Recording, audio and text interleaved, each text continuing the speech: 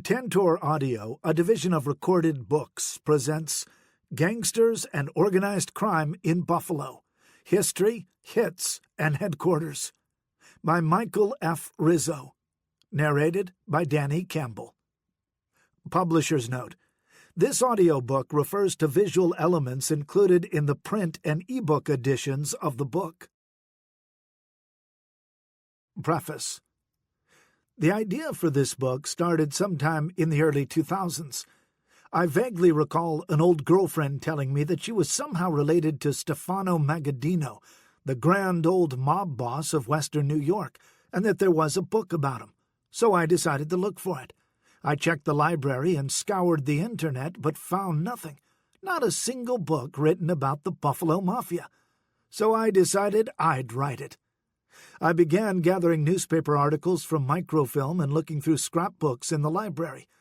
Along the way, I stumbled across information about all these 1920s gangsters, mainly of Polish descent, and copied those too. As life would have it, I wasn't ready to write the Mafia book. Everything went aside, and I worked on another project. Eventually, I made my way back.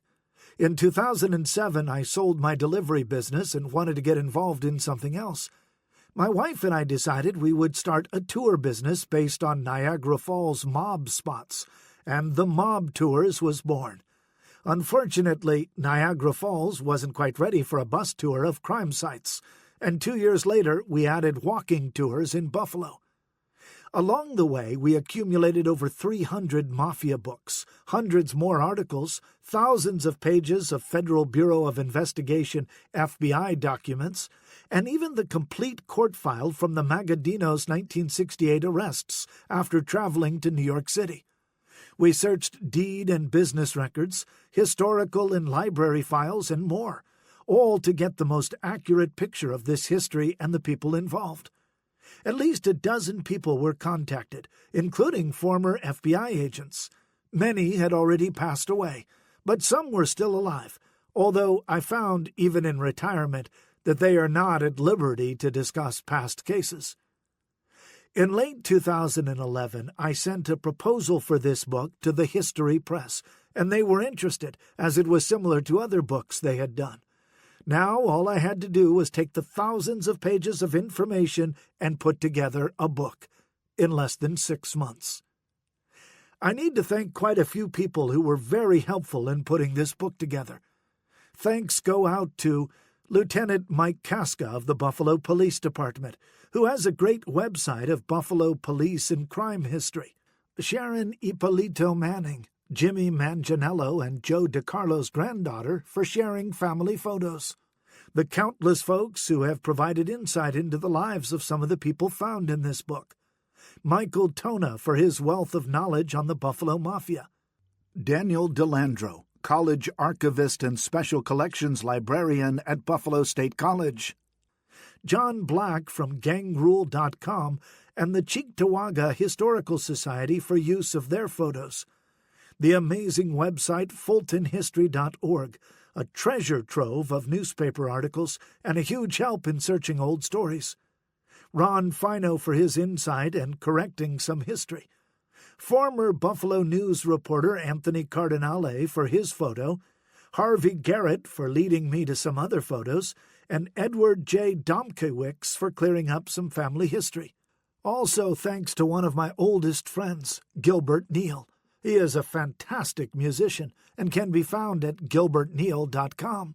And, as always, thank you to my wonderful partner Parker and my child, who saw little of me for several months while I put this book to bed. Many of the stories you are about to hear involve violent and deadly criminal activities. Personally, I don't condone them. I am just piecing together history. Every major city in America has had its share of violent criminals, and their stories have been told, which is why I do this. It is history. I apologize if you see or hear about a relative or friend, but once again, most of this was reported in newspapers, on television, and in books and magazines, and a lot is on the internet.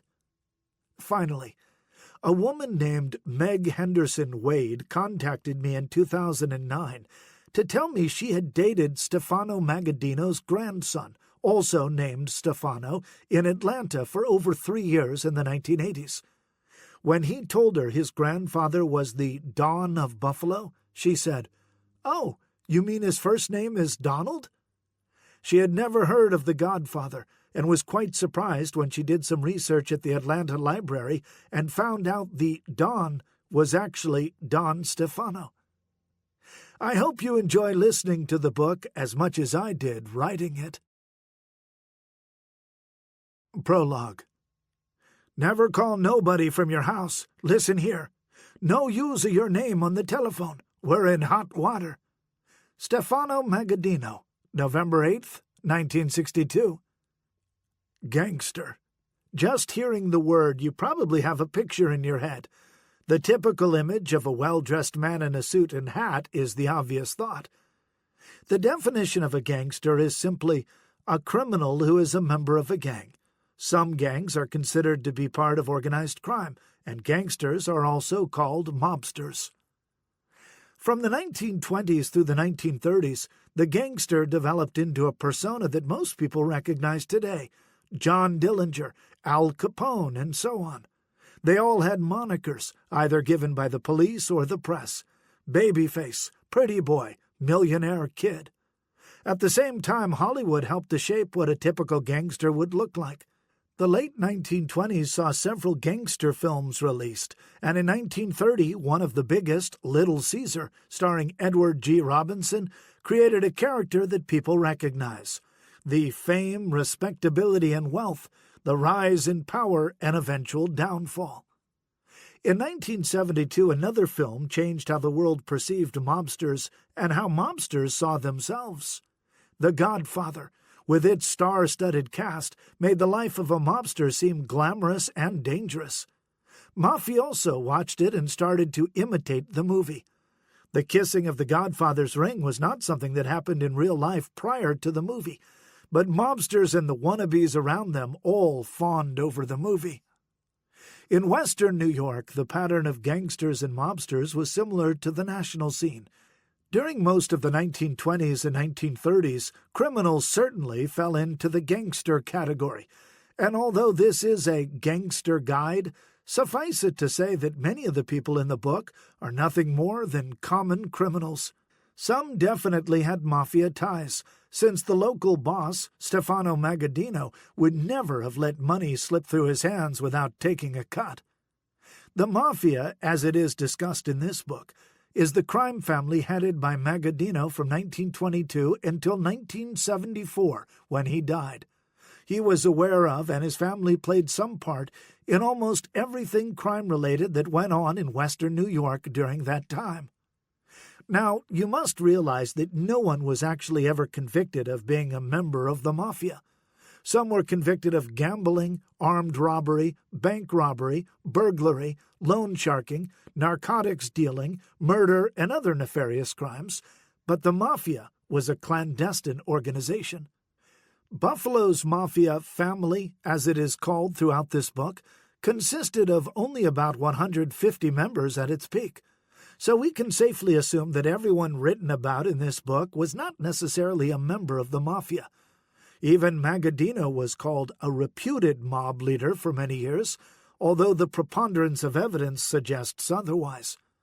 There are multiple different names that the Mafia is known by, and in this book they are used interchangeably. La Cosa Nostra is a term that was believed to be fabricated by the FBI after Director J. Edgar Hoover failed to warn the public about the Mafia.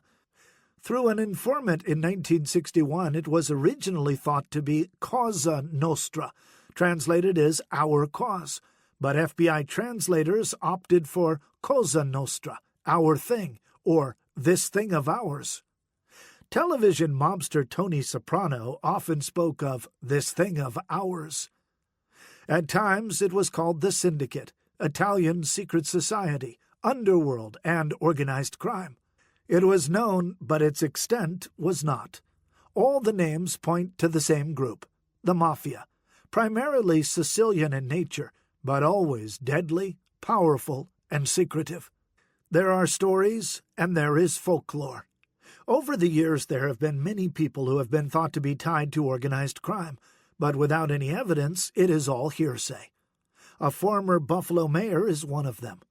The mayor grew up in the same West Side neighborhood as many mob members, but association by neighborhood does not mean that he was involved. There is nothing pointing to him meeting with mob guys or doing anything illegal or corrupt. Judge Sebastian Palomo of Buffalo often met with members of the Buffalo mob for lunch or dinner and was mentioned often in discussions that were caught on FBI wiretaps, but no wrongdoing was ever uncovered. State Assemblyman Steve Greco actually got caught up in the life. In 1984, he was arrested along with several Buffalo mobsters, including Pasquale Natharelli and his nephew John, trying to defraud New York State out of $250,000 for an AIDS research grant. Former Buffalo Mayor Stephen Pankow had his corruption problems, and there are unconfirmed rumors regarding other activities. There is also a wealth of anecdotal stories from hospital workers, meter readers, relatives of fringe people, and, of course, police officers. The following are some of those stories. A former gas company meter reader who worked Mafia Row in Lewiston, where Magaddino and his 3 daughters lived, said he was told when he went to Magaddino's house to walk in, read the meter, not look around, and get out. He said the house was full of beautiful art and statues from the old country. In the movie The Godfather, there is a tense scene where Michael Corleone is at the empty hospital where his father is sick in bed. Men are coming to kill him, so Michael rolls the bed into another room and prepares for the showdown. A man is working at Niagara Falls Medical Center in the 1960s when an eerily similar incident took place. Stefano Magaddino was in the hospital, and a man arrived and asked what room he was in. The man was seen walking around with his coat slung over his arm, like he was hiding a gun underneath it. The police were called but did not arrive quickly enough, and the man disappeared. So they moved Magaddino and swapped his body with a cadaver.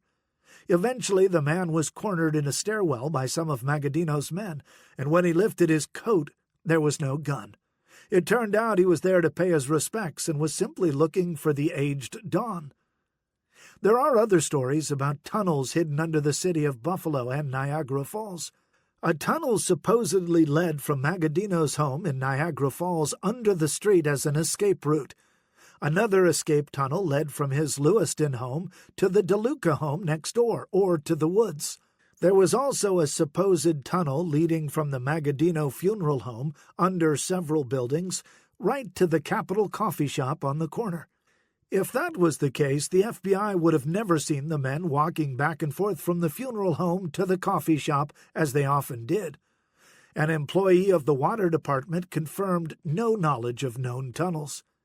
Another story has been gaining steam lately about Al Capone having a stake in Buffalo's booze pipeline to Canada and the former town casino downtown. During the time this would have taken place, Magaddino was a very powerful mob boss, equal in standing to Capone, if not more powerful because of his Sicilian lineage. The chance that Capone came to Buffalo and either owned a part of the town casino or ran booze through Buffalo without Magaddino's permission would have been impossible. It is possible that he came here to visit a couple times, maybe, as Buffalo was small potatoes compared to Chicago. A man was looking to open a saloon in the 1950s and was having a hard time getting his liquor license. After several months, he decided to pay a visit to Don Stefano. 2 weeks after the visit, he received his license. The only stipulation Magaddino made was that the man had to purchase his liquor through Magaddino's company, Power City Distributing. One hand washes the other. A family purchased a house a block from Dana Drive in Lewiston in the late 1960s. Shortly after moving in, they noticed a car parked in front of their house several times, but no one got out. It turned out that Magaddino had the house watched to see who the new owners were and make sure they were not involved in law enforcement, as he did not want anyone too close to him.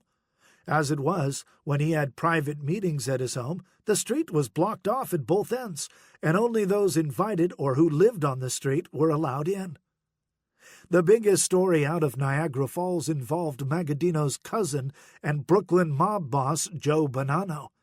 In 1964, on the eve of testifying before a grand jury in New York, Bonanno disappeared. Word on the street was that he had been kidnapped by Stefano. In Niagara Falls, there are people who say he was kept in an apartment above a barber shop or at the family farm in rural Cambria, New York. You'll have to listen to the chapter on Bonanno to see what probably did happen. Lastly, the family who purchased the LaDuca home said they did their due diligence to see if there was any money left behind, hidden in secret compartments or in the walls. Alas, they found none. The final chapter in the book is really what this whole book is about. That is where all the addresses are, hundreds of them. You can take the book, go for a drive, and see where the people lived or where an accident occurred.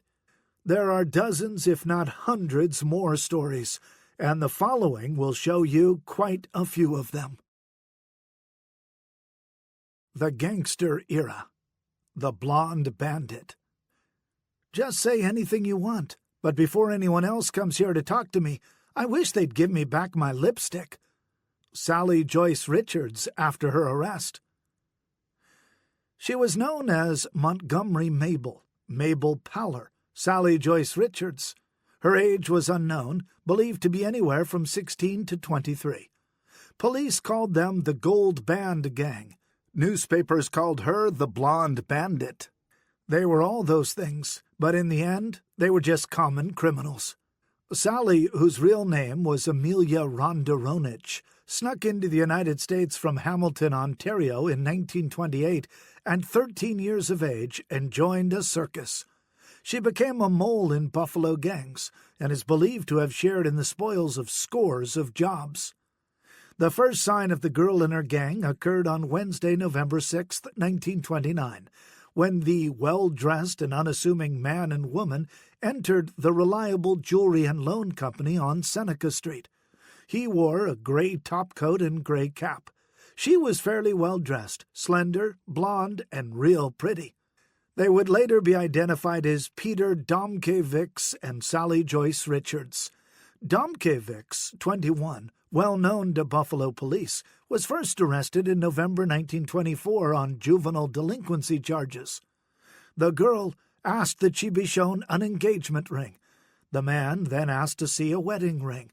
Store owner Max Kantrowitz bent over to render the ring from a tray, and when he looked up, he was gazing into the muzzle of 2 revolvers.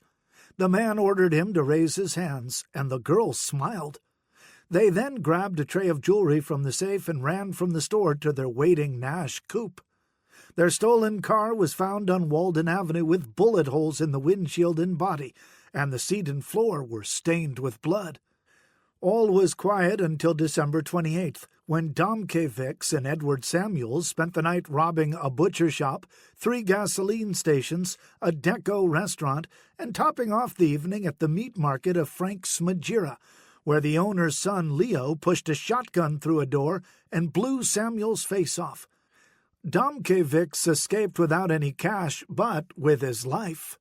The next major job they participated in was on January 20th, 1930, when Domkiewicz, Sally and Eddie Izzy Dorchak robbed Morris A. Katzman, owner of the MK Boot Shop, of $75 and women's shoes.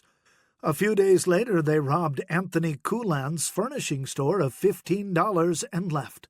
The trio hit the jackpot on Monday, January 27th, when they robbed the David L. Glickstein jewelry store on Broadway of $20,000, $252,165 in 2010 dollars in diamonds. Buffalo's blonde bandit queen, the brains and motive power of a gang of jewel thieves, strikes again today and got her biggest haul. The trio escaped in a stolen auto. On February 10, 1930, they were arrested in Montgomery, Alabama. It was the longest automobile chase the Buffalo Police Department has staged. A total of $10,000 in gems was recovered from their baggage. Izzy Dorchak pled guilty to the Glickstein robbery, and Domkiewicz admitted to participating in 64 burglaries. As the trial was set to start, Domkevics pled guilty in hopes of saving Sally. Domkevics took the stand in her defense and said that he had forced Sally to participate. "I told her if she didn't obey me, I'd shoot her like I had 2 fellows, and I'd have done it, too." During Sally's testimony, love-struck Domkevics sat brooding in the courtroom just feet away from jeweler David Glickstein. When her testimony ended, Domkevics lunged at Glickstein, yelling, "That's how I treat squealers," and slashed the jeweler's throat with a razor he had hidden up his sleeve. The next day, Sally was sentenced to 20 years to life in prison. Domkevics received life, and Izzy Dorchak, who was 21 years old, received 15 years to life. After hearing her sentence, Sally asked the judge if she could speak. "Is there any way I can marry Petey? I love him. God knows I love him. I've had 2 children by him already, and only lately lost a third. Isn't there some way I can marry him?" The judge responded that she could not. Sally didn't appreciate life in prison, so just about a month later she attempted to escape with another prisoner. They made it as far as the prison yard before the night watchman spotted them, and they were captured before making good their escape. After the attempted escape, Sally's mother made a last-ditch effort to have her released, claiming she was not yet 16 years old. Only part of the story appears to be true. She was not released. In December 1938, after serving nearly 10 years of her sentence, Sally had her sentence commuted by New York Governor Herbert Lehman. Reports say she was 23 at the time, but her actual age is unknown. Peter was paroled and lived in Rochester after his release. His name came up several times over the years. Peter's Domkevics, 55, of Rochester, pleaded innocent to possession of burglar's instruments after being arrested for robbing a Lockport drugstore in July 1964. It is believed he died in 1976. Information about Sally's life after prison is unknown. The Corny Gang. Well, bootlegging is not like holding up or robbing people. John Corny Kwiatkowski. Although Italians seem to dominate the gangster headlines, back in the days of Prohibition, Buffalo's Polish community offered gangsters as bold, dangerous, and trigger-happy as any gangster to ever come out of Buffalo. Possibly the most notorious were the members of the Corny Gang, led by 6-foot-tall, blond-haired John Kwiatkowski, Jr. He gained the nickname Corny and grew up on the streets of Buffalo's east side during World War I. By the time he was old enough, he was following in his father's shoes as a baker, but unlike his father, he had much bigger aspirations. Corny was a bootlegger and a hold-up artist. He ran a small gang of hoods that included Stephen Bally Jolkowski, Zygmunt Ziggy Plokarski, Joe Karnacki, and Victor Hoynitsky. They did the usual robberies and petty crime until Corny met Anthony Kałkiewicz, who was older by almost 10 years. Kałkiewicz was a street tough, but not very smart. Kałkiewicz and his gang, Lawrence Trimpa, Joseph Bartkowiak, and Edward Larkman, did a lot of the same type of jobs, but Kałkiewicz was really into safecracking, pulling off dozens of these robberies. It was about this time that the younger Corny joined him, and they began pulling off jobs together. Victor Hoynitsky tipped off Corny to the art workshop on Buffalo's east side. On Wednesday, August 12, 1925, they drove to the plant. At 5:30 p.m., the plant whistle went off, signaling the end of the first shift, and the 300 employees of the art workshop began lining up for their pay. The bandits entered the office quickly, revolvers drawn. The secretary saw the bandits and tossed the tin box full of money into the corner. Paymaster Ward Pierce reached for his revolver when Smithy, a Chicago recruit, yelled, "He's going for his gun!" Bally turned and fired first, followed by Corny and Smithy, who hit Pierce in the abdomen and right arm. As Pierce fell to the floor, the petrified employees stood by while the 3 bandits ran to the corner and scooped up as many envelopes as they could carry. They then jumped into a stolen Cadillac and sped from the scene. Corney pocketed the $1,966, $23,956 in 2010 heist money, but they had left $8,800, $107,224. Pierce died from his gunshot wound, and the gang was not identified. One witness came forward and implicated Edward Larkman, who was not even present. He was arrested and convicted of murder for Pierce's death. Corney took part in other robberies. In 1926, he robbed the Loose Wiles Biscuit Company and the Royal Linen Supply Company. He slipped up during one job and was caught robbing a store. The robbery conviction sent him to Elmira Prison for 6 months. In 1927, the gang burglarized Browning Brothers Wholesale Groceries on Broadway of 65 tires. The tension between Kalkiewicz and Corney grew until Kalkiewicz left the gang. He did not participate in any jobs for about a year. Their next big job was the Duffy Silk Mill in March 1928. They robbed an armored car of $24,000, $299,029, with $2,000, $24,919 per man, and Corney kept $14,000, $174,433 for himself. Buffalo police were baffled once again. When Kalkiewicz returned to the gang, Corney was the leader. Corney seemed to like firepower and had the mysterious Smithy bring him a machine gun from Chicago, thought to be first used in Buffalo. In October 1928, Corney, Bolly, Kornacki, Ziggy, Smithy, and an unknown friend of his planned to rob a mail car transporting registered mail. They planned the job for a Sunday night, not realizing that on Sundays there was less cash in the mail. It would have been a clean robbery, but a motorcycle patrolman, Vincent J. Connors, happened to stumble across the robbery just as it began. The men all jumped from the Lincoln they were driving in and started showering the taxi in a hail of bullets. Charles Kavanaugh, a New York City Central Railroad policeman riding in the front seat, stepped out and returned fire, but was felled when a bullet struck his knee. Before Patrolman Connors knew what was happening, Corney let loose with the machine gun, striking him at least 6 times. Mail clerk Ward McCartney was killed, and Pullman employee Francis Bieber was wounded. Connors lived, and the gang was not caught. Meanwhile, Corney made amends with Kalkiewicz and rented the barn behind his house on Swede Hill in suburban Lancaster to run a brewery. Victor Hoynitsky contacted Corney and demanded money to leave town or he would spill his guts about the gang. Corney agreed to meet him at Kalkiewicz's house the next day, where he promptly killed him. Kalkiewicz and Bolly buried him in the backyard. On April 25, 1929, the gang robbed the Fedders plant in Black Rock. They drove to the Fedders plant in a stolen car. All wore disguises and altered their appearances. They entered the plant carrying a variety of guns.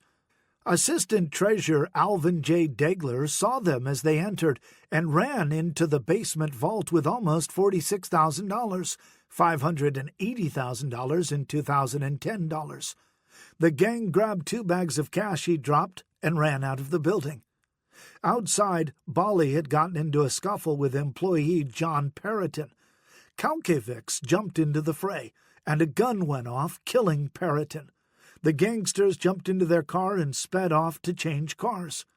Meanwhile, 2 witnesses followed them, and one ran to a nearby police station.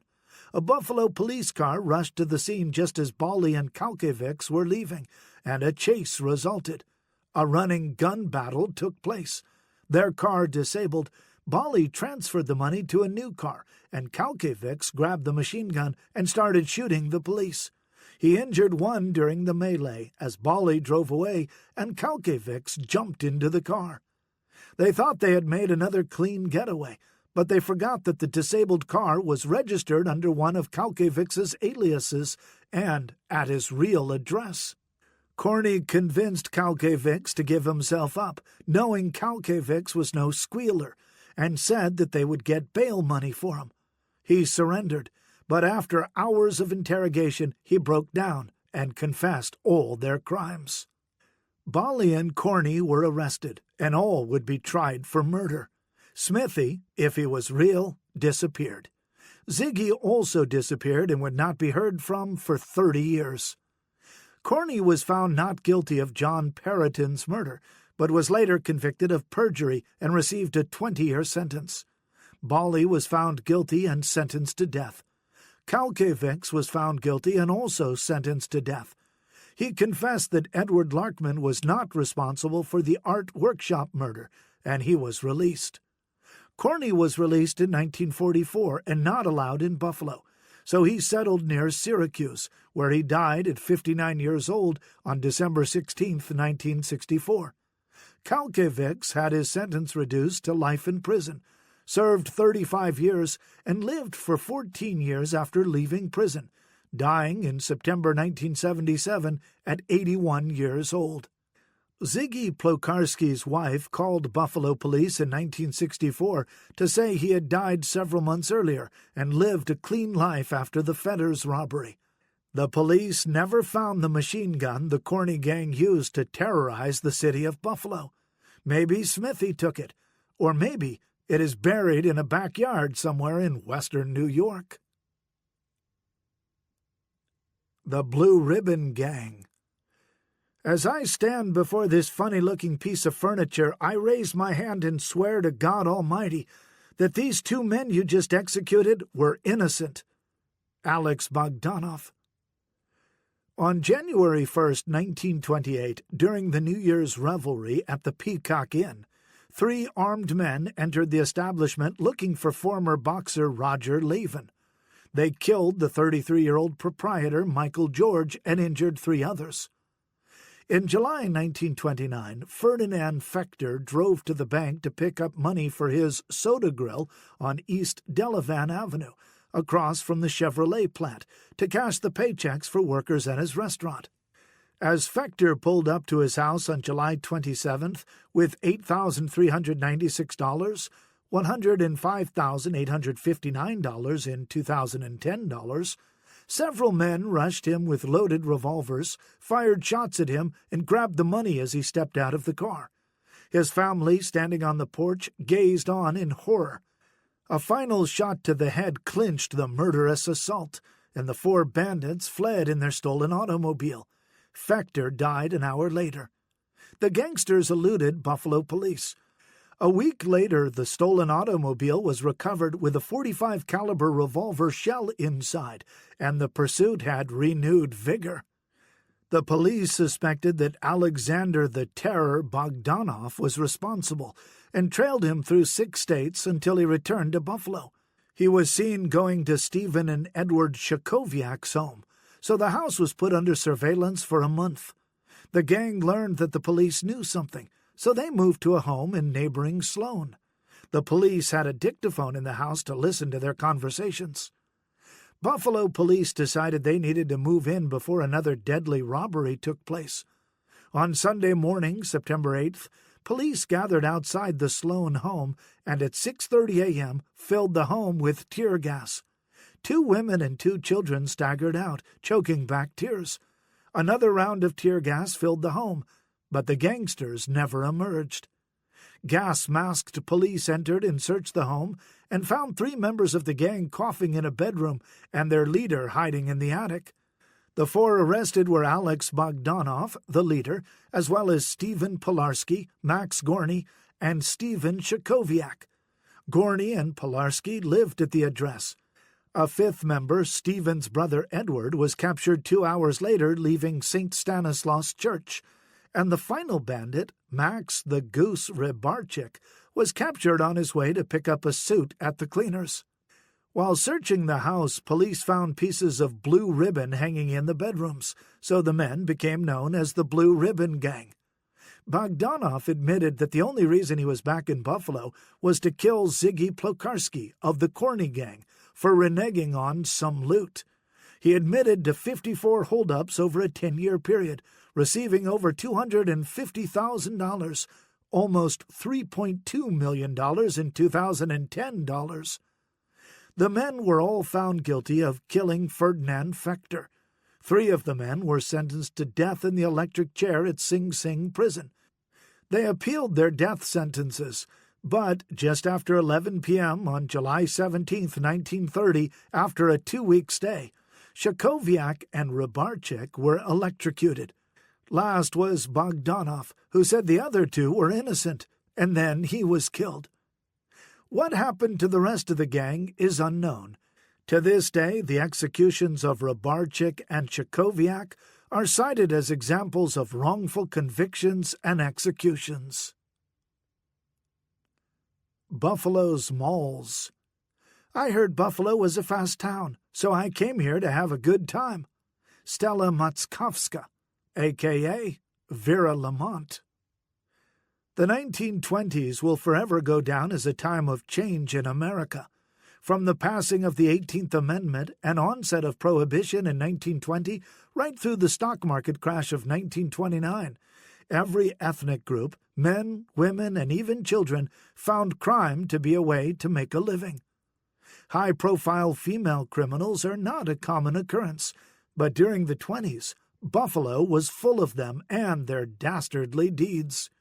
What prompted so many women to get involved in crime, sometimes with dangerous or even deadly outcomes? Several factors possibly play into this. First, the legalization of women's right to vote empowered many women across the country. As World War I ended in late 1918, many women felt they had contributed to the effort and were no longer going to sit idly by while men ran everything. They started cutting their hair shorter in what was called a bob. Their hemlines also got shorter. Couple this with Prohibition, and women would never be relegated to the back seat again.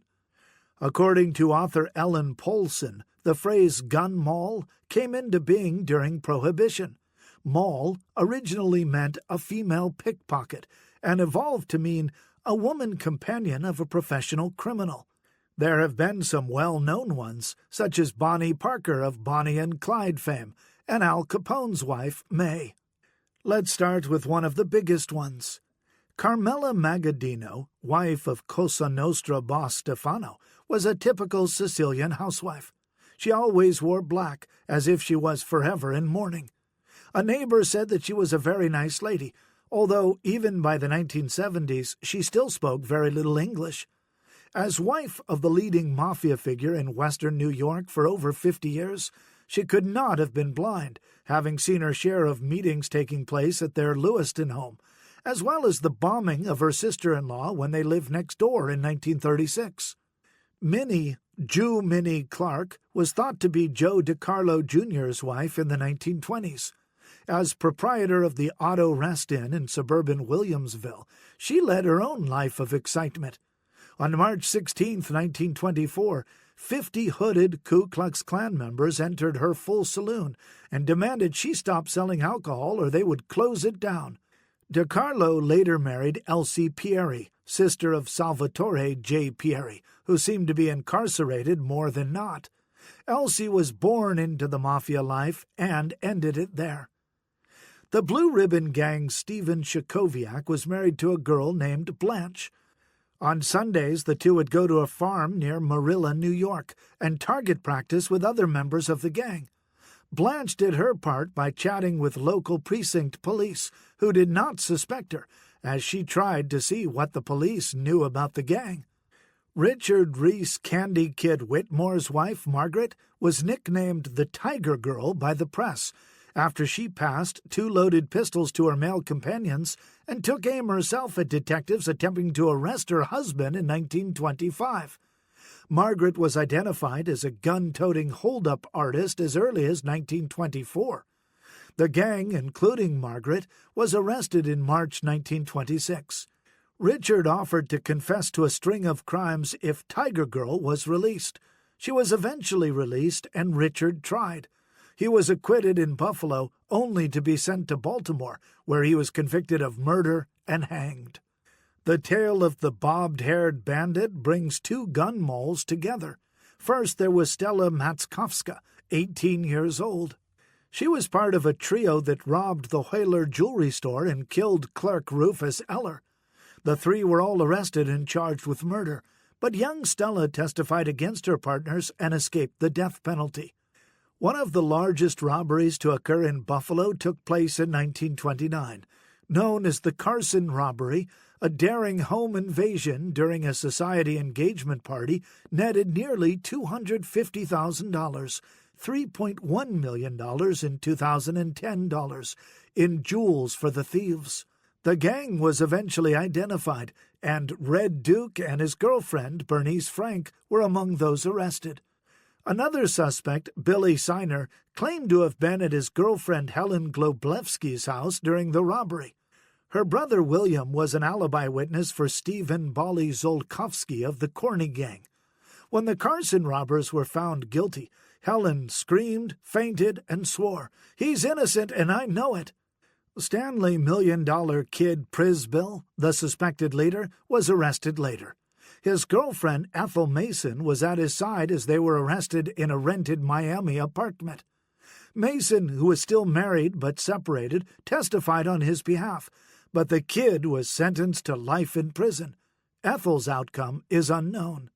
Anthony Kalkiewicz of the Corny Gang met a woman named Clara Matskowiak, whom he fell for. When Kalkiewicz decided to call a life of crime quits, he moved to suburban Lancaster, New York with Clara and rented a big house with a barn in the rear.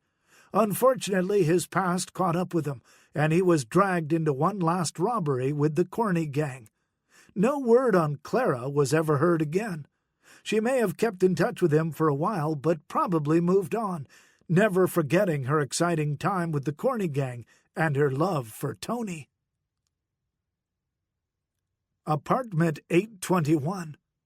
"Are you Pretty Boy Floyd?" FBI agent Melvin Purvis asked. "I'm Charles Arthur Floyd," was Floyd's response. The 1930s were a violent time in America. Prohibition lingered on, the Great Depression began, and criminals got more violent and dangerous. One of the most infamous was Charles Arthur Pretty Boy Floyd. On June 17, 1933, Floyd and Adam Ricchetti became the primary suspects in the Kansas City Massacre, which occurred when 4 law enforcement officers were killed while gangster Frank Nash was being transported. Floyd denied involvement and met up with Juanita and Rose Baird in late September 1933 in Toledo, Ohio. The 4 left Ohio and headed to Buffalo, where they rented apartment 821 at the Amiantis Apartments on Buffalo's predominantly Italian West Side. Rose said they barely got along and did not have any extra money, staying in the apartment practically all the time. The men remained in the apartment except for a few trips. They would leave at night and stay away for days or weeks, but what they did or where they went is unknown. They read the newspaper and listened to the radio. In October 1934, Floyd gave the girls $350 to buy a car, and a few days later they packed up and left Buffalo. Floyd sat in the back seat with a machine gun. On the drive, they crashed into a telephone pole and had the girls tow the car into town for repairs. While there, Floyd and Ricchetti apparently were spotted by police, so the girls left without them. Ricchetti was captured during a gunfight. Floyd escaped and hitched a ride on October 22, 1934. He was spotted by lawmen who tracked him to a farmhouse, where an estimated 50 rounds were fired at him as he tried to escape through the woods. A mere 3 bullets struck him, and he died 15 minutes later. Ricchetti was subsequently tried for the Kansas City Massacre, sentenced to death, and executed on October 7, 1938. The $93,000 question. "Believe me, I'm not going to burn alone for this job." Richard Reese Whitmore. One of the most interesting tales to come from the gangster era involved one of the East Coast's biggest names. But he was the last one to be accused of the crime, and doubts still linger as to whether he was the actual bandit. On June 1, 1925, 5 bandits entered the Levy jewelry store on Main Street in Buffalo. They handcuffed the employees and customers to fixtures in the rear of the store and escaped with $50,000, $616,500 in 2010 dollars worth of jewels. No one was apprehended for the heist. Just 8 days later, on June 9th, a car with the treasure of the Wire Wheel Corporation was trailed from the Manufacturers and Traders Trust Company branch at Main and Swan Streets in Buffalo. At Nottingham Terrace and Elmwood Avenue, the car was forced from the road and robbed of its $6,000 payroll. One of Detroit's most notorious gangsters, Harry Harris, and one of his pals, Louis Stone, were arrested in Detroit on October 7, 1925, and believed to be responsible for multiple robberies in Buffalo and Niagara Falls, as well as other cities. Harris jumped bail on October 21st and escaped. A mere 9 days later, a sensational armed robbery took place in Buffalo, and Harris was immediately the prime suspect. That day, Marion Gould, his suspected wife, also jumped bail. A Federal Reserve Bank armored car pulled up to the Bank of Buffalo branch at Main and North Division Streets at 9:15 a.m. As the guard exited the truck to make a cash delivery, multiple things transpired at once. A bandit was standing by the door, and a car with bandits pulled next to the truck, and all began shooting. The driver of the armored car was struck and killed. The messenger carrying the bank bags was injured, and another guard was also shot, dying later. The bank employees never had a chance. The bandits grabbed the money bags containing $93,000, almost $1.2 million in 2010 dollars, and escaped in their car. Harris was immediately chosen from a rogues gallery of photos, as were Mike Sperazzi, Joe Cobierny, and George Dutch Anderson, other well-known gangsters. It was a sensational robbery that made national headlines. Buffalo police were searching for Harris when Philip Kozak was arrested in Detroit and took credit for the robbery. It was reported that the confession absolves Harry Harris and his gang. After traveling to Detroit to interview Kozak, Buffalo police determined that his confession was fabricated. Finally, on March 20, 1926, Baltimore prison escapee Richard Reese Whitmore, 28, known as the Candy Kid, was picked up in New York City with his wife Margaret and 6 members of his gang. Police say they admitted to 6 robberies, but denied involvement in the Buffalo robbery. Buffalo police maintained that Whitmore and his gang were the Bank of Buffalo crooks. Witnesses picked them out of lineups, and the Erie County District Attorney pressed to let Buffalo try him first. The trial for Whitmore began on April 19, 1926. He was positively identified by prosecution witnesses, while defense witnesses positively stated that he was not one of the bandits. Others said that Whitmore was in Philadelphia and could not have made it to Buffalo in time for the robbery. The case was given to the jury on April 27, 1926. At 10:30 p.m., they were still deliberating, but by 11 p.m., they told the judge that they were unable to reach a decision. The crowd in the courtroom cheered as the judge discharged the jury. Richard Reese Whitmore was sent to Baltimore to stand trial for the 1925 prison escape and guard murder. There he was found guilty and hanged in August 1926. Harry Harris was killed in Jacksonville, Florida during a gunfight with police on August 4, 1926. So who really pulled off the Bank of Buffalo robbery will probably never be known. The Millionaire Kid. Auburn is one of the finest clubs in the country. They'll never keep me there. Stanley Prisbill discussing Auburn Prison. In Buffalo during the late 1920s, a number of Polish gangsters proved to be dangerous, good-looking, and smart. Stanley, the Millionaire Kid Prisbill, was considered, at least by the press, the East Side's flashiest and most colorful criminal. He gained his nickname by his flair for excellent and well-tailored clothes, sporty cars, the bright lights, and gay ladies. On November 14, 1929, wealthy Buffalo businessman John L. Carson held a lavish dinner party for 18 prominent society members in his large suburban Snyder home to announce the engagement of his daughter.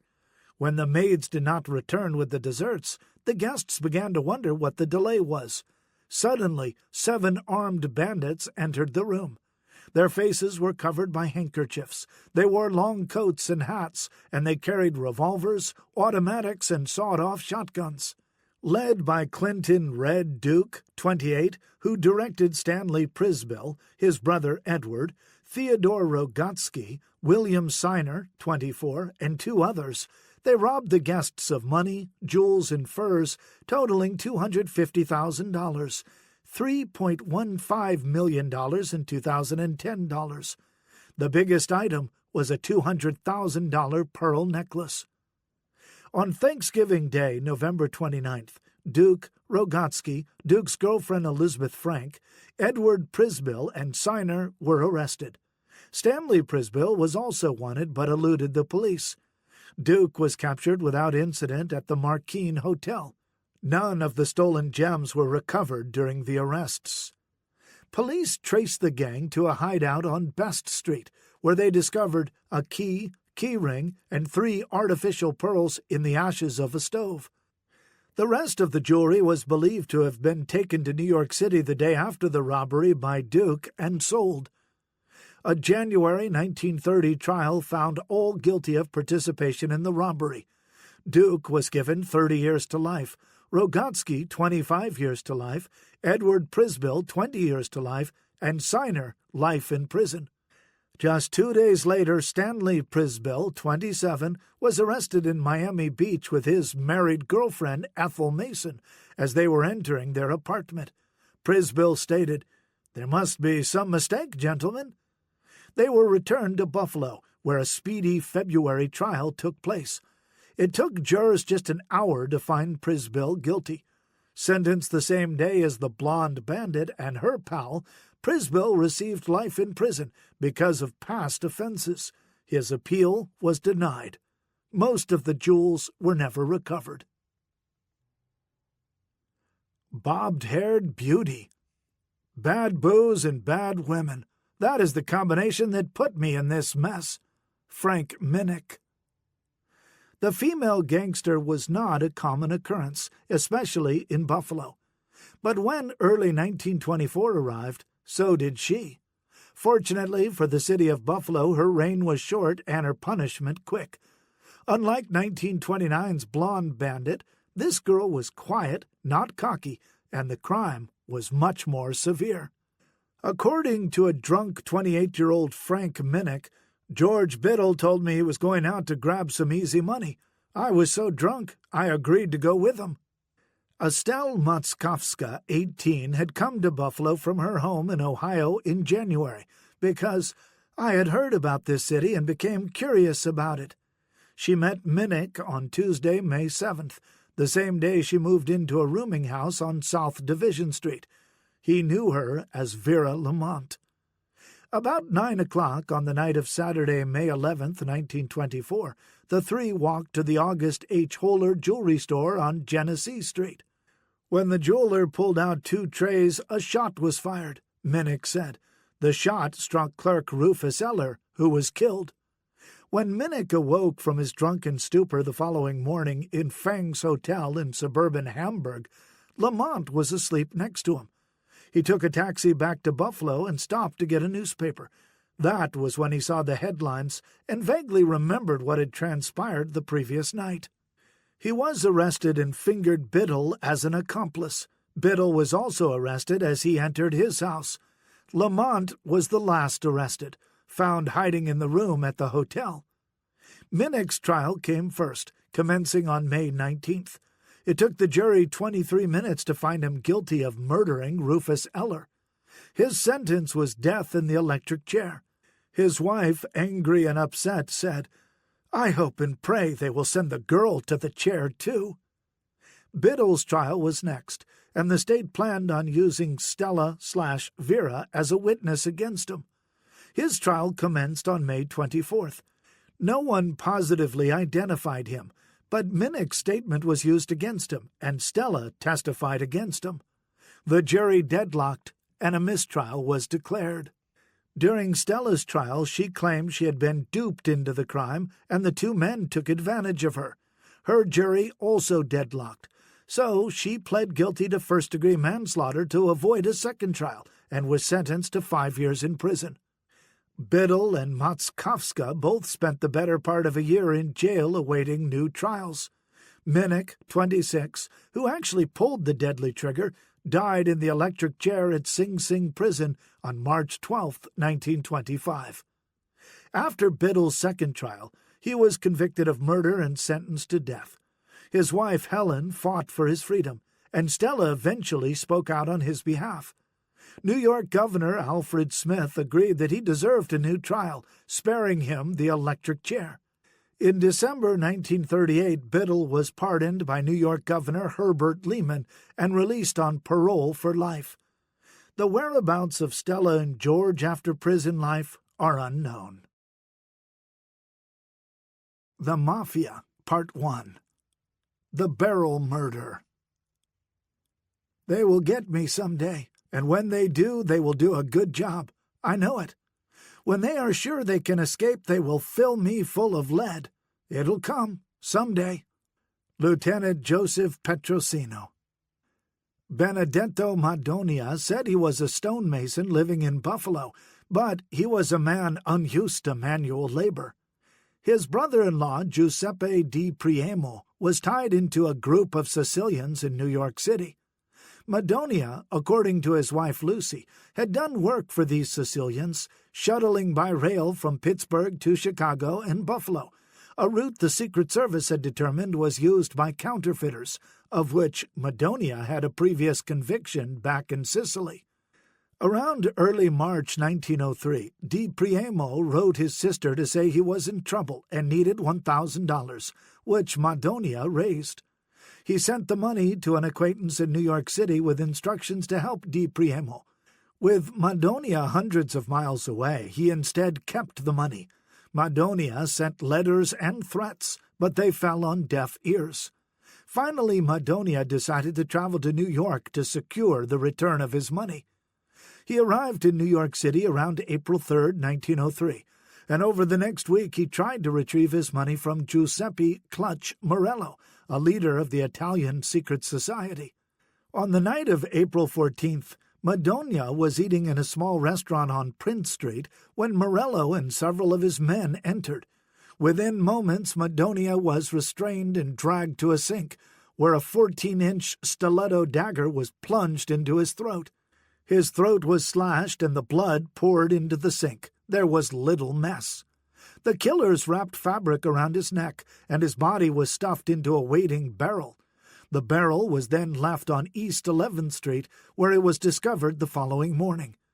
It was a baffling case for New York detectives, until Sergeant Joseph Petrosino, New York's expert on Italian crimes, joined the case. Petrosino was able to ascertain who the probable killers were, and they were arrested. More evidence poured in that finally identified the body as that of Madonia. Petrosino tracked the story to Madonia's brother-in-law, Di Priamo, who was in Sing Sing prison, and questioned him. When Di Priamo saw Madonia's photo, he identified him and said, "Yes, I know that man," and told Petrosino about him, but refused to give any information on Morello. Petrosino then traveled to Buffalo to meet Madonia's widow and explain her husband's fate. Petrosino took the little knowledge he gathered in Buffalo and headed back to New York, where 7 men, including Giuseppe Morello, were charged with Madonia's murder. It was believed that he was killed for demands to the Morello gang. The trial turned into a fiasco, as members of Morello's gang filled the courtroom to intimidate witnesses. Madonia's widow was unable to identify her husband's watch, which was found on the body. Her brother also denied that Morello or any of his men played a part in the murder. The main suspect, Tommaso Petto, was released, and the case remained unsolved. Joseph Petrosino went on to head an Italian squad that investigated murders, bombings, and Black Hand extortions. In 1909, Lieutenant Petrosino set sail to Sicily to conduct an investigation. It was to be a secret visit, but it turned out that many people knew of his visit, including the Mafia. On March 13, 1909, Petrosino was murdered in Sicily, and Morello was the main suspect. Joe, the boss Masseria, designated Morello as boss of all bosses until August 15, 1930, when he was gunned down in his office. Early Mafia families. You can no longer tell a mobster by his fedora hat. Ron Fino, former local 210 business manager and FBI informant. From the earliest days of the 20th century, several different men emerged as potential or possible mafia leaders. Even as early as the 1920s, Buffalo police believed there was an Italian secret society, but the vow of silence, later known as omerta, was always present. Rarely did witnesses even come forward for fear of reprisal. To the uninitiated, a brief outline of how a mafia family or La Cosa Nostra, LCN, operates is necessary. At the top is the boss, who usually reigns supreme. Generally next in command is the underboss, but the consigliere is often higher than the underboss and is the voice of reason for the boss. Sometimes the consigliere is a lawyer or an elderly mafioso. Under the underboss are the capo regime, or capos, or captains, who run a crew of soldiers. These are the people who are out on the streets doing all the work, making the money. All of these people, in the old days, primarily Sicilian, were made men and official members of La Cosa Nostra. At the very bottom are the associates, people who are not official made members of the mob, but who are out doing the dirty work, sometimes trying to become made members, and other times on the outside just sending a cut of their crimes to the capo in their area. One of the earliest references claims that Angelo Puma, from the same city as later leaders Angelo B. Palmieri and Stefano Magaddino, was a mafia leader. He supposedly was involved in blackmail, extortion, and gambling enterprises. Buffalo's Little Italy, located in what was left of the Erie Canal District on Buffalo's waterfront, was where a suspected criminal organization was operating, controlling the gambling and vice enjoyed by the longshoremen and sailors. On April 26, 1929, a tremendous explosion ripped through the former Frontier Hotel owned by Puma, who had been associated with Philip Mazzara, Philip Manor, and Joseph Di Benedetto. The powerful explosion blew out windows in buildings across the street. Puma was the target, but he was not home that night and survived the murder attempt. There were two men who are generally acknowledged as the first leaders of Buffalo's Mafia, Giuseppe Don Pietro, or Joe DeCarlo, and Angelo Buffalo Bill Palmieri. Most historians believe that DeCarlo was the first real boss and Palmieri a top lieutenant.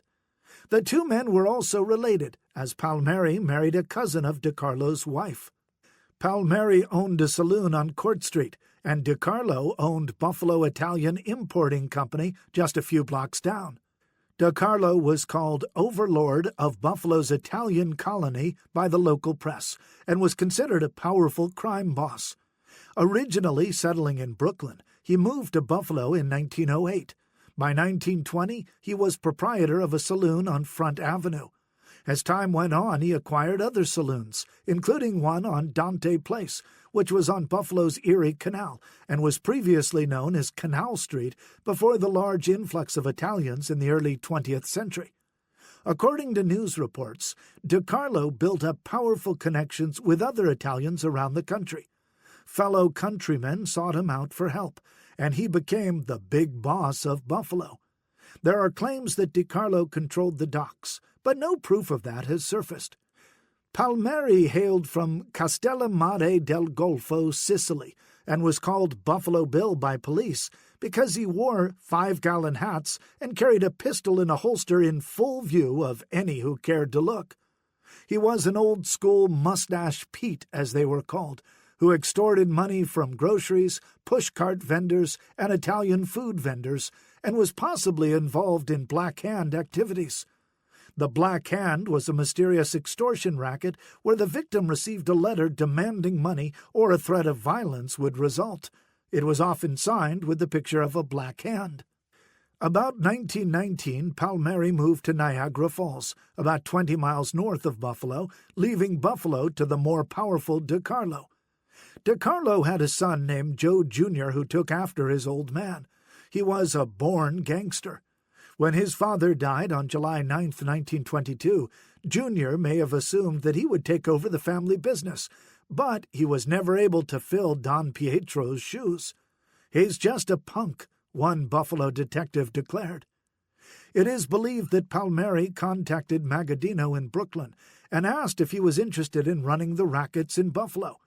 Not long after, Magaddino arrived in Buffalo, worked in a produce market for about a month, and then moved to Niagara Falls, where he would settle.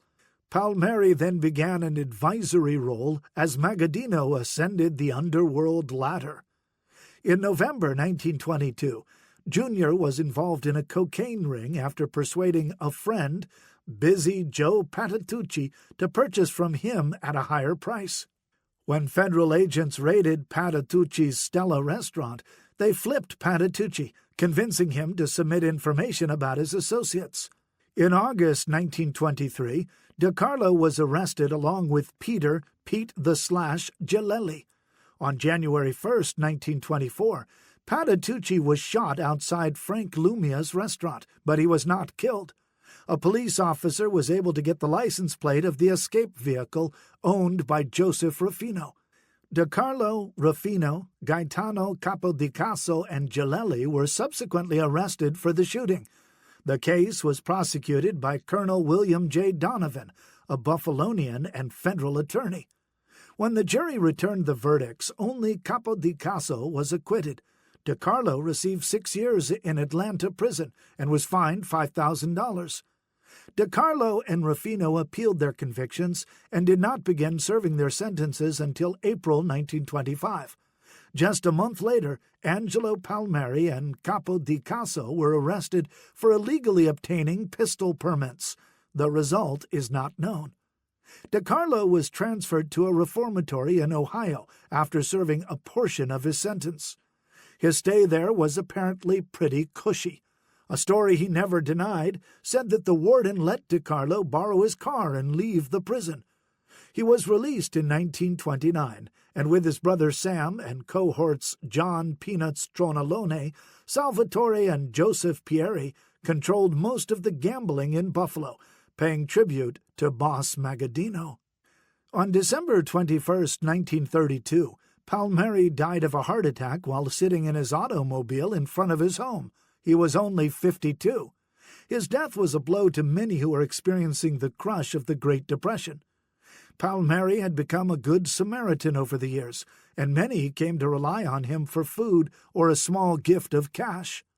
DeCarlo's growing gambling business had gained so much attention that the Buffalo Police Department named him its first public enemy number 1. Between 1930 and 1945, he accumulated over 20 arrests and was constantly harassed by the police. His associates Joseph Rufino and Anthony Perna were arrested on charges of passing a counterfeit bill in February 1933. Rufino was convicted in April 1933. On July 27, 1936, DeCarlo and Tronalone were arrested for assaulting a bookmaker at the Cheektowaga Dog Racetrack. Both were acquitted the following March. DeCarlo's bad luck continued in April 1938, when he was sentenced to 1 year for coercion related to a cigarette vending business. A Buffalo police captain was suspended and fired in May 1938 for soliciting business for Joe DeCarlo when he was caught trying to get a DeCarlo vending machine into the Little Harlem restaurant in Buffalo. DeCarlo was again indicted in September 1939 on conspiracy charges related to vending machines after the testimony by former police captain Daniel G. Regan, who retired after his brush with DeCarlo and the law. The charges were part of an investigation into municipal corruption. DeCarlo went into hiding for 9 months. finally appearing in late May 1940.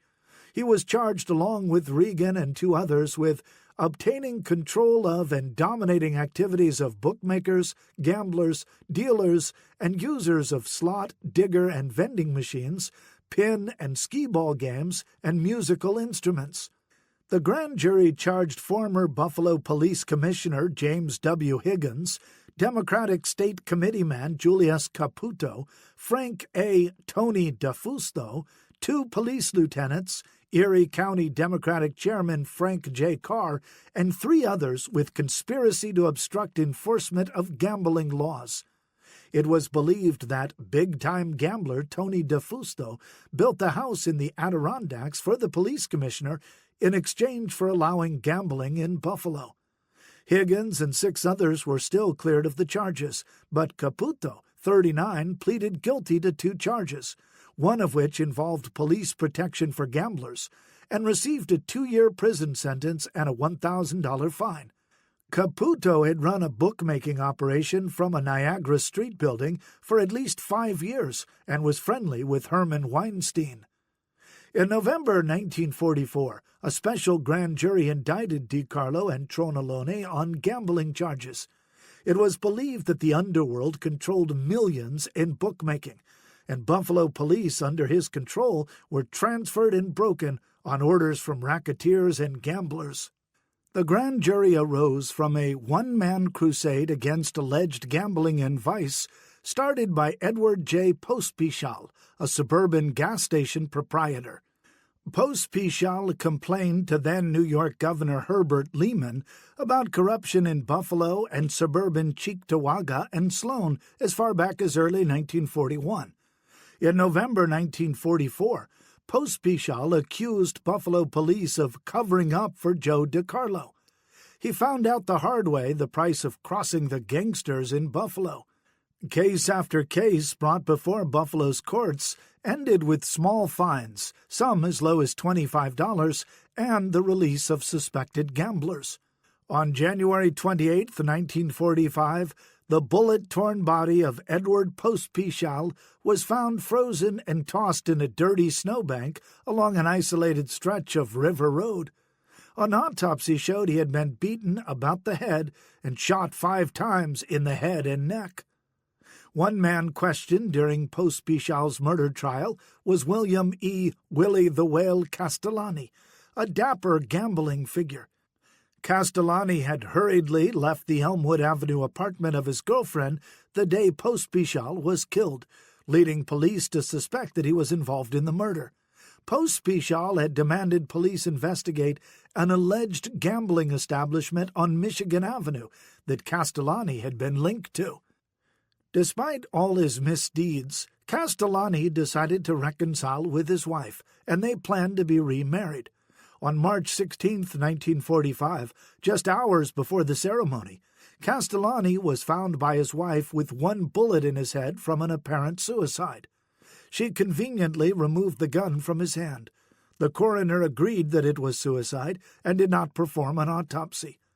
Whether Castellani was killed by a rival, his wife, or his own hand may never be known.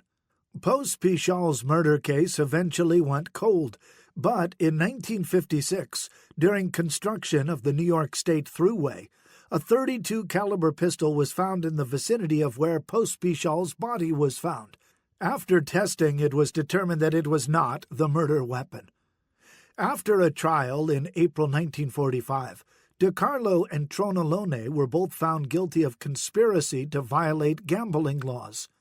Police Captain Thomas F. O'Neill, 40, whose billy club was found near Pospischal's body, was convicted of willful neglect and omission of duty for failing to suppress gambling.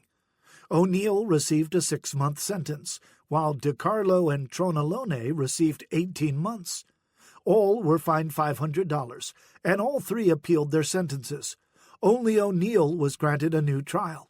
In February 1946, he was exonerated, returned to active duty, and received $2,800 in back pay. After this last prison stint, DiCarlo and his gang relocated to Youngstown, Ohio, realizing that the constant surveillance and police pressure in Buffalo would not allow him to profitably run his operations any longer. DeCarlo found Youngstown politicians and city officials tolerant of his activities until a racket-busting mayor was elected in 1947, making his life miserable.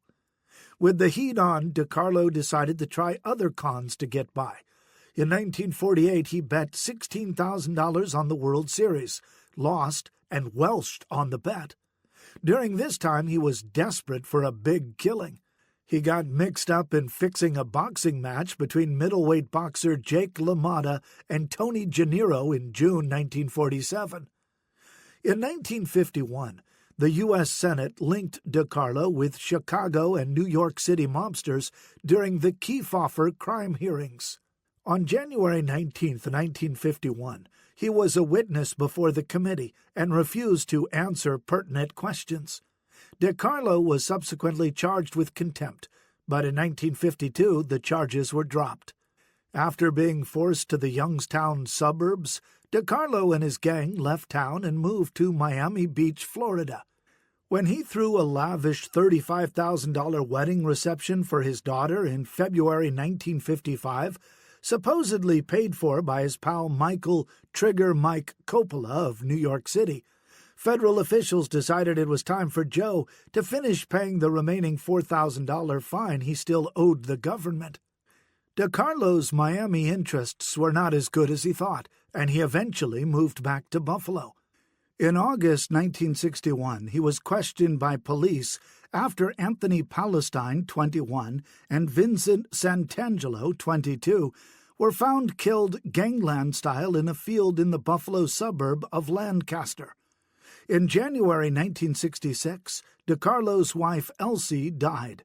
The funeral arrangements were handled by the Magaddino Memorial Chapel. In 1973, an FBI affidavit called him a syndicate lieutenant tied to local gambling and loan sharking activities.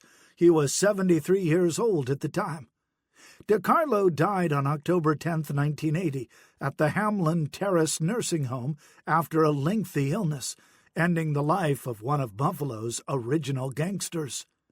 John Tronalone never moved back to Buffalo, as his stature in the Cosa Nostra grew over the years.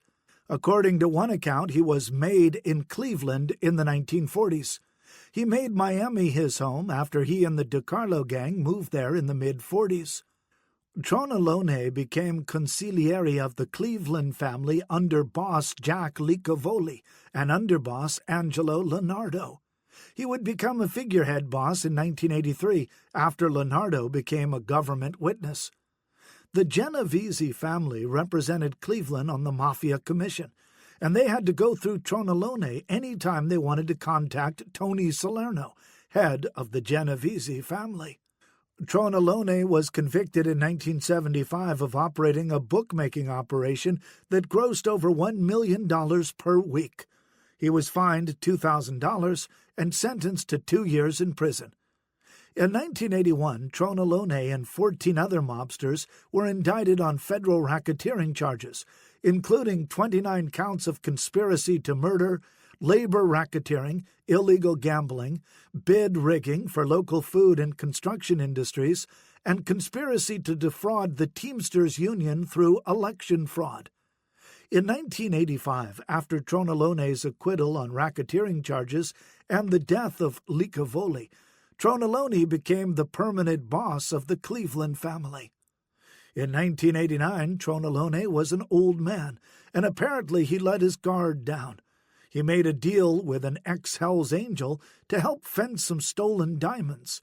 Instead of sending an underling to do his dirty work, he made the deal himself. The ex-Hells Angel was in actuality an undercover police officer, and Tronalone was arrested and subsequently convicted. On May 29, 1991, at age 80, Tronalone died while awaiting an appeal of his prison sentence. The Magaddino family. I don't think it'll hurt him. All we're going to do is hold his hand. FBI agent Neil F. Welch, explaining to Magaddino's attorney that he would need to be fingerprinted. The Western New York Mafia was controlled by the Magaddino family, specifically Stefano, the Old Man, Don Stefano, the Undertaker, Big Steve Magaddino, from 1922 until his death in 1974. There were 4 prominent members of his family: Antonino, Nino, his brother; Peter A., Stefano's son; Peter J., Nino's son; and Peter J., Nino and Stefano's cousin. Magaddino was one of the most elusive mafia dons in American mafia history. He never gave an interview, never posed for photos, and was a respected businessman in Niagara Falls. His family was active in civic affairs like Easter seals, but their dark side was always close to the surface.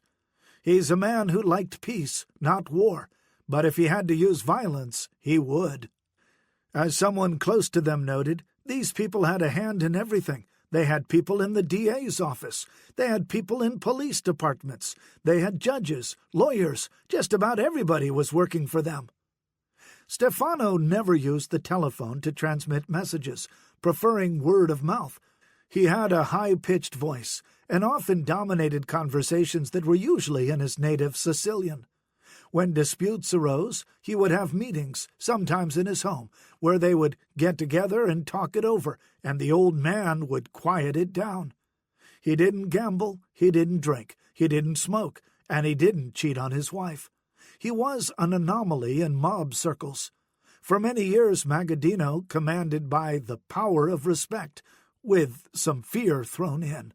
Stefano was born on October 10, 1891, in Castellammare del Golfo, Sicily. He was 5 feet 8 inches tall, 175 pounds, with brown eyes and gray hair by the 1960s. He arrived in the United States on February 7, 1909, aboard the SS San Giorgio. He settled in Brooklyn from 1909 to 1922 and lived on Roebling Street. He married Carmela Corrado on October 19, 1913, in Brooklyn.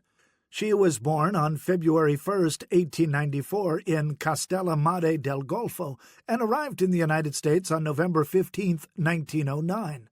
Magaddino was involved in a family feud that had killed his brother Pietro in Sicily, as well as members of the Buccellato clan. When he arrived in America, the feud continued. Camillo Caiozzo was the suspected killer of his brother, so when he arrived in America, Magaddino was waiting for him.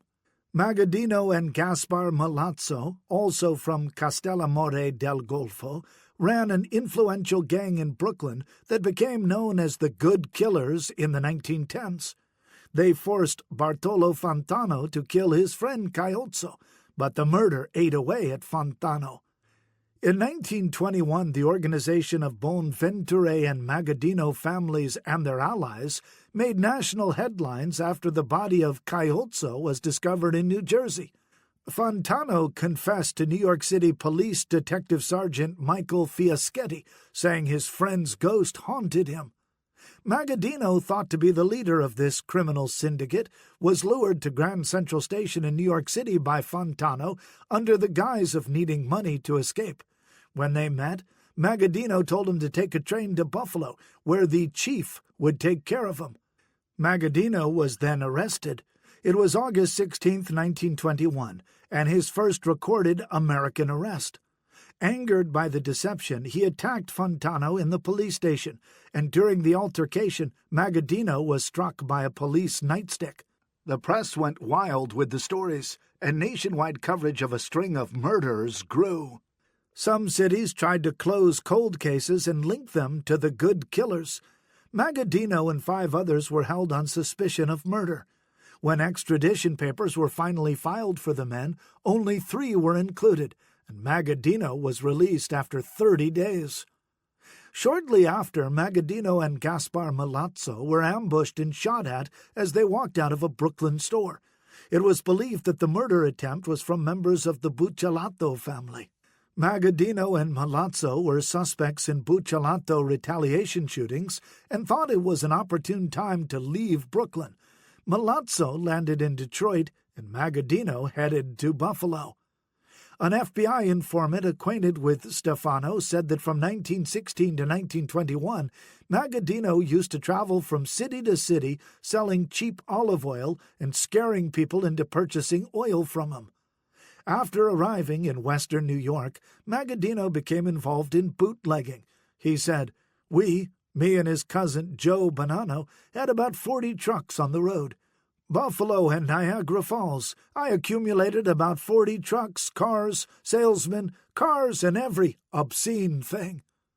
This was the only reference found to Bonanno participating in his bootlegging operation, which was before Bonanno became a Mafia boss. Magaddino's first known western New York arrest was on April 22, 1924, by Niagara Falls police, when he was charged with cruelty to animals. Disposition was never known. Stefano claimed to be a salesman for a wholesale fruit and grocery firm from about 1925 to 1930. He later bragged that at the same time he was making $10,000 a day, about $120,000 in 2010 dollars, through illegal gambling.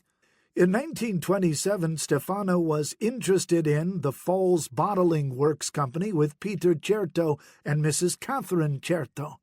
On May 31, 1930, Gaspar Milazzo was gunned down in Detroit in what some historians believe was the primary catalyst of the Castellamarese War, which broke out in New York City. The principals behind the war were Salvatore Maranzano, who had taken over the Brooklyn Castellamarese family with Magaddino's blessing, and Joe the Boss Masseria, said to be Mafia boss of bosses. Magaddino aligned with his fellow countryman Maranzano. It has been widely stated that Magaddino sent $5,000 a week to Maranzano, but that information comes from mob turncoat Joe Valachi's memory and is unverifiable. The war came to an end on April 15, 1931, when Masseria was killed. Maranzano now wanted to eliminate those who had opposed him during the war. Even Magaddino refused to contribute $10,000 asked of him for Maranzano's private fund. Maranzano was murdered 6 months later on September 10th in his Park Avenue office. What has become known as the Mafia Commission was formed at this time, and by the first meeting, Magaddino was a member of the 7-man committee.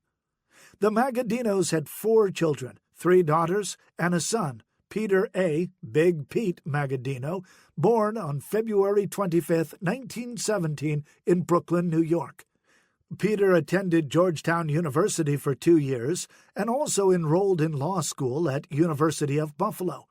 One source said he received a Bachelor's of Law degree from Georgetown University. Peter married Frances Montana, niece of John C. Montana, and they had 2 sons. In 1933, Stefano formed Power City Distributing Company, of which he was the president. This legitimate beer distributor opened immediately after Prohibition ended and was located in Niagara Falls. The company carried Utica Club, O'Keefe's, Pfeiffer's, and Budweiser. Magaddino had an office there, but never spent a great deal of time around the office. In 1934, the New York State Liquor Authority had a suspicion that Magaddino was at the time interested in the business of smuggling aliens into the United States. On January 23, 1947, Gun Permit 2450 was issued to Magaddino by the Niagara County Clerk. It was renewed in 1949 and was still active in 1958. The Magaddino Funeral Home was the next big enterprise the family got involved in. Originally started by Paul Palmieri and Alfred Panepinto, the business operated from 1925 to 1935. Palmieri was Angelo Palmieri's younger brother. In 1935, Palmieri and Peter Spallino began a partnership that lasted until 1939 or 1940, but Palmieri was not listed as an undertaker in any city directories. It is believed that Nino Magaddino became Palmieri's partner around 1940. The business was chartered on July 3, 1940, with $10,000 capital stock. Palmieri decided to leave town and relocated in New Jersey. On February 13, 1942, the Magaddinos took over the business, and the name was changed to Magaddino Funeral Home, Incorporated. Peter A. was president and became the licensed embalmer in 1948 after graduating from mortuary school, and his sister, Angeline LaDuca, was secretary. Business sales averaged $40,000 annually, and a new building was erected in 1955 on Niagara Street that cost over $100,000. On April 20, 1955, the business was renamed Magaddino Memorial Chapel, Incorporated. An FBI informant believed that it held only 40 to 50 funerals a year, not nearly enough to cover the overhead of the new building. Throughout the years, Nino worked nearly every funeral, and by 1957 he was vice president and treasurer. Antonino, Nino, Antonio, Tony Magaddino was born on June 18, 1897, in Castellamore del Golfo, Sicily. He was 5 feet 11 inches tall and 185 pounds. INS records report Nino's arrival in New York City aboard the SS Patria on November 1, 1923, after being summoned by his brother Stefano. He was married on February 2, 1922, in Italy, to Vincenza Vincinent Vitale, who was born on May 11, 1895, in Castellamare del Golfo. Their daughter, Josephine Magaddino, was born on May 30, 1924, in Italy, and Pietro, Peter Jr., was born on January 12, 1923, in Italy. Both children were admitted to the United States from Canada on September 1, 1950, having lived there since 1948. Peter also worked at the funeral home for many years. Nino was arrested in 1916 in Trapani, Italy, for double murder and received 6 months clandestine expatriation, which was common in Italy prior to 1935. He was acquitted and pardoned in 1930. The same year he was also arrested for clandestine activities, held for 1 month, and homicide, held for nearly a year and then released for insufficient evidence. He was arrested by U.S. Immigration and Naturalization Service on February 21, 1935, and charged with illegally entering the country. John C. Montana, president of Van Dyke Taxi, appeared as a character witness at his hearing and said Nino was upright, honest, and sober. Nino was granted citizenship on January 21, 1948, and Niagara Falls attorney Anthony Scalzo was a witness. In 1940, the United States Treasury received word from a representative in Milan, Italy, that the Grand Council of the Sicilian underworld was composed of 9 individuals, including Stefano Magaddino, and that these men pass on and direct all of the affairs carried on by this gang throughout the United States and Europe. Of course, they were unable to find such a person in Niagara Falls, since Stefano Magaddino was not a listed person in Niagara Falls. In 1951, the book Mafia listed Stefano Magaddino as a leader in organized crime in America. Niagara Falls in those days was known as a honky-tonk border city where prostitutes outnumbered salesgirls and bookies blared out race results to passers-by in the streets. It was known for its chemical plants, hydroelectric power, and red light districts. During World War II, the U.S. Army forced Niagara Falls to clean up its act. Nino and Stefano had another brother, Gaspare, who came to America. He initially immigrated to Brooklyn before 1910 and married Pietrina Corrado, who was the sister of Stefano's wife, Carmela. According to his petition for naturalization and Ellis Island record, Gaspare arrived in the United States with his wife at the port of New York aboard the SS Normandy on September 2, 1935. His son Giovanni, John, was born in Brooklyn in 1913. While in Brooklyn, Gaspare worked as a baker in the bakery owned by relatives Vito and Salvatore Bonventure. Immigration records reveal that Gaspare arrived in the United States again in 1935 from Tunisia, Africa, and moved to Niagara Falls with his wife and son John. While in Niagara Falls, Gaspare operated his own bakery and became a well-known resident of the city. Although no criminal records were found for Gaspare in Niagara Falls, speculation has surfaced that he had some power in the Buffalo crime family headed by his brother Stefano. Locals tend to believe that Gaspare was the crime boss until his death, but most historians believe Stefano was always boss. Gaspare died on August 16, 1950. More than 1,000 people attended his funeral, which was held at the Magaddino Funeral Home and then St. Joseph's Church. There were 350 automobiles in the funeral procession that stretched 8 blocks and tied up traffic on Pine Avenue for more than an hour. Burial was in St. Joseph's Cemetery. Stefano purchased a home on Lower Mountain Road in Cambria, New York in 1944 and sold it in 1972.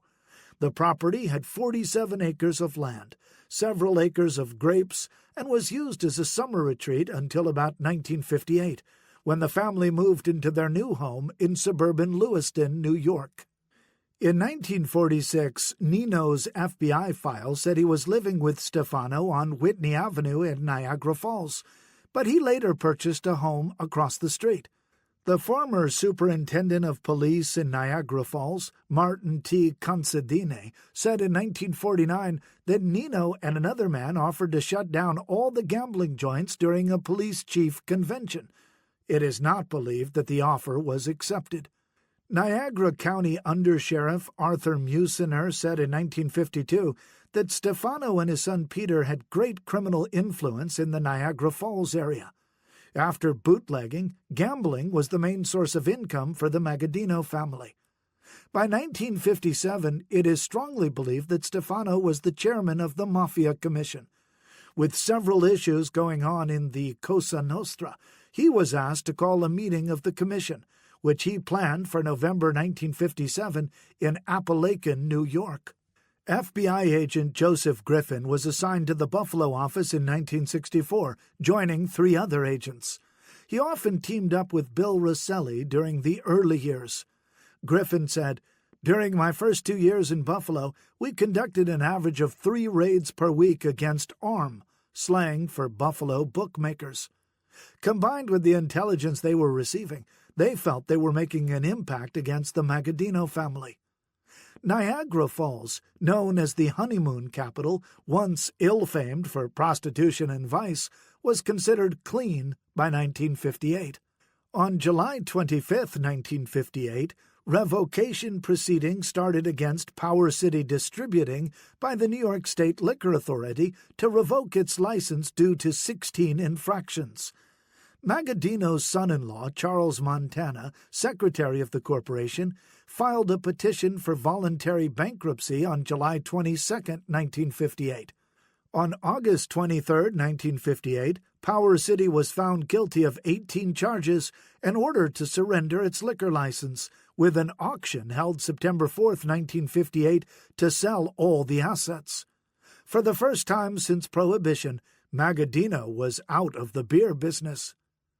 Magaddino was served a subpoena in early November 1958 to testify before the New York State Investigating Commission, but it was postponed. The following week he was sent a warning when a grenade was tossed through his kitchen window.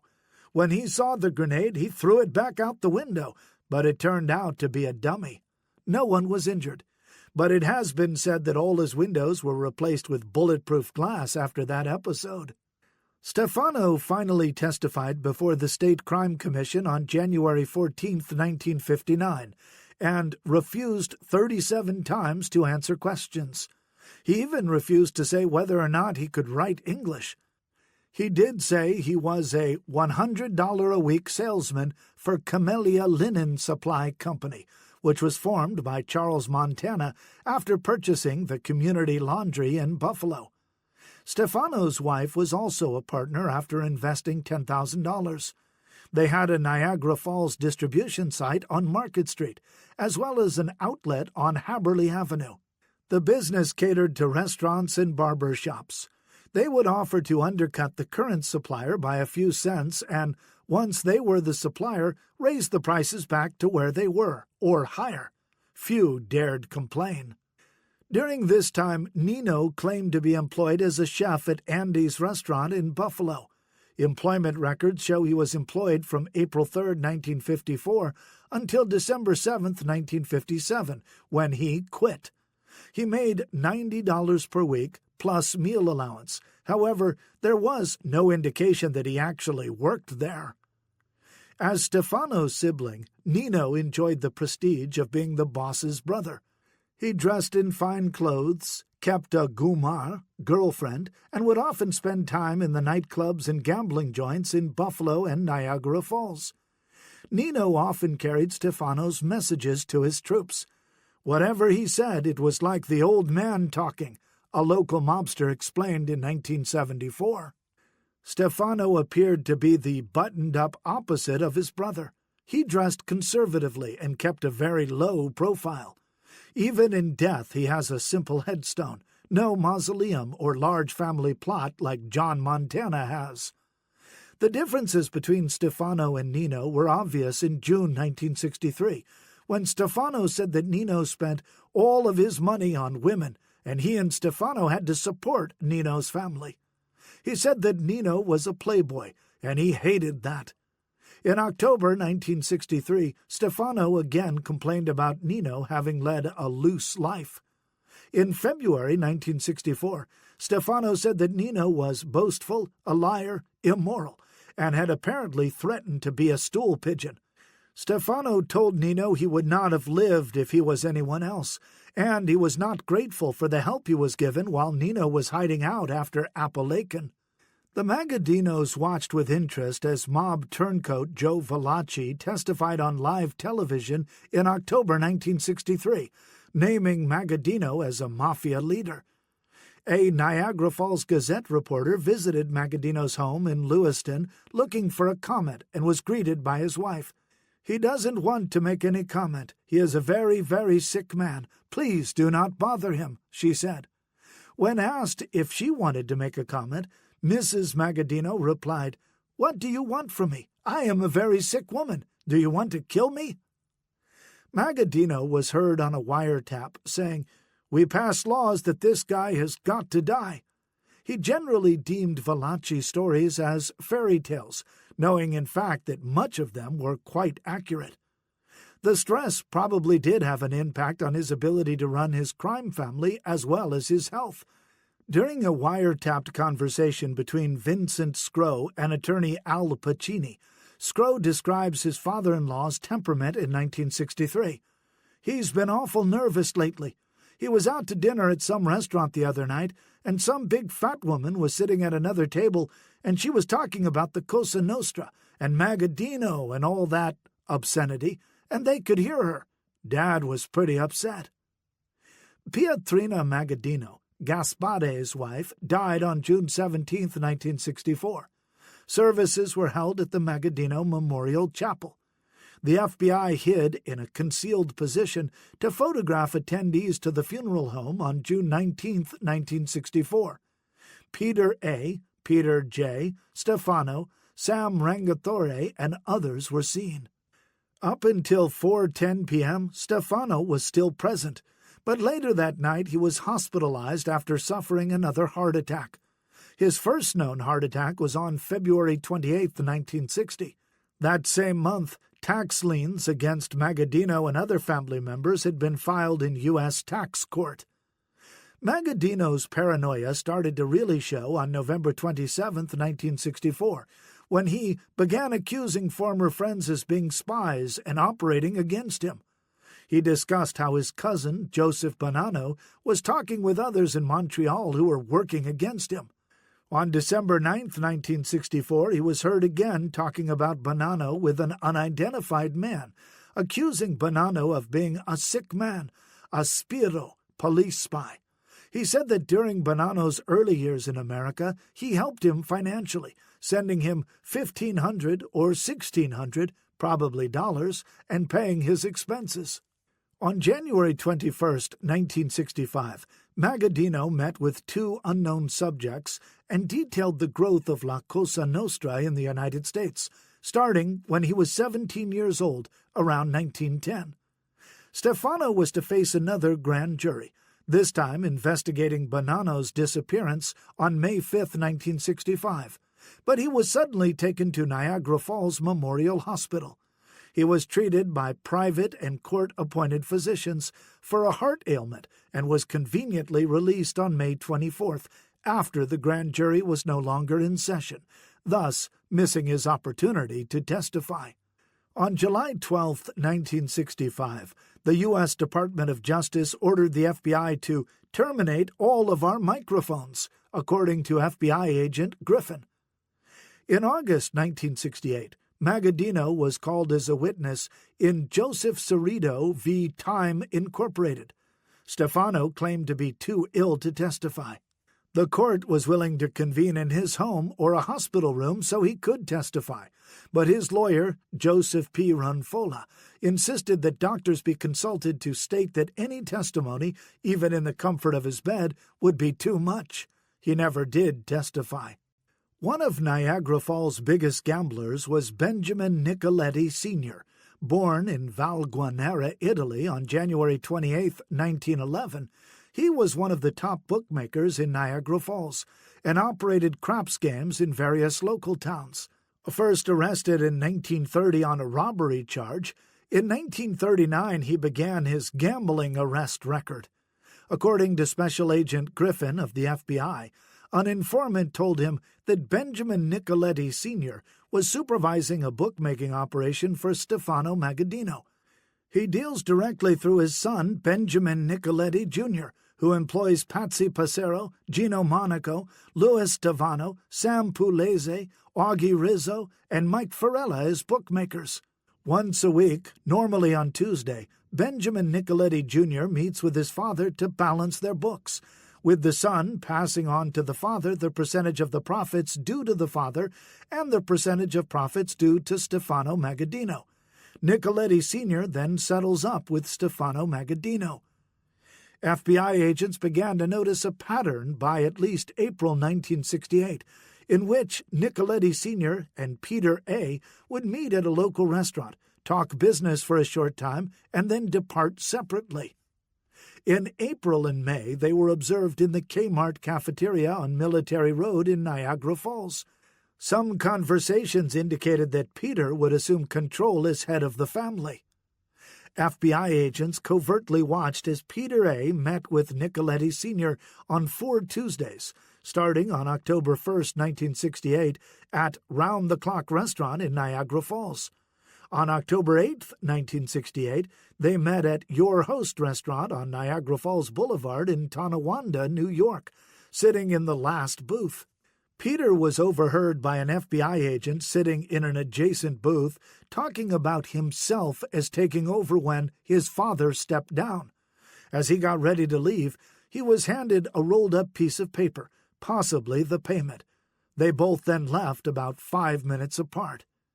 For the next couple meetings, October 29th and November 12th, they again met at Your Host. Nicoletti was observed handing something under the table to Magaddino, who also reached under the table and then placed his hand in his left pocket.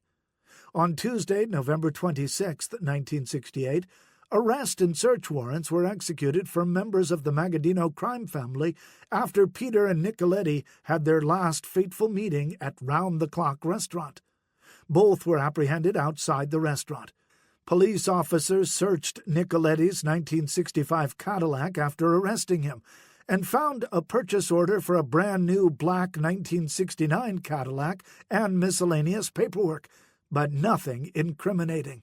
Simultaneously, New York State Police and FBI agents arrested Gino Frank Monaco, Sam Joseph Pugliese, Michael Farella, Augustine Rizzo, Patsy Passero, and Louis Tavano. But Benjamin Nicoletti Jr. was not found. Aware of Stefano's weak heart and avoidance of any testimony in recent years, the FBI decided to take it easy on the old man. At 3:40 p.m., he was pulled over in a car driven by his brother Nino on Ferry Avenue. FBI agent Joseph Griffin walked up to the car as Stefano was munching on a bag of peanuts and handed him a warrant for his arrest, telling him he needed to report to federal court in Buffalo by the next morning. Magaddino proceeded straight home and apparently went to bed and did not appear in court as authorized. He was put under 24-hour watch with 4 federal marshals stationed outside his home. Stefano's home was not searched that day, but the other homes were. A minute bit of evidence was found. At Nicoletti Sr.'s home, they found, among other items, a few decks of cards, a few $100, a pair of dice, a football pool ticket, and an address book. In Nicoletti Jr.'s house, they found correspondence to Canadian addresses, a few $100, and some miscellaneous items. In Patsy Passero's 1965 Dodge, they found $1,565, while in his home they recovered 4 telephones, dice, playing cards, racing forms, and other miscellaneous items. In Sam Pugliesi's home, they found some flash paper, about $150, and some racing forms. At Niagara Sundry, where Michael Farella was working, agents found racing forms, a telephone, 21 pieces of white paper, and some pens and a pencil. So far, this hardly exposed a clandestine organization and vast gambling empire. It looked like either the raids may have been premature, or the Magaddino family was not nearly as powerful as was suspected by the authorities. The search of Agostine Rizzo's home in nearby North Tonawanda turned up a somewhat better cache than they had found in the other homes. Racing forms, playing cards, dice, a Bay State single-barrel sawed-off shotgun, and an H&R .32 caliber revolver. When authorities searched the Magaddino Memorial Chapel, everything began to look brighter.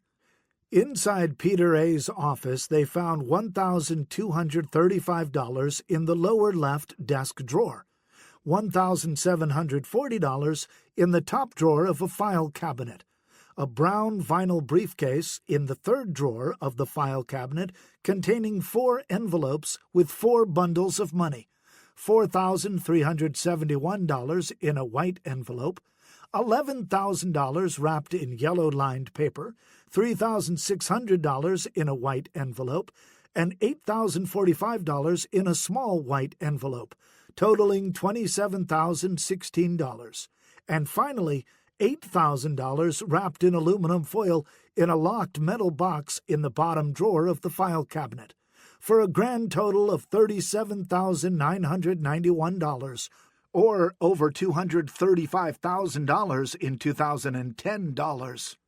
The search concluded at 6:50 p.m. Peter would later claim this was money that he had not yet deposited from funerals, but the authorities did not buy it. The turning point really came when the FBI searched Peter's personal residence.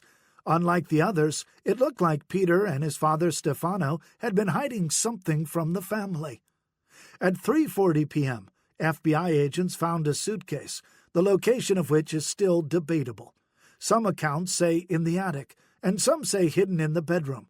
Regardless of where it was found, inside they discovered $473,134 in cash. That is over $2.9 million in 2010 dollars.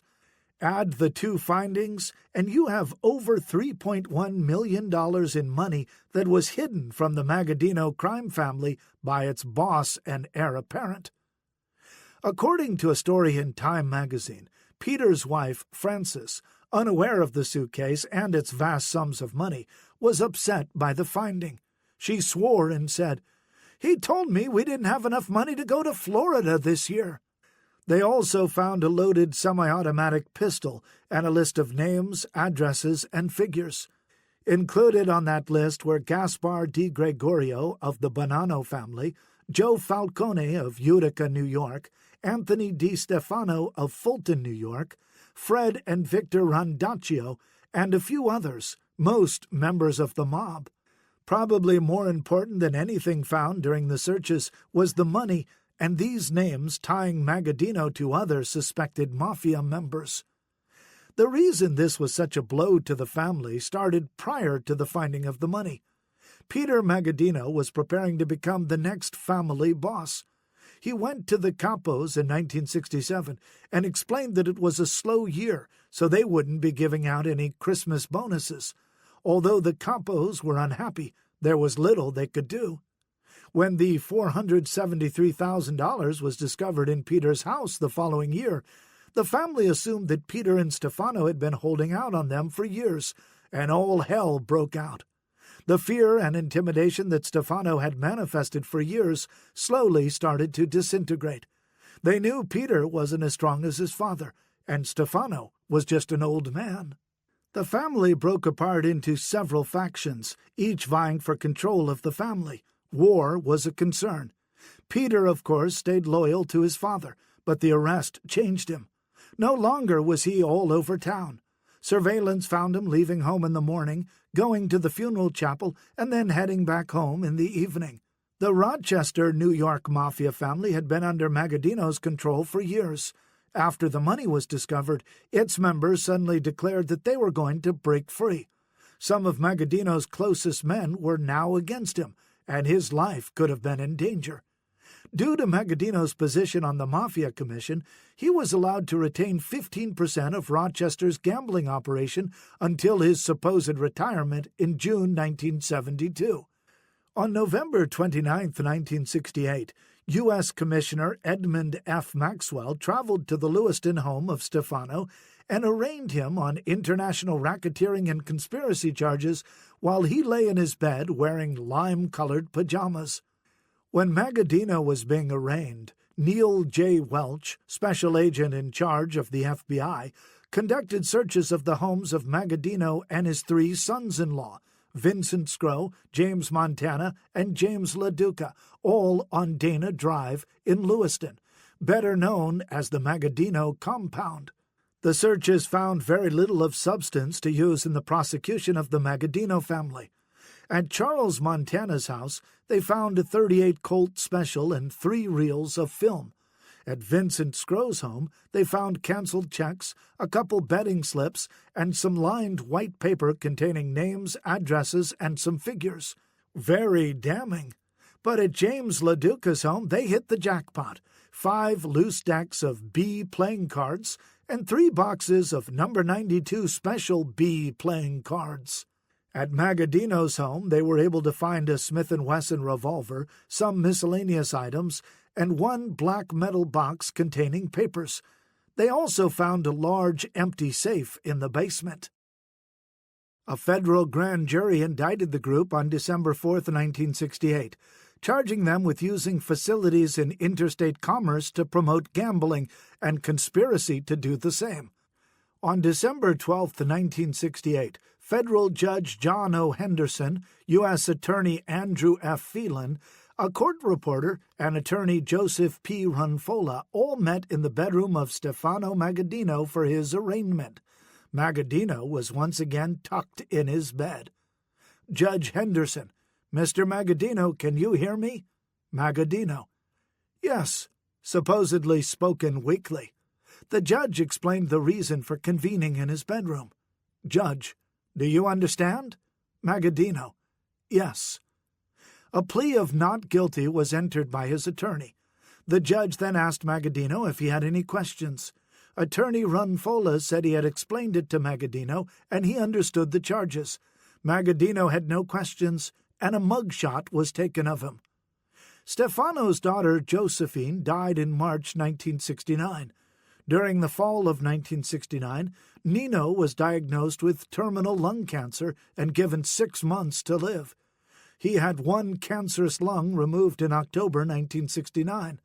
By March 1970, he rarely left home, had lost considerable weight, and had difficulty walking. All his activity stopped. Nino's wife died on January 19, 1970, and the funeral was held on January 22nd. According to reports, Stefano did not attend the funeral, which had about 20 cars in the procession. Stefano was admitted to Buffalo General Hospital in March 1970 for 5 days of court-authorized examinations. A total of 9 physicians all concluded that if Magaddino were to testify or even be a defendant in a courtroom, it could be hazardous to life to subject. On May 26, 1970, Judge Henderson questioned Dr. Howard G. Bruin, who was consulted by the Department of Justice, on how ill Magaddino really was.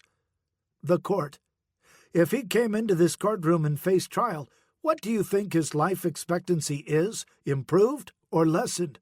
The witness: Lessened. The court: You recommend that he not be tried regardless of the merits? The witness: Yes, sir. The court: Because he might die in this room? The witness: Yes, sir. The IRS placed a tax levy against Peter A. on May 20, 1970, in the amount of $1,055,979.72, $5.8 million in 2010 dollars, effectively freezing any assets he owned. Stefano entered Mount St. Mary's Hospital in Lewiston on May 13, 1970. On May 28, his personal physician, Dr. Pellicano, testified before Judge Henderson as to the state of his heart. The court: Doctor, is there anything the government could do to create a condition whereby we would bring Mr. Magaddino into the courtroom without subjecting him to death? The witness: I don't believe so. In November 1970, Peter A. was hospitalized for what was thought to be cancer and had chest surgery to remove a non-malignant tumor. Nino died on April 13, 1971, at 73 years old. He had been hospitalized for about a week when cancer finally ravaged his body. His funeral was on April 15th, with burial next to his wife in St. Joseph's Cemetery. A funeral procession of 25 cars was escorted by motorcycle police. FBI agents did not see Stefano at the funeral home during the funeral. Peter A. assumed full control of the funeral home after Nino's death. On an almost daily basis in 1971, Stefano visited the Camellia Linen Supply Company in Buffalo. A motion to sever Stefano Magaddino's case due to his declining health was submitted by his attorney. Judge Henderson said that a very great and persuasive burden of proof was needed for him to do so. Even the U.S. attorney indicated that it would be hazardous to Magaddino to subject him to the emotional rigors of court. After listening to evidence from doctors and the U.S. attorney, Judge Henderson wrote in his decision, "This court has no choice but to order that Stefano Magaddino's trial be severed." The case against him was dropped. Rumor has it that Magaddino was dancing with his grandchildren in the yard that day. So much for the bum heart. On June 28, 1971, hearings were begun to determine if the government had illegally seized evidence by utilizing wiretaps. Deputy Superintendent of Niagara Falls Police, Albert J. Lynch, testified about how they learned some of the names of people they considered organized crime. Judge Henderson asked Lynch, "Was it a matter of how your name ends, in a vowel or otherwise?" Lynch responded, "No, sir, we had different nationalities."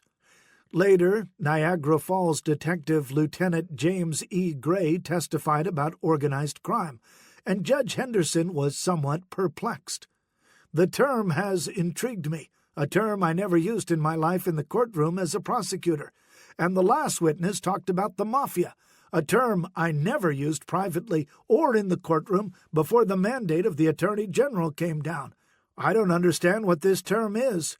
Is it a bugaboo? What is it?" A few minutes later, during questioning by Harold J. Boreanaz, attorney for the Nicolettis and related to actor David Boreanaz, the judge again broke in and said that he did not understand what organized crime was. "To the best of my knowledge," Lynch said, "organized crime is a corporation of people, the higher-ups and the workers, and they share in the wealth." Later that day, Judge Henderson said, "You know, gentlemen, I can't help feel, after listening all day to the $25 fines in the city of Niagara Falls, what a thing for the federal court to be sitting here on basically a gambling case, except by gimmick they laid off across state lines, and it is a federal case. These gamblers make tons of money. Think about it. Why should a federal court be concerned with the city of Niagara Falls?" The judge was not happy to be spending time on what he thought was a trivial local matter, in light of more important cases. On July 30th, 1971, Agent Griffin testified for a second day in federal court.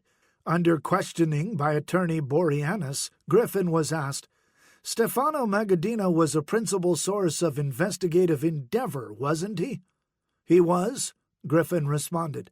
"He was reputed to be a leader of some organization, wasn't he?" "He is," Griffin replied. By November 1971, it was clear to the FBI that Peter did not have sufficient influence or backing from other crime elements to rise to his father's position of power, although it was believed that he had some backing in Toronto and Syracuse. He would be passed over. Sam Rangatore was born in Niagara Falls on November 18, 1908, and was thought to be Stefano's chauffeur or bodyguard at times. He operated Rangatore Vending Machine Company and died on December 29, 1971. On May 17, 1973, Judge Henderson ordered the government to supply the defendants with the reports, files, and memoranda compiled from the tapes and logs of illegal electronic surveillance the FBI had conducted. The judge also ordered the disclosure of the identity of a confidential informant used to secure the 22 search and arrest warrants. The government declined to do so, and the indictments were immediately dismissed against the remaining 9 defendants. But the government immediately appealed the decision. It was not argued until January 9, 1974, and decided on May 2, 1974. On appeal, Patsy Passero and Augie Rizzo had the order reversed, since they did not prove their phones were tapped or their conversations interrupted, but the court upheld the decision of Judge Henderson to dismiss the other indictments. On July 19, 1974, Stefano Magaddino was rushed to Mount St. Mary's Hospital at 3 p.m. after suffering another heart attack. At 7:20 p.m., the 82-year-old Mafia chieftain was dead. His funeral was a somber private affair. Reporters were told to leave. A cluster of onlookers stood outside St. Joseph's Church to view the funeral, with the crowd estimated to number 200 by the time the funeral mass ended. No other Mafia family bosses attended his funeral. Several reasons are possible. Some claim they did not want the FBI photographing them. Another credible reason is that all of Magaddino's contemporaries were dead, leaving those younger and less steeped in the traditions who saw Magaddino as one more person out of their way. After Stefano's death, Joe Salardino of Denver told an informant that if Peter gets out of line, the Pieri faction would kill him. In September 1975, the IRS considered canceling the lien and returning the $500,000 found in the November 1968 raid, which they finally did in 1976. Peter agreed to pay $173,753 plus $77,000 interest payment for back taxes. On November 19, 1975, federal Judge John T. Curtin, who took over the case after Judge Henderson died, signed an order of dismissal that had been filed by U.S. Attorney Richard J. Arcara for Patsy Passero and Augustine Rizzo, stating, "It would be an impossible task to segregate out from the 75,000 pages of wiretap transcript, as well as the unavailability of government witnesses, the case against just these 2 men." This essentially ended the case against the Magaddino family. What started as a racketeering case against the Magaddino family, with much fanfare in press, ended up crushing the spirit of the Magaddinos, allowing others to take control of the Western New York Mafia. The case was dismissed, with no charges against those originally charged. In mid-February 1976, Peter A. Magaddino entered Roswell Park Memorial Institute for a serious throat ailment and underwent several weeks of treatment for lung cancer. He was given 3 months to live. He entered Mount St. Mary's Hospital in June 1976 in poor health and subsequently was returned to Roswell Park Memorial Institute, where he died on August 16, 1976, at 59 years old. He was buried on August 19th in St. Joseph's Cemetery next to his father. His mother died in August 1986. This was, in effect, the end of the Magaddino crime family. One could argue about the power of Stefano, his overall influence in the national mafia and the commission, or whether he was the longest-tenured mob boss. But one cannot argue that he was a dominant figure in western New York, Brooklyn, southern Ontario, and other locations for many years. No other children or grandchildren aspired to take his place. In fact, many moved out of the area. Peter was the last vestige of the old crime family, and after his arrest in 1968, he pretty much gave up that dream. Things had been too easy for the Magaddino family, and that really rocked their boat. Peter's death signified the end of an era, and the changing tide in Buffalo and Niagara Falls would go on for years. The Magaddino relatives. Another degenerate, Kumba. Those guys are not people, they're animals, they're degenerates. Vincent Scrow talking to Charles Montana, James DeLuca, and Father Art DeLuca about drug dealers. Stefano Magaddino was the father of two families. In his blood family, he had 3 daughters and 1 son. Arcangela married Vincent Scrow, born July 28, 1924, in Auburn. Angeline, born June 5, 1921, married James V. LaDuca, born October 19, 1912, in Buffalo. Josephine, born January 11, 1919, in Philadelphia, married Charles A. Montana, born November 6, 1912, in Buffalo. And Peter married Frances Montana. One of Stefano's sisters married Gaspar Di Gregorio of Brooklyn, a member of the Bonanno crime family, and another, Arcangela, married Nick Longo, also of Brooklyn, but they settled next door to Magaddino in Niagara Falls. Longo was said to be a top lieutenant for Magaddino and involved in bookmaking operations. It was intimated that a Buffalo/Niagara Falls bookmaking syndicate was pressuring 38-year-old Frank Lotempio of Batavia to pay tribute to Magaddino, to which he apparently fought back. In the early morning hours of May 19, 1936, a bomb was secretly placed outside the door of Longo's home in Niagara Falls.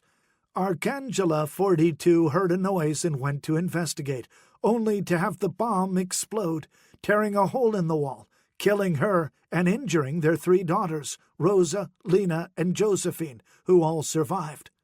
It is believed that the bomb was intended for Nick, but the killers did not know that he was in New York City at the time. Stefano's home to the left and the home to the right were also damaged by the blast. Just weeks later, on June 27, 1936, Lotempio attended a wedding at Holy Cross Church in Buffalo and was gunned down in the middle of the street. Lotempio's sister was married to Niagara Falls undertaker Alfred Pane Pinto. Pane Pinto and his family moved back to Batavia from Niagara Falls, and he was killed while playing cards at Frank's brother Russell Lotiempo's pool room on Saturday, August 15, 1937.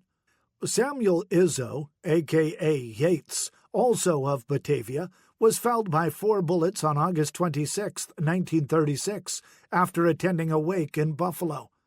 Police did not believe there was any connection between the killings. None of the killers was ever found. Pallbearers for Arcangela Longo's funeral were all men close to Stefano: John Montana, Salvatore Lagatuta, and Angelo Acquisto of Buffalo, Salvatore Falcone of Utica, and Augustus Scalia and Sam Rangatore, Jr. of Niagara Falls. Nick Longo was, according to one source, banished to New York City by Magaddino, and Stefano took in his nieces. Longo died in Brooklyn on May 10, 1959, at 66 years old. In 1946, La Duca moved into the former Longo house after marrying Magaddino's daughter Angeline in June. He worked for Power City Distributing, and his wife worked for the Magaddino Funeral Home. In 1951, La Duca was secretary-treasurer of the funeral business, and his wife was working for Charles Distribution Corporation, owned by brother-in-law Charles Montana. In 1947, Skro was director of Buffalo Beverage Corporation, as was Peter J. Magaddino. It is unclear which Peter. In 1958, Stefano, his wife, and their 3 daughters and sons-in-law all moved to Dana Drive in suburban Lewiston. Magaddino had 4 ranch-style houses built in a row for his family by La Duca's brothers. The houses have been called sumptuous, and the street became known as Mafia Row. The development was also known as Rumsey Ridge. By the 1960s, the FBI believed that Skro was the family consigliere as well as accountant. Magaddino's daughter Josephine died in March 1969, and the funeral was held on March 18, 1969, at the Magaddino Memorial Chapel. Montana sold his house on Dana Drive and eventually moved out of Niagara Falls, remarried, and settled in Cheektowaga. One of Arcangela and Nick Longo's daughters, Rosemary, died on July 26, 2011.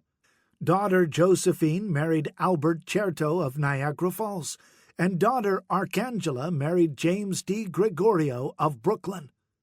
Montana and La Duca both found legitimate factory work after the fall of the Magaddino family. La Duca retired after 25 years with Kaufman's Bakery in Buffalo and died on September 25, 1993. His wife Angeline died on February 26, 1993. Nino's son Peter died in 1990 at 67 years old. The Skros outlived all the family except Peter's wife Frances. The Skros sold their Dana Drive home in 1980 and were living in Florida and Virginia. Vincent died on July 22, 2009, at 84 years old. It is believed that Francis Magaddino and Arcangela Skro are still alive at the time of this writing. The Crime Family. They know everybody's name. They know who's boss. They know who is on the commission. They know Amico Nostro, our friend, the password. Stefano Magaddino. Organized crime? Who ever heard about organized crime and its extended families during the 40s and 50s? That's what most people thought before the Appalachian meeting in 1957. Buffalo and Niagara Falls were ripe with crime for years, but no one ever thought there was a national syndicate connecting it all together. Daniel Boots Sansanese Sr. was serving time in prison in the early 1950s. While in prison, a close friendship was made with his cellmate, Joseph Fino. Through the years after their release, these 2 men became known as the arm or muscle for the organization. Buffalo then was known as the Arm. Sansanese was born on May 27, 1908, and had been questioned as a suspect in practically every gangland murder in Buffalo, Niagara Falls area. His only known employment was as a strong-arm man for Fred Randaccio and Stefano. Herman Weinstein was a non-Sicilian family associate. Born on January 1, 1896, in Austria, he ran the Peace Bridge Motel and bowling alleys in Buffalo. Weinstein was described as an old-time hoodlum who was connected with Joe DiCarlo and Julius Caputo in the 1930s. Known as the original Mr. Fix-It, he was involved in black-market gas ration coupons during World War II. Arrested numerous times, his first conviction was in 1950 for bribery, which was reversed and dismissed on appeal. The Magaddino family had a penchant for making people disappear. It would be hard to put an exact number on it. One of Stefano's supposed top hitmen was Johnny Keys Simone, who was rumored to have killed at least 10 people during his time in Buffalo. George A. Maranto was arrested with Ben Nicoletti in 1930 for robbery. In 1934, Simone, Sam Grana, Angelo Ciambrone and Miranto were arrested in Tonawanda while trashing a house with two women home. Why they were there was never ascertained.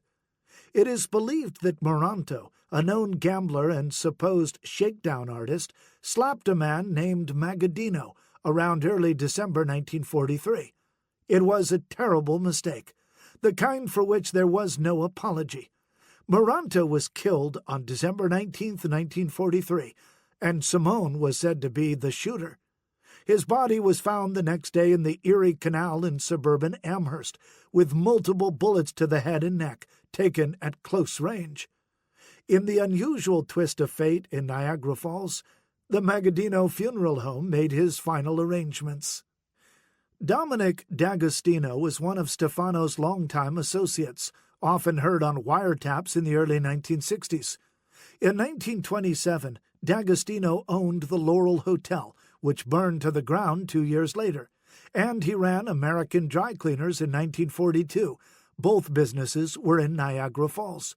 Anthony Lucky Perna ran the Perna Funeral Home in Buffalo with his son, and was associated with Roy, the Clam Man Carlisi, Sam Lagatuta, and Stefano. Perna was involved in loan sharking and had a long arrest record, including rape, kidnapping, assault, and counterfeiting. He was arrested in 1931 on an extortion charge along with Joseph Sanfilippo, and in 1933 on suspicion of murder in the Calleja brothers' deaths. The extortion charges were dropped after the complainant changed his story. Another violent Buffalo mobster was Salvatore P. Sam Rizzo, born on August 14, 1913. He was arrested on various charges over the years, including gambling and rape, and was an associate of Salvatore Pieri. One member of the Buffalo Mafia whose stature was uncertain is Steve Flattop Canarozzo, born on May 26, 1921. Canarozzo was listed on a 1963 FBI family chart of the Magaddino family. He is best known as the manager of Madison Taxi Company in Buffalo, owned by his father, Victor. James V. Delmont was born in Buffalo in 1916. He was a hot-tempered, small-time hoodlum, arrested on various charges, including robbery, bookmaking, and burglary. But until 1939, he had not served time in prison. After a stint for robbery in Pennsylvania, he was given a small bookie operation in Buffalo. Arrested several more times, he worked odd jobs to supplement his income. His principal occupation, he claimed, was armed robbery, working with Charles Limey Miller, Fred and Frank Aquino, and Richard Battaglia. They would beat their victims and then rob them. A fatal mistake was made when they robbed some Mafia members. Miller, the Aquinos, and Battaglia were all killed, but for some reason Delmont was spared and given a job as a driver at Madison Taxi. On June 18, 1959, Delmont had a violent argument with Stephen Canarozzo, went home, returned to the taxi company, and fired a gun some 4 or 5 times at Canarozzo, striking him and dispatcher Rosario Moscato, but neither was killed. Delmont left Buffalo 5 days later, telling his wife he was headed for California. Instead, he traveled to Miami to see former Buffalonian and Cleveland mobster John Tronalone, godfather to one of his children. He asked Tronalone to intercede on his behalf, but Tronalone declined and told him to go to Vancouver, Canada, to wait it out. Delmont went to California and ended up taking refuge in a monastery in Sacramento, where the Mafia would not kill him. While there, he confided in one of the men, saying, "The Mafia is stronger than the FBI. They're going to kill me at night." By October 1959, his fighting with other members of the monastery had grown to the point where he was asked to leave. He made his way to a Catholic convent in San Francisco and resided there until May 24, 1960, when he was again asked to leave. From there, Delmont took a bus to Los Angeles and called a former prison buddy, who picked him up and let him stay at his house. On June 3, 1960, law enforcement officials in Buffalo said they noticed a lot of activity at the Magaddino Memorial Chapel, with 6 mob leaders arriving at 11 a.m. for a meeting and phone call to Los Angeles. That night, Delmont went out and did not return. The following morning, 50 miles away in Ontario, California, a man's body was found in an open field 75 feet from the road. He had been beaten, and at least 12 blows from a blackjack or a club shattered the top of his skull. It took 4 days to identify him, but the Mafia had finally tracked down Delmont. Salvatore George Raft Benito was born on March 30, 1914, in Buffalo. His main dealings were in bookmaking and skylocking, better known as loan sharking. Stefano often referred to him a messenger boy because he dealt with other bookmakers and thieves in Canada. Edward V. Scilia was born in Buffalo on June 23, 1908, and was an associate of Randaccio, Fino, and Notorious. Scilia was into bookmaking and policy rackets and was often seen traveling with the above men. Dominic B. Mantell, owner of Mantell's Carousel of Flowers in Niagara Falls, was born on January 13, 1918, in Niagara Falls. He was a known gambler and operated horse books and craps games. His florist shop was next door to the Magaddino Memorial Chapel, and he was often seen out with Nino. Pine Bowl bowling alleys in Niagara Falls was a popular hangout for the Magaddinos during the 1960s. It was managed by Samuel J. Kaufman, a.k.a. Peter Mack, who was close enough to the family that he was heard on the funeral home wiretaps numerous times. On May 2, 1967, a confidential FBI informant told Agent Joe Griffin that there would be a big party at Panero's Lounge in Buffalo. The bar, known as Snowballs, was run by Michael Panero. Another informant said it would be billed as a stag party for Joe Todaro Jr., but in essence it was to honor Todaro's status as a newly made man in La Cosa Nostra. Prior to the party, there would be a dice game to raise money for Todaro. The FBI discussed the party with Captain Kenneth P. Kennedy of the Buffalo Police Gambling Squad. Although they had little else to go on, they contacted the state liquor authority with the intention of raiding the location. They planned to arrest anyone with a criminal record on charges of consorting with criminals. Griffin said, "These charges would probably eventually be thrown out, but it would give us an opportunity to again display to the community evidence that organized crime did in fact exist." The FBI set up surveillance at 7 o'clock on the night of May 8, 1967, and determined that most of the Magaddino family members were, in fact, in attendance.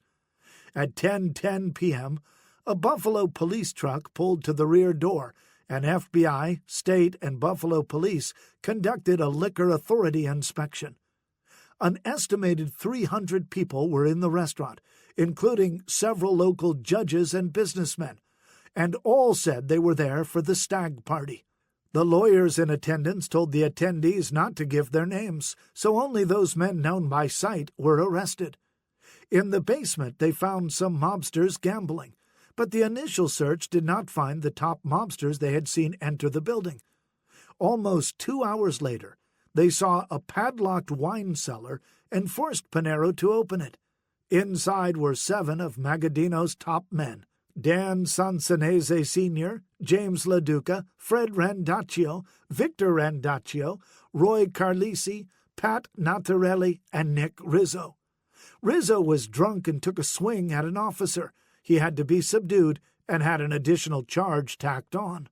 Along with those men also arrested were Joe Scilia, Joe DiCarlo, Sam Frangiamore, John Camilleri, Fred Saya, who had later become a government informant, Joe Todaro, Albert Billiteri, Benny Spano, Joe and Nick Fino, William Scialino, Steve the Well Chino, Salvatore Rizzo, Matt Billiteri, John Sacco, Louis Ciarella, Lawrence Panero, Augustine Territo, Sam Rangatore, Steve Canarozzo, and Frank Valenti of Rochester. Of all those in attendance, only 36 men were actually arrested. As Griffin suspected, The next morning, Buffalo City Court Judge James B. Kane, Jr. dropped all the charges after lawyers argued that there was no intent to breach the peace. Even Buffalo police admitted that it appeared to be just a social gathering. The event was dubbed Little Appalachian by the police due to the number of LCN members they found in one location. According to insiders, Magaddino was angry at LaDuca and Fred Randaccio for getting arrested and drawing attention to the family. He also blamed Randaccio for the pressure the family was receiving from the FBI and instructed them to use their political connections to have legitimate Italian-American groups file a lawsuit against the Buffalo police for harassment. Joe Todaro did just that and filed a civil lawsuit against 24 police officers, saying he suffered financial losses and was subjected to public scorn, ridicule, and humiliation. The real reason for his arrest, his lawyer argued, was consorting with well-known Italians, which in itself is not illegal. Buffalo police submitted a report to the state liquor authority after the raid.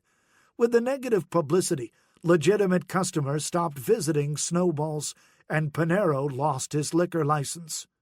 William Billy the Kid Scialino got his start working with Buffalo burglar Tom Gascon. Others in the crew included Ronald Carlisle, Gregory Parnes, Frank D'Angelo, Russell De Chico, Dennis Borden, and Stanley Seneca. After Stefano's arrest in 1968 and the splintering of the family into different factions, it is believed that Scialino was talking with the Rochester faction about making a deal. The Frangiamore faction believed that he became an informant after being arrested on a couple felonies. Scialino, 40, was brutally murdered in a daring daylight hit on March 7, 1980, while sitting in a construction trailer on Main Street during construction of Buffalo's rapid transit system. When John Sacco became a government informer, he said that Leonard Falzone told him, "We clipped him because he was a rat for the FBI." The crew would suffer additional losses when Seneca and D'Angelo were also murdered, and Parnes's brother became a government informant. By early 1969, Stefano was vulnerable, and with Fred Randaccio in prison, there was a void in Buffalo. It was at this time that the arm decided to split from Magaddino. Secret meetings were held in Fort Erie, Ontario, Rochester, New York, and several homes in Buffalo. After the series of meetings, the men agreed to stop paying tribute to Magaddino and to attempt to take over the family. Joe Fino was chosen to lead the defecting faction. Dan Sansonese Sr. would be underboss, and Sam the farmer Frangiamore would be the consigliere. Police believed that Salvatore Pieri, 59 at the time, took over as boss for Magaddino until he was arrested in September 1969 by the FBI on a $300,000 stolen jewelry charge. He was indicted, tried, and convicted for trying to bribe several jurors during the trial, ending his chance at boss. Police believed an informant within the Magaddino faction may have tipped them off. After the Magaddino arrests in November 1968, the FBI went after other enterprises. One of the very lucrative illegal sources of income for the mob was loan sharking, and the biggest fish was Albert Mario Babe Billiteri Sr. Billiteri was born on July 17, 1926. He was a made man and considered a capo for many years. Special Agent Griffin put together enough evidence to get a microphone approved for inside Billiteri's home, but there was always someone at home, so he was unable to install it. Finally, on July 4, 1969, a black bag job took place in broad daylight. Billiteri was going to a picnic, so the FBI set up a fake street repair crew in front of his house and slipped inside the house to install the microphone. According to Agent Griffin, the inside of Billitteri's house was furnished like a palace, with expensive paintings, imported furniture, and a walk-in closet with hundreds of suits, shirts, and fancy shoes. One of his regular visitors was Samuel Toto Lagatuta, Jr., born on August 28, 1933. By 1969, he was 5 feet 6 inches tall and 310 pounds. Lagatuta, Pasquale J. Paddy Naples Napoli, and Matthew Steamboat Billiteri were collectors, or strong-arm men, or enforcers for Billiteri. Napoli was born on March 31, 1935, and was 5 feet 8 inches and 220 pounds. Billiteri never suspected anything and spoke freely in his home, identifying victims and giving instructions to beat those who did not pay. On Saturday, November 21, 1969, FBI agents arrested Billiteri's crew, his brother Matthew, Sam Lagatuta, Albino Principe, Napoli, and Billiteri's son, Frank T., on loan sharking charges. The FBI believed this was the largest and most vicious loan shark ring in Buffalo. Billiteri turned himself in on November 28, 1969.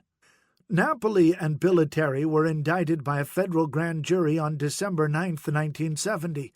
The case was eventually turned over to local authorities when no witnesses would testify that they had been injured or threatened with injuries. Billiteri and Napoli decided that the evidence was overwhelming, and both pled guilty in July 1972. They were fined $10,000, and Billiteri was sentenced to 5 years, while Napoli received 3 years. Acting Buffalo La Cosa Nostra LCN boss Joe Fino proclaimed an edict that no one can be beaten to collect a loan shark debt without his personal permission. Roy Carlisi took over Billiteri's business. One of his lieutenants collected and sent a percentage to Billiteri's wife while he was imprisoned. Albert Billiteri died on May 16, 1998, at 71 years old. Sam Frangiamore was made boss, with Joseph Todaro Sr. his underboss, and Joseph Pieri Sr. consigliere. By March 1974, it was believed that Capo Ray Carlisi was probably the most powerful mafia figure in the Buffalo area, and although he was not the official family boss, he wielded plenty of power. Born on January 10, 1909, in Chicago, his brother Sam went on to be boss of the Chicago family. Carlisi was thought to be one of the wealthiest mobsters in Buffalo, said to have close to $1 million.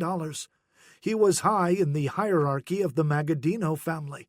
He was associated with Joseph Chicago Joe Chiales, Charles Casero, and Andy Chandra of Andy's Cafe. Daniel Sansanese Sr. died while in prison. Daniel J. Sansanese Jr. died on June 16, 2003, and 68 years old. Ben Nicoletti Sr. died on May 2, 1982, in Lewiston. Appalachian, November 14, 1957. They dashed into the woods, throwing away guns and wads of money. Albert S. Kurek, the troopers are coming.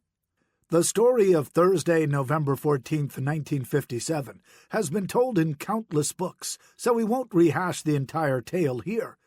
At the time of the meeting, Stefano was one of the leaders of the Mafia Commission and was believed to have approved the meeting and location of Appalachian, New York. The host of the meeting was Joseph Barbara Sr., a native of Magaddino's home in Sicily, and believed to be Magaddino's man in the Endicott, New York area. According to testimony from New York State Trooper Edgar Croswell, he stumbled across the entire meeting by accident. Joseph Barbara Jr. booked 3 rooms at a Vestal, New York motel for a convention of Canada Dry men. His father owned the local distributor.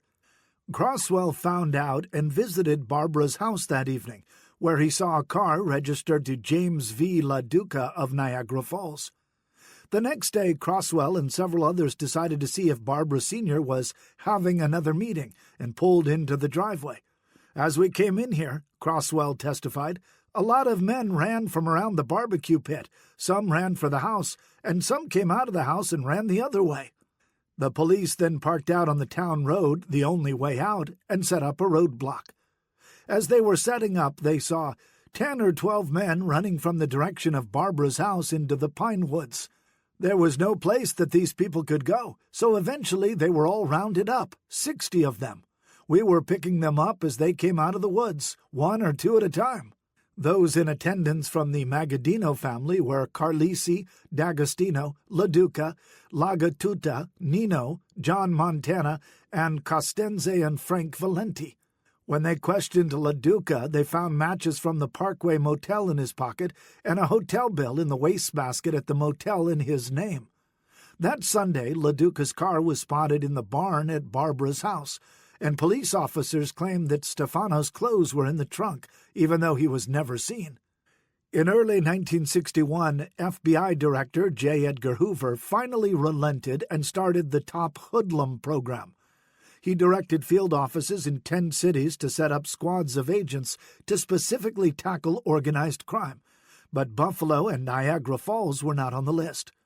Agents were instructed to locate the meeting places of these organized crime leaders.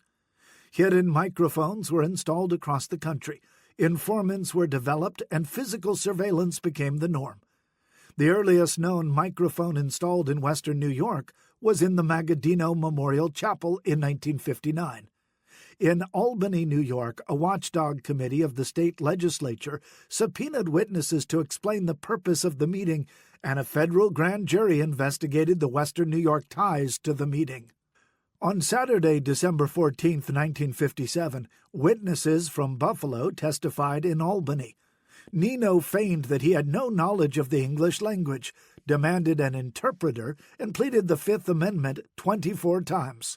D'Agostino took the Fifth 17 times. Laduca refused to answer every question, including his age or telephone number, and Carlisi refused 40 questions. In December 1957, Samuel Lagatuta and James Laduca went into hiding.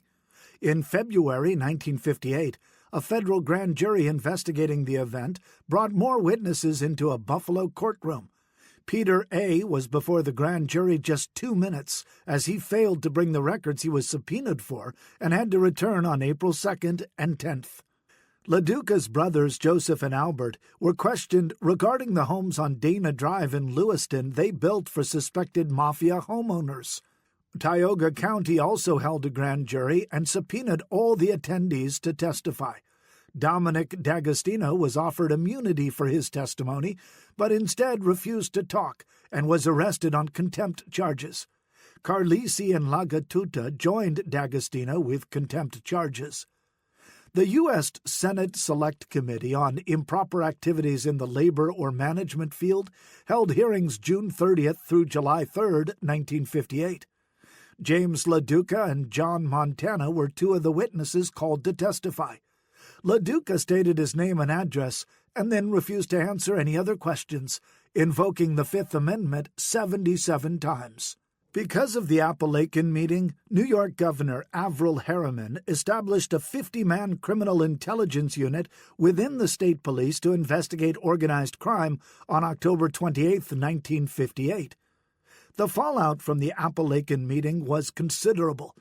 Laduca was accused of accepting $10,000 from the Richford Hotel in Buffalo while acting as secretary-treasurer of Local 66, the hotel and restaurant employees union representing its employees, and lost that position. Montana's complete dominance of Buffalo taxi service was broken. The Magaddino brothers were exposed to all of western New York. Stefano avoided being caught at the meeting, angering many, including Chicago mob boss Sam Giancana, who told Magaddino to have the meeting in Chicago, where he controlled everything. "It never would have happened in your place," Magaddino was overheard saying during a telephone conversation with Giancana. D'Agostino was stripped of his citizenship in 1964 and died on August 18, 1970. He was 79 years old. Lagatuta died on September 11, 1964, after suffering a heart attack. He was 67 years old. Kidnapping cousins. Buffalo is a small town compared with Chicago and New York, and yet Stefano had a seat on the commission. Joe Bonanno. The Magaddino family was allied with the Bonanno clan in their homeland of Sicily, and Stefano Magaddino was first cousins with Joseph Joe Bananas Bonanno, born on January 18, 1905, who would go on to run the Brooklyn Mafia family that bears his name.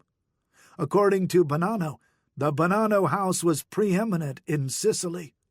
A feud between the Buccellatos and Bonannos resulted in many deaths, including that of Stefano's brother Pietro in 1920.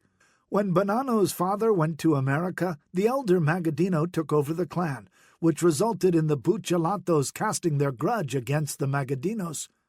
Another cousin, Peter J. Magaddino, was close friends with Bonanno in Sicily. When Bonanno was 19, he came to the United States with his cousin Peter. Neither had a visa to enter the country legally, so they made their way to Havana, Cuba, and then to Florida, eventually catching a train to Jacksonville. While in Jacksonville, Bonanno and Peter were arrested by immigration officials. Upon hearing of his cousin's plight, Magaddino sent 2 of his men, including Willie Moretti, down to Florida to get them released. Bonanno said that Stefano was one of the most powerful Castellamarese in America at the time. Peter settled in Niagara Falls and became a member of the Magaddino family. Born on October 26, 1906 in Castellammare del Golfo, he was the brother of Gaspare of Brooklyn, a reputed killer. When Bonanno was married in November 1931, his best man was Stefano's brother-in-law, Gaspar di Gregorio. Over the ensuing year, the cousins were aligned with the conservative faction of the Mafia Commission, generally opposing the narcotics trade and prostitution, but their relationship would continue to deteriorate. In 1956, Bonanno's son Salvatore, Bill, was married with a reception for 3,000 guests in the Grand Ballroom of the Astor Hotel in New York City. Stefano was given an honored table in front of the dais, and according to one source, said to a man at his table, "Look at this crowd. Who the hell's going to be able to talk to my cousin now? This will go to his head." And maybe it did. Joe elevated Bill to the number 3 position in the family, bypassing Di Gregorio, which also upset Stefano. For a number of years, Peter J. served as vice president of Power City Distributing, and Stefano claimed he was robbing the business blind. "Tell me something," Stefano asked him. "Tell me how you have been stealing the money, you degenerate." He went on to say that Peter drained the bank account of $30,000 and stole $80,000, and like a miserable miser, I was getting $57 a week. Peter would play with the business's money, doing things like buying $300 steaks. When the company folded in 1958, Peter lost his job and operated a malt and hop shop in Niagara Falls. In 1962, there was strife in New York City. Stefano, with his position on the Mafia Commission, was aligned with Carlo Gambino and Tommy Lucchese, and became more estranged from his cousin Joe. Bill was later implicated in a plan with his father to eliminate Gambino, Lucchese, and Magaddino. He said it was a false and damaging rumor. The Bonanno family had ties to Montreal for many years, and Stefano had ties to Toronto and southern Ontario, Canada. In April 1964, Bonanno traveled to Montreal and was invited to invest in a cheese company. While in Canada, he applied for citizenship, but was jailed on unrelated charges. During a vote in New York for the consigliere position in the Bonanno family, Di Gregorio lost to Bill Bonanno, and, angered by the outcome, complained to Stefano, creating a wider rift between the cousins. It is believed that during Bonanno's absence while in the Canadian jail, Stefano convinced Di Gregorio to take over the Bonanno family. Bonanno was released from jail in August 1964 and returned to the United States. Magaddino tried to have him brought before the Mafia Commission to discuss his actions, but Bonanno declared that he no longer recognized the commission since it never formally agreed to extend the 5-year term beyond 1961. Magaddino sent word to Bill that he wanted to see his father. "Everybody wants your father," Magaddino said, "but I want him worse than anybody else." He said that Bill made excuses for his father. Bonanno went into exile, spending time in his Arizona home while planning to set up Bill as boss of the Los Angeles family and continuing to defy the commission. Stefano was heard saying that Bonanno was out of line for working without commission approval. "Not even the Holy Ghost could come into my territory without authorization," Stefano declared. In September 1964, Bonanno called a family meeting, but Di Gregorio refused to attend. Stefano then declared Di Gregorio boss of the family and sent his cousin Peter J. to assist Di Gregorio. It was during this time that Peter was either ousted from the Magaddino family or decided it was time to leave Niagara Falls. He never returned to the Magaddino family, instead becoming Joe Bonanno's bodyguard. On September 18, 1964, Bonanno was called before the Mafia Commission but skipped the meeting. In October 1964, Bonanno was subpoenaed to appear before a federal grand jury in New York. On October 14th, Stefano met with two of his men. Part of the conversation was caught on a wiretap, probably in the Magaddino Memorial Chapel. "New York, the lawyer, we got the car," was all the FBI heard. On October 20th, the night before his testimony, Bonanno met with his lawyer for dinner and then headed to the lawyer's home to spend the night before testifying. This is where the truth will never be known, as multiple versions of the story exist. According to Bonanno, a little after midnight they arrived at the lawyer's apartment. As Bonanno exited the taxi, two men stepped up and forced Bonanno into a car at gunpoint. A warning shot was fired at the lawyer. Bonanno said, "They shoved me down on the floor of the car. We drove for hours. We were in the country somewhere, a farm." That same day, FBI agents observed men at the Magaddino funeral home and heard them drink several toasts for some unspecified reason, and a spirit of festivity prevailed. Were they toasting Bonanno's disappearance? Bonanno said he was brought inside and sat waiting, with someone guarding him. Many hours later, in walked my cousin Steve Magaddino. He said Peter and Nino were responsible for his kidnapping. Some accounts say he was taken to the Catskills, while others say he was taken to Niagara Falls and held in an apartment above a barber shop, and then later moved to the Magaddino farmhouse in Cambria, New York. But the FBI said there was no way Stefano or Peter could have been involved in the kidnapping, as they were under constant surveillance. The farmhouse was also checked by state police, and no signs of life were present. According to one source, on the night that Bonanno was supposedly kidnapped, the source was bowling with Nino in Niagara Falls.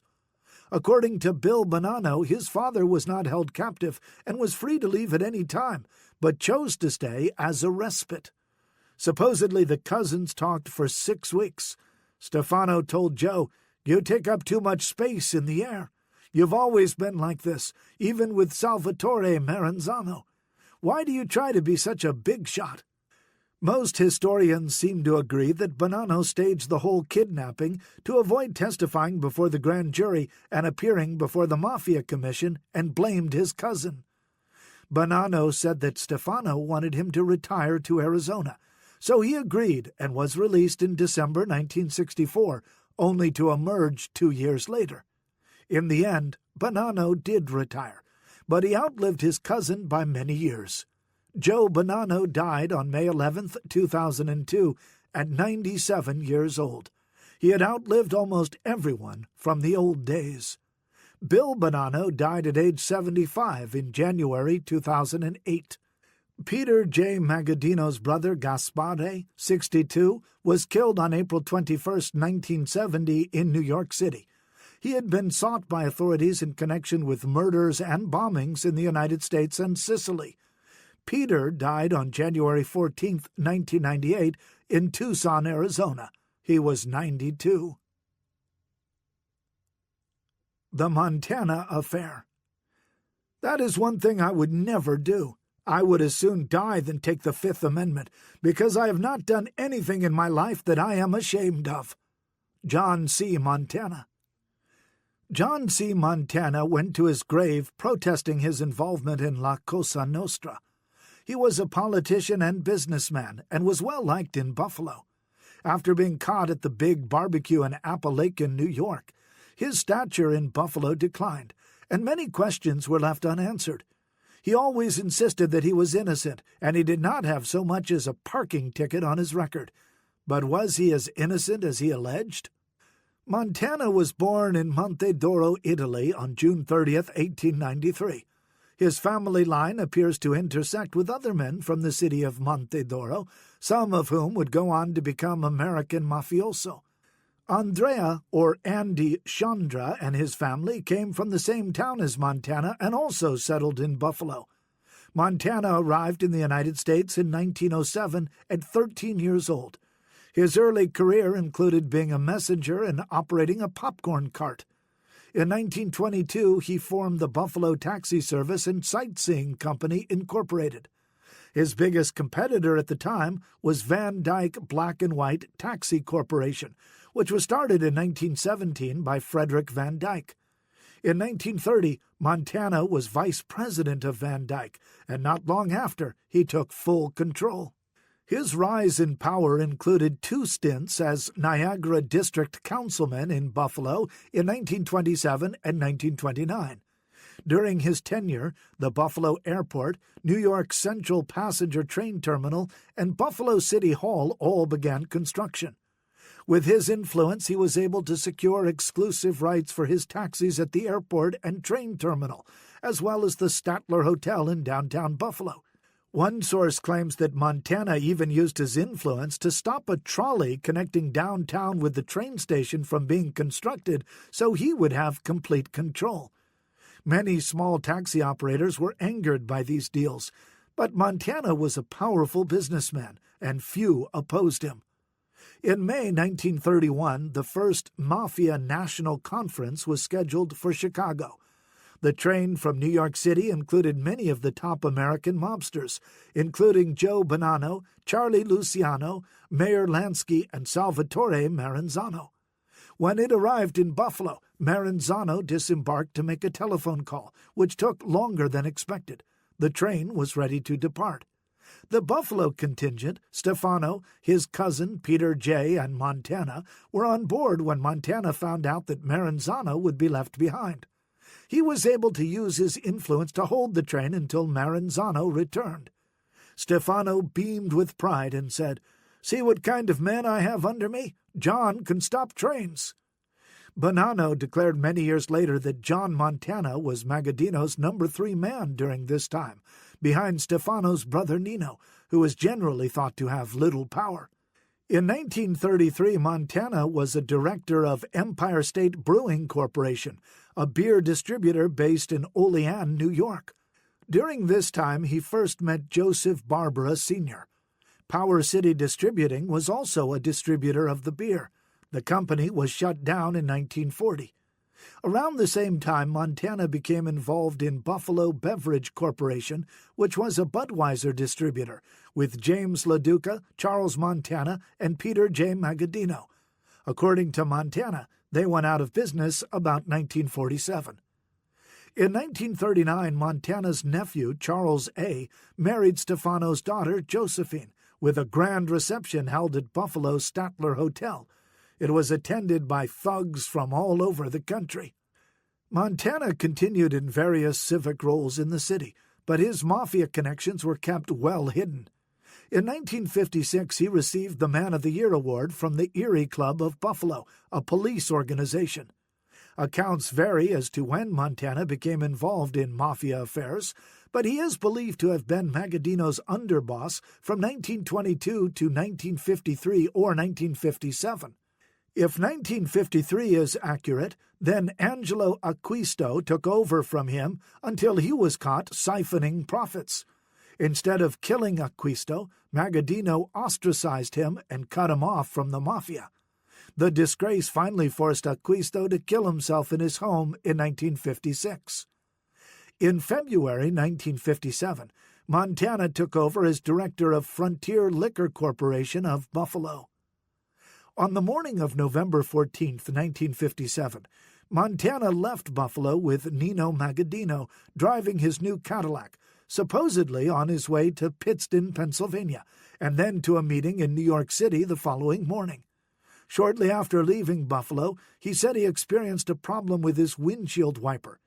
About 10 miles this side of, you people call it Appalachian, I call it Endicott, he had brake failure. This was during a rainstorm, and he claimed he did not know how to fix wet brakes, so he drove to Joe Barbara's home to see if he would get a mechanic and take care of the car. Unbeknownst to Montana, Barbara was hosting a party when he arrived. He parked in the driveway and left Nino in the car to wait. Montana sat down for a cup of tea with Mrs. Barbara. Then Joe said there was a roadblock, Montana said. When I saw the commotion, I wanted no part of it. So he got Nino and started to walk away from it through the woods. Most other accounts dispute Montana's description of the events. State police claim he was caught running through the woods with Nino and was only apprehended because his cashmere coat got snagged on a fence. He swore he was not running. After their capture, Montana and Nino were placed in a car, and Montana spoke to Edgar Croswell, the officer in charge. Croswell said that Montana offered to help him if he was let go, which Montana later vehemently denied. After being held a short time, Montana took a train back to Buffalo and sent mechanics to pick up his car a few days later. The picnic at Barbara's house was organized by Stefano Magaddino, so it would have been nearly impossible for Montana to be driving with Nino and not know about the picnic. Even Barbara's maid had a conflicting story. She said she heard Montana apologize for being late, saying that his car had broken down. All those who were captured at the Barbara estate were subpoenaed to testify before a grand jury in February 1958. Montana met the grand jury for a total of 8 minutes with his attorney, Frank Rakel. When he testified before a Senate committee in 1958, Senator Irving Ives of New York said, "The story doesn't make too much sense, Mr. Montana, I am sorry to tell you." Montana was the only person to testify who did not invoke the Fifth Amendment against self-incrimination. Montana and others from Appalachian were arrested in late May 1959 by federal authorities for obstructing justice. He posted $40,000 bail and was released. The charges were later dropped, but the continued public scrutiny took its toll on his taxi business, once the second largest in the state. He lost prime spots at local hotels and the airport. The fallout from Appalachian went far and wide. The New York State Liquor Authority, SLA, began investigating Frontier Liquor Corporation and Power City Distributing. Just when it appeared that everything was over, Montana's name again surfaced during the testimony of mob informant Joseph Valachi in 1963. Valachi revealed that Montana was a lieutenant in the Magaddino family, and after Appalachian, he asked Stefano to be demoted, an unheard-of practice. He felt, Valachi said, he did not want the boys to contact him anymore. He didn't want to be mixing with them because he was arrested at Appalachian. He then went on to say that Magaddino told Montana not to worry. From now on, you will be a plain soldier. Montana, once the darling of the Buffalo Italian community, died on March 18, 1964, after suffering a heart attack. Funeral arrangements were handled by the Magaddino Memorial Chapel. He left an estate valued at $839,581, $5.8 million in 2010 dollars. Bookies and gamblers. The major players. An Italian secret society of ruthless gangsters that depends for income on rackets ranging from bookmaking to shakedowns and kidnappings. Buffalo Police Detective Chief John J. Whalen. To properly understand how the Mafia in western New York ran and made their enormous profits, we have to study gambling throughout the area. According to former undercover FBI agent Joe Pistone, better known as Donnie Brasco, gambling is probably the most important source of income for the Mafia. Every Mafia member was involved in gambling and used profits from it to sustain his other activities. It is the blood that pumps through the veins of the system 365 days a year. Long before off-track betting, state-run lotteries, or legalized casinos, the Mafia supplied most of the gambling to those who needed a fix. From full-blown casinos and high-stakes dice and card games to sports betting, the mob survived by the funds made from gambling. One of the earliest forms of mob-controlled gambling was the Italian lottery, also known as the numbers or policy rackets. Gambling was by far the most lucrative business they were involved in, and a significant part of organized crime activity in western New York. That easy money was what brought the powerful Magaddino family to its knees in 1968. Niagara Falls was regarded by many as a wide-open town in the Prohibition and Depression eras. Bookmaking emporiums were equipped with tote boards, loudspeaker systems, and direct wires connecting them with the racetracks. It is believed that Stefano took over running the wire services in Buffalo and Niagara Falls. Police were in constant search of vice, especially during Prohibition. In February 1932, Niagara Falls police raided 2 locations a week apart. The first, on Main Street, was said to be one of the ritziest places of its kind in western New York. The next week, the Rovers Social and Athletic Club was raided, and 17 men were arrested. Leonard Welch operated the club where the men were playing blackjack and other card games. By 1943, an anti-gambling drive had been ordered by Niagara Falls Police Superintendent Martin T. Considine. During a raid, Robert G. Dunn was arrested and pled guilty to maintaining a place for gambling on Main Street in Niagara Falls. Boards to list horse race results and alleged horse race betting sheets, several tables and decrepit wooden chairs were confiscated, dealing what authorities thought was a blow to the powerful gambling syndicate. A year later, another new gambling squad was empowered and began visiting 14 suspected gambling and bookmaking establishments and other vice-related properties. 2 raids were made, with a grand total of 2 arrests. During World War II, business was very good, with thousands of military servicemen and factory workers in the area pumping money into the gambling coffers.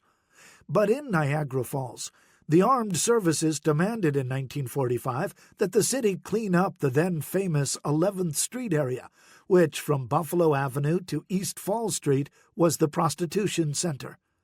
Over the ensuing years, raid after raid would be conducted. Sometimes no evidence of gambling would be found, and other times dozens of people would be arrested, but it never stopped the flow of gambling money. One of the top gamblers in Niagara Falls was Norman Nemo Joseph, first arrested in 1937. In March 1946, North Tonawanda police battered down the doors of his establishment and arrested 48 men and seized $8,000 during a late-afternoon raid. They found craps tables, horse racing sheets, and telephones and loudspeaker systems used to broadcast the race results. In June 1946, 40 men, including Joseph, were arrested in 5 Niagara Falls raids. In 1954, Niagara Falls police were tipped off about a home located in Colonial Village. They tapped the telephone lines and found they were receiving and laying off bets. In March, Joseph was arrested for operating a betting center whose operations extended to many cities in this country and Canada. The Alexander Motel near Hamilton, Ontario, was raided around 1959, and Joseph was arrested. Police said they were doing an average daily volume of $22,900 in bets. Just when they thought they had cleaned up vice, the IRS conducted raids in multiple cities in May 1959, and Joseph was arrested at his Lewiston home with $8,150 in cash on him.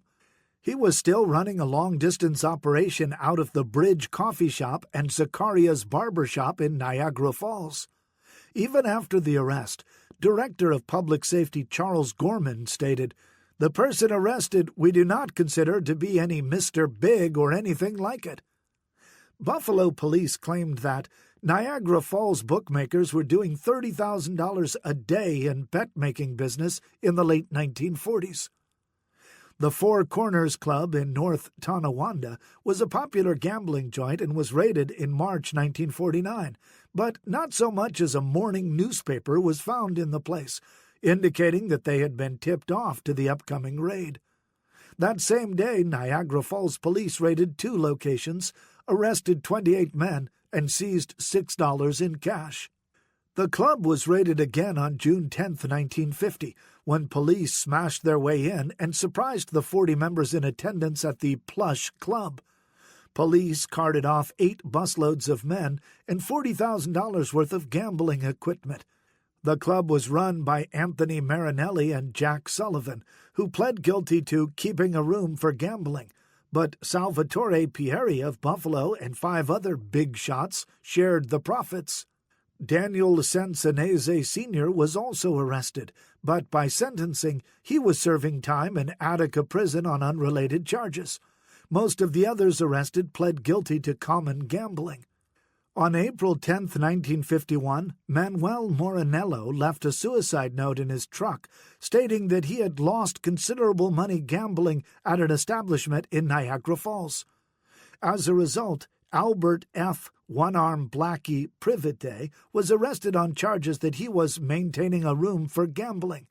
At his trial in June, poor memory of witnesses led to considerable comment at the time. 44-year-old Previte disappeared in May 1953. In 1956, an anonymous tip said that he was buried in the basement of a Linwood Avenue home in North Tonawanda. The police and a contractor examined the site and determined it was not possible.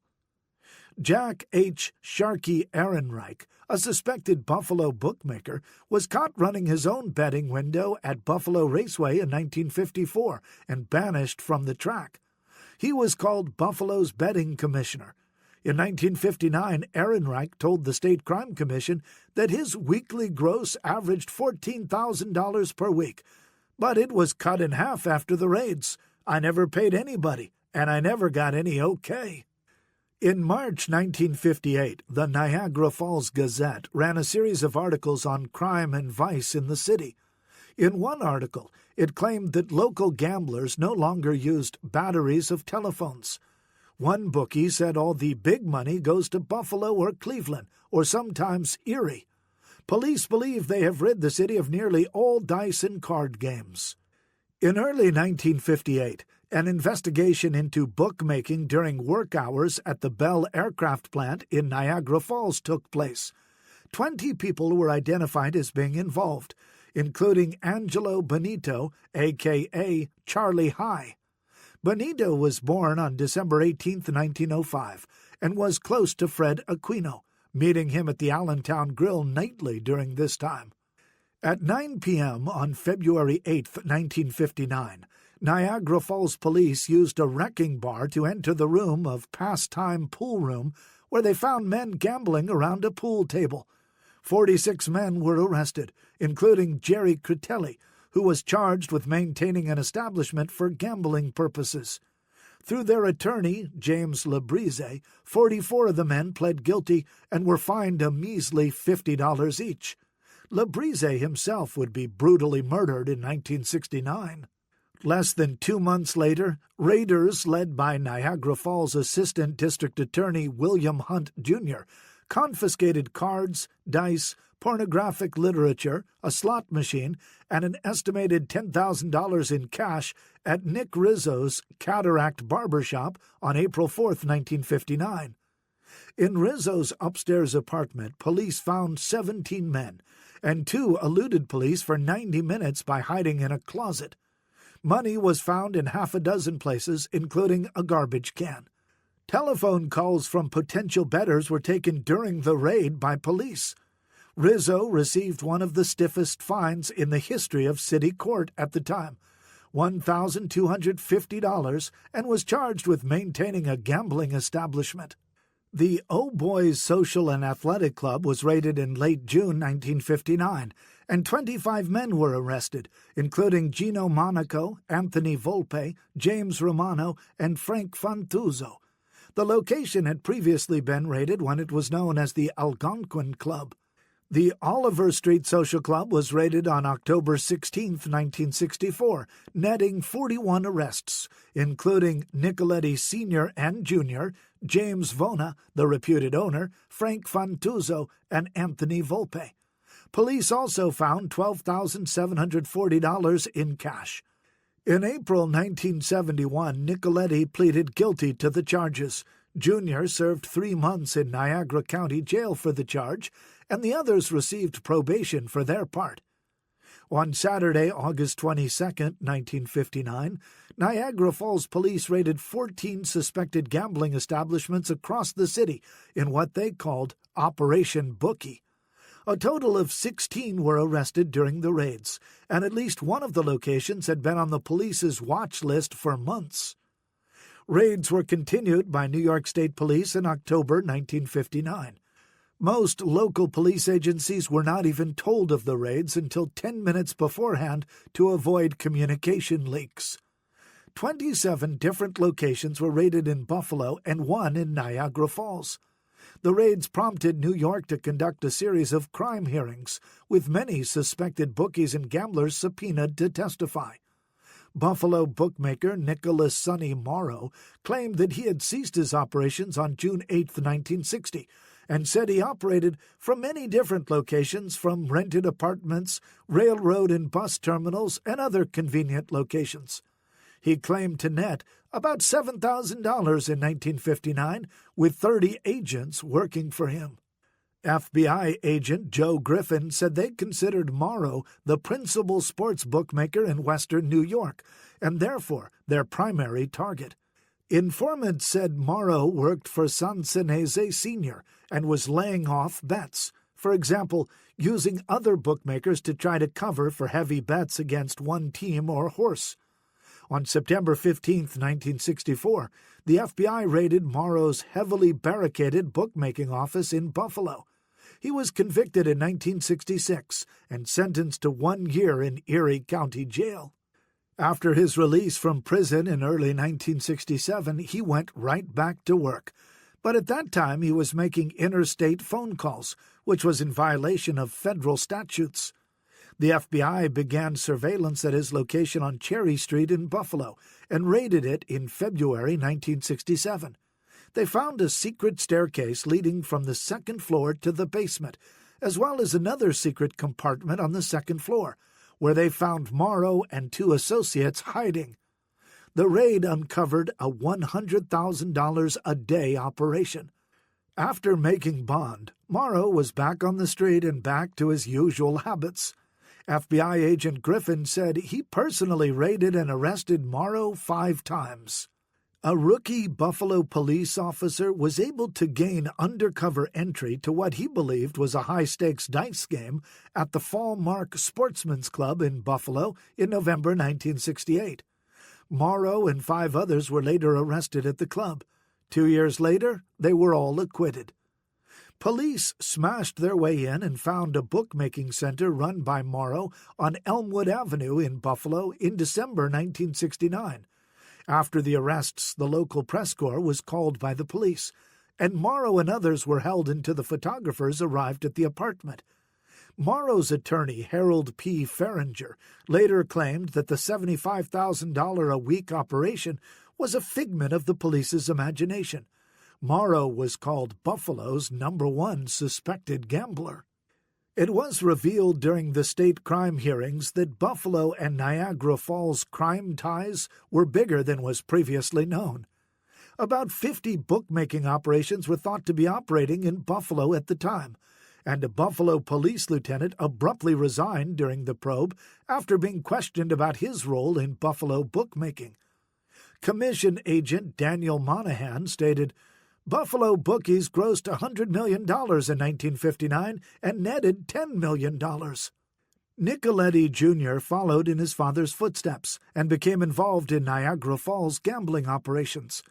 During a 1966 federal grand jury investigation, Jr. and Louis Tavano were both offered immunity if they testified. When asked about his father's relation to Stefano, Jr. claimed ignorance. The authorities continued harassing and raiding locations in Erie and Niagara counties. A major bust came in May 1961, when U.S. Treasury agents arrested 6 men as part of a $5,000-a-day horse race and baseball betting establishment in Buffalo. A tip led them to place surveillance on the location on Allen Street, said to be one of the largest in the city. The operation was run from an upstairs apartment and included 4 telephones and at least 38 runners. The raid was set up by IRS agents, who did not notify Buffalo police until shortly before the raid.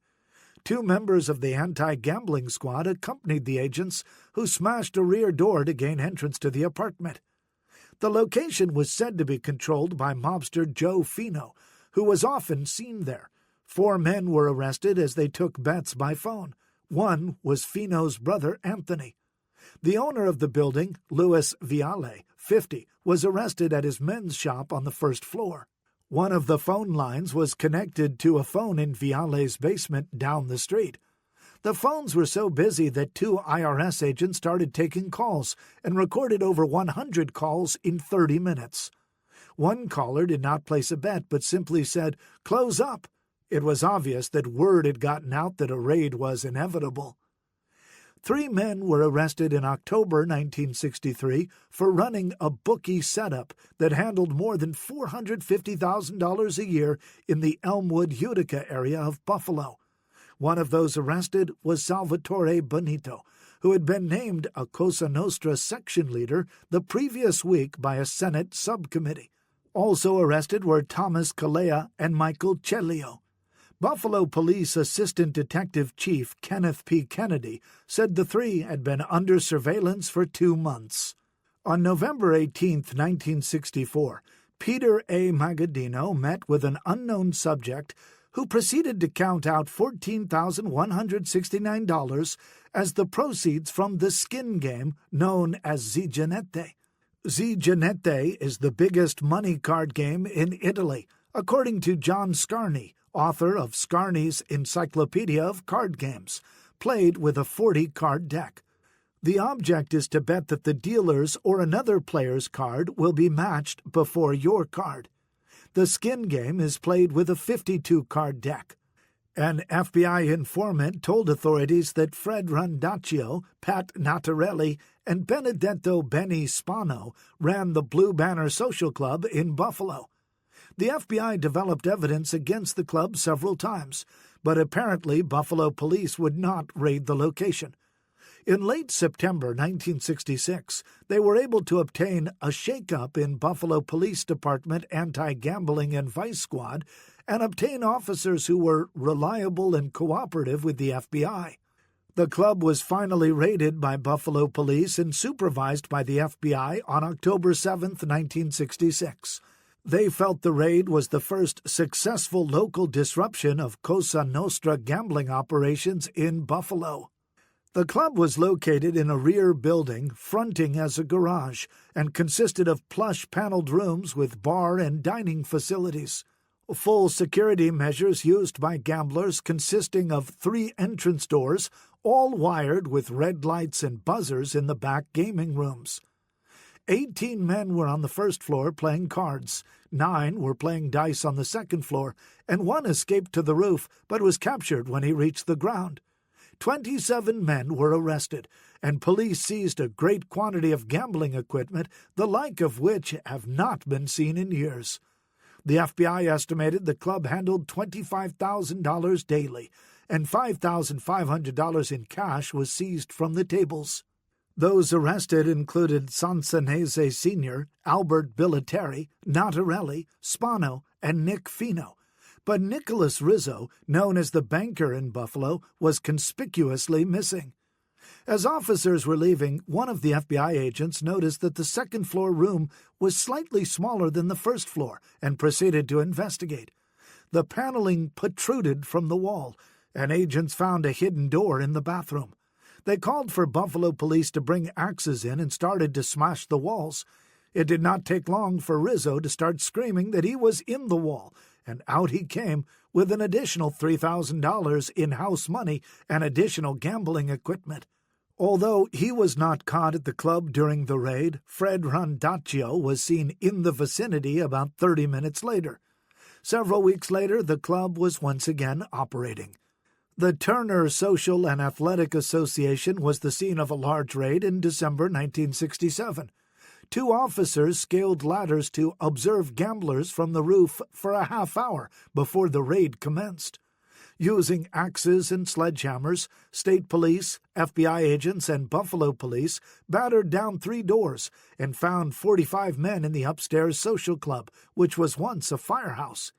Over $11,000 was found, and several present were identified with the organized criminal element. 3 had recently been arrested at the Oliver Street Social Club. Among those arrested were Anthony Volpe, Nicoletti Jr., Nick Fino, Salvatore Benito, Sansanese Sr., John Camilleri, and Frank Fantuzzo.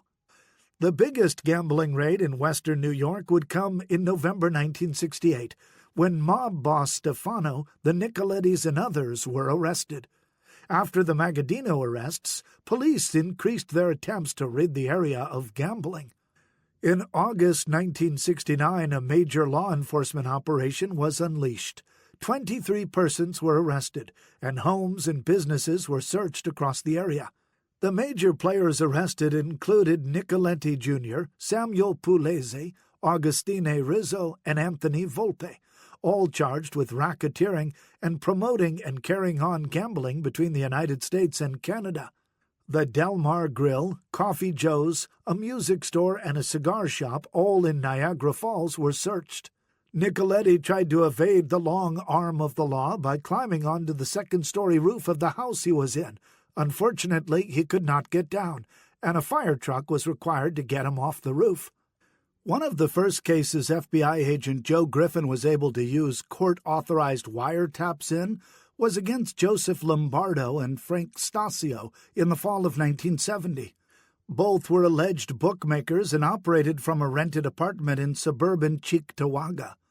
The bookmaking office was wiretapped, and on December 12, 1970, the FBI raided a total of 5 locations, including a Las Vegas location from where they were receiving their betting lines. A total of $25,000 in cash was found, and a safe deposit box at a bank in the Riverside section of Buffalo yielded another $96,700. Stasio and Lombardo were both arrested in a phone booth outside the Twin Fair department store in Tonawanda.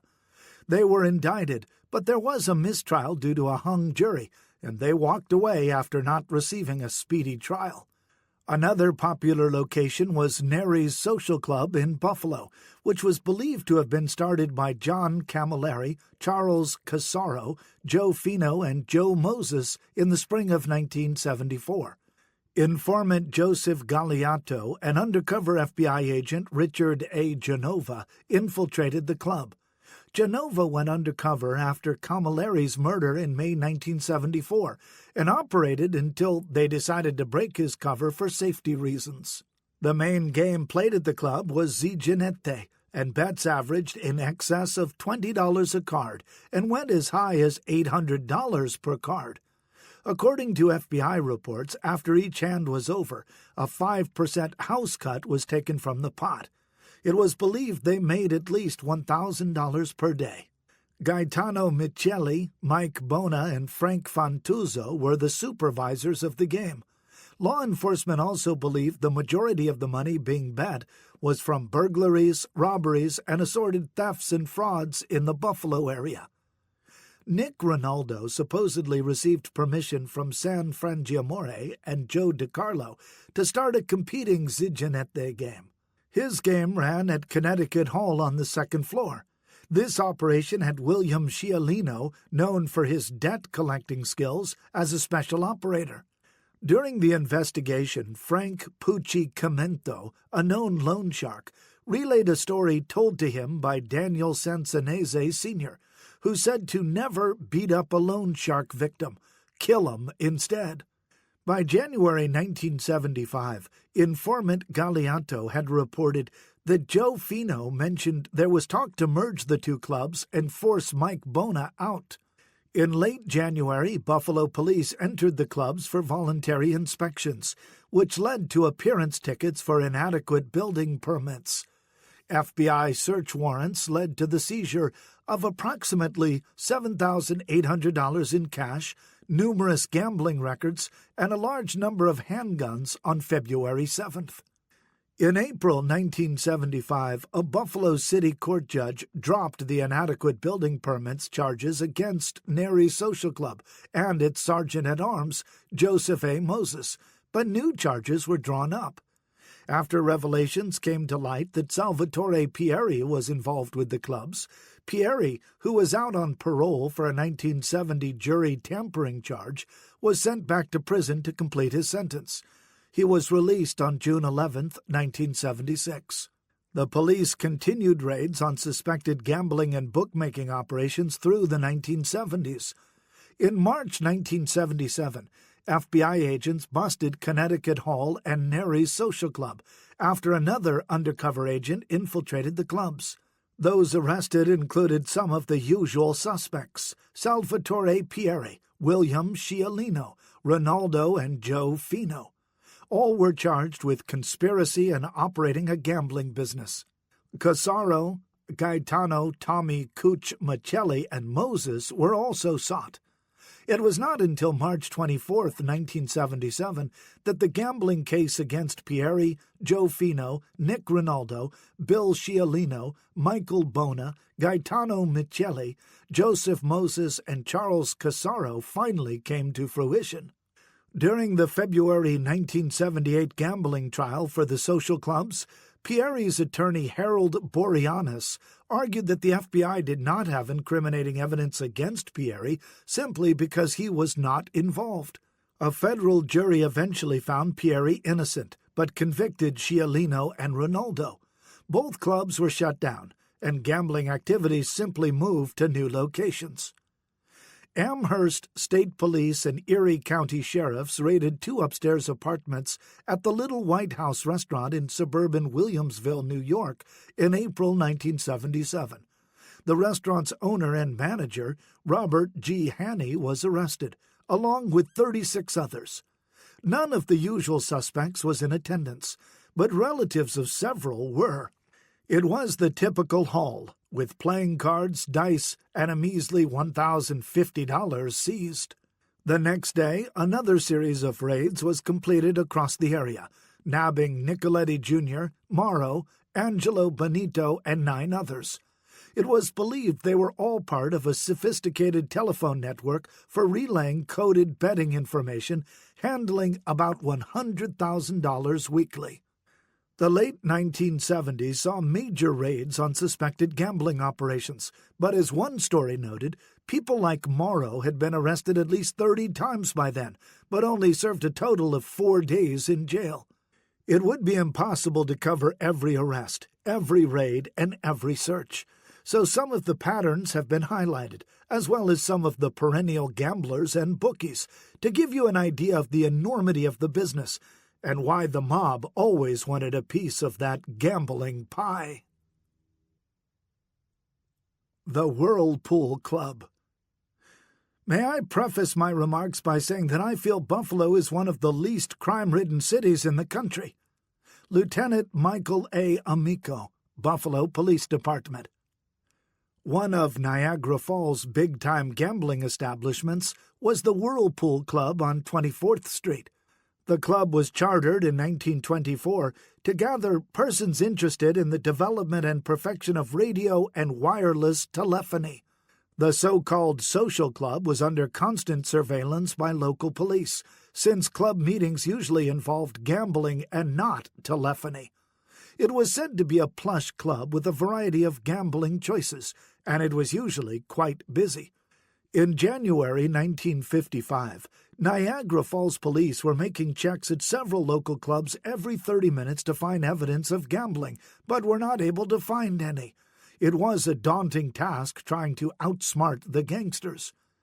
At 1 a.m. on April 16, 1955, the Whirlpool Club was the target of a police raid as a flying squad of police descended on the club. A Niagara Falls Gazette reporter had been called to witness the raid by District Attorney Bill Earle.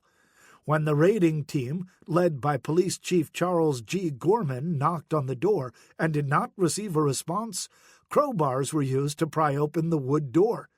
Inside, 28 men were gathered around a pool table, and another 58 men were in an upstairs apartment.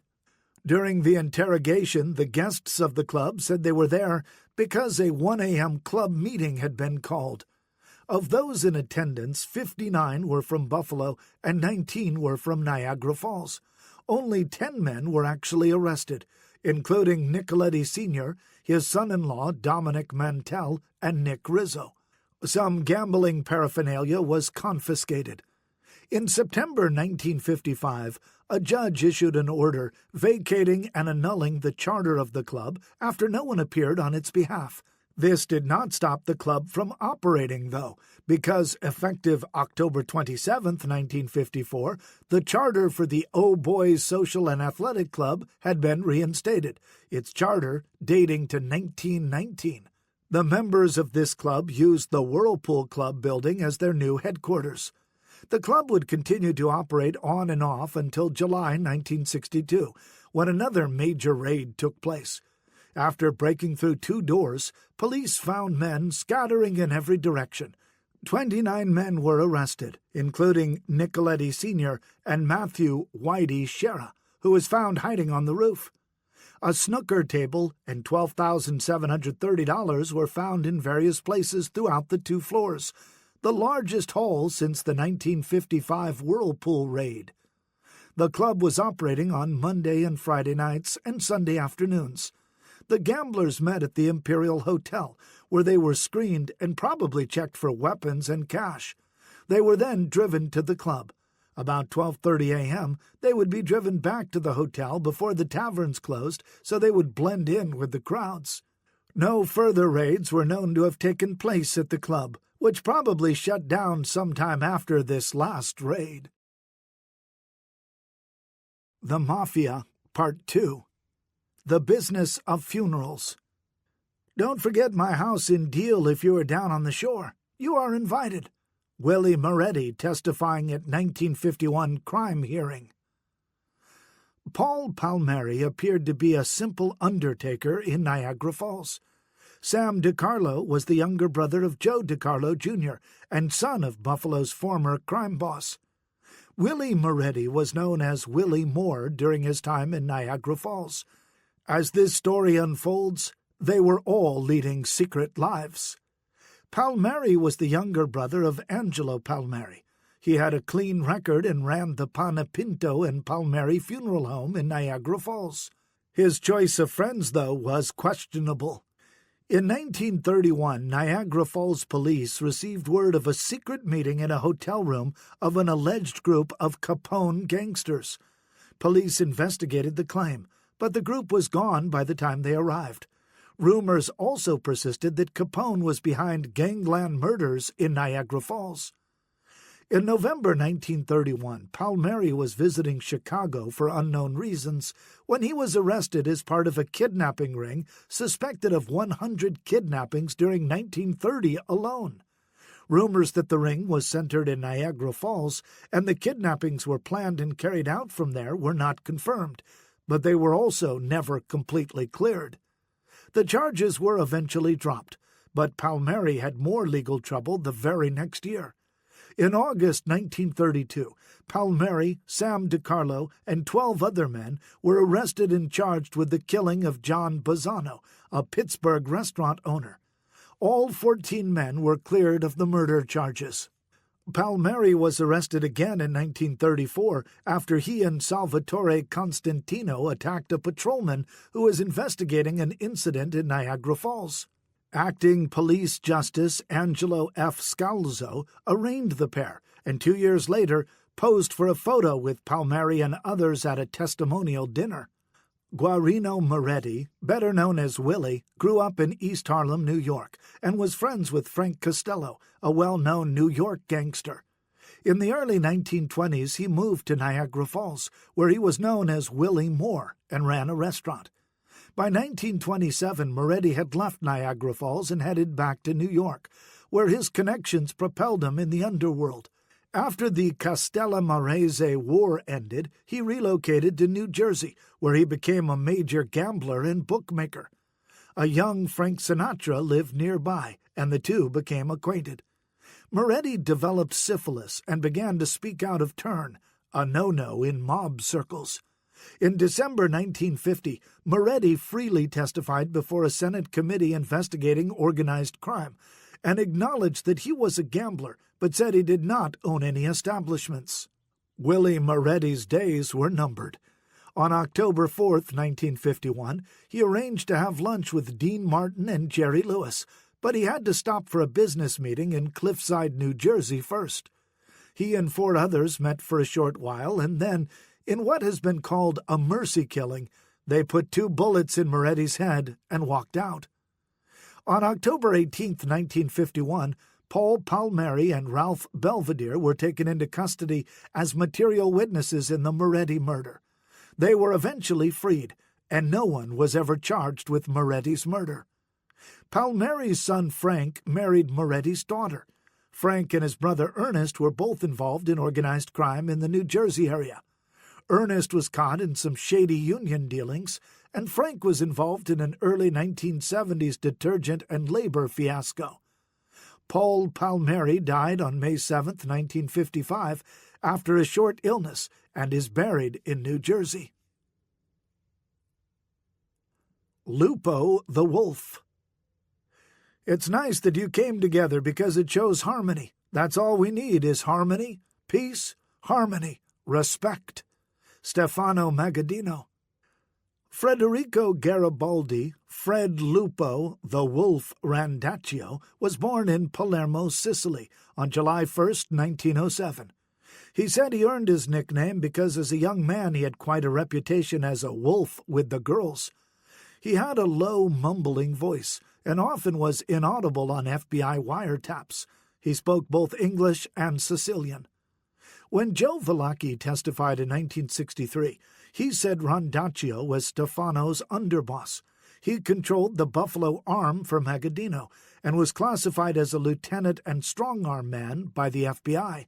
His earliest arrest was in 1922 as a juvenile, but by 1924 he had been arrested for playing dice, for which he received a $5 fine, an amount that was common, yet not much of a deterrent. In 1930 he was sentenced to 10 years at Elmira Reformatory for robbery.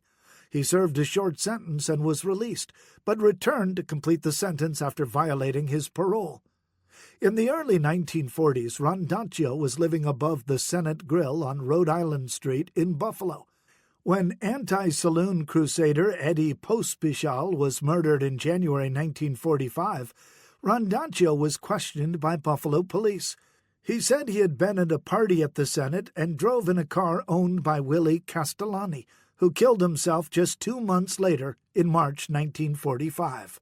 With his close friend Fred S. Mogavero, he ran Delaware Vending Company, a cigarette vending machine business, and attempted to monopolize Buffalo's predominantly Italian West Side, sometimes legitimately and sometimes by their intimidating presence. When Mogavero died, the funeral was held at Perna Funeral Home in Buffalo, but the Magaddinos ran the funeral, as the hearse bore the Magaddino emblem. By 1955, Randaccio and his brother Victor were a powerful tandem. The mob had been running Labor's Local 210 for years, and Magaddino approved Victor taking over as secretary-treasurer. Fred could often be found meeting with Stefano at the Magaddino Memorial Chapel in Niagara Falls, where he frequently called him Uncle Steve. According to mob rat Patty Calabrese, Randaccio would hold court in the Senate Grill, where everyone who owed him or needed a favor paid a visit to plead their case. His closest associate was Pasquale Paddy Natharelli, known for using an ice pick in someone's ear to remind him that he owed him money.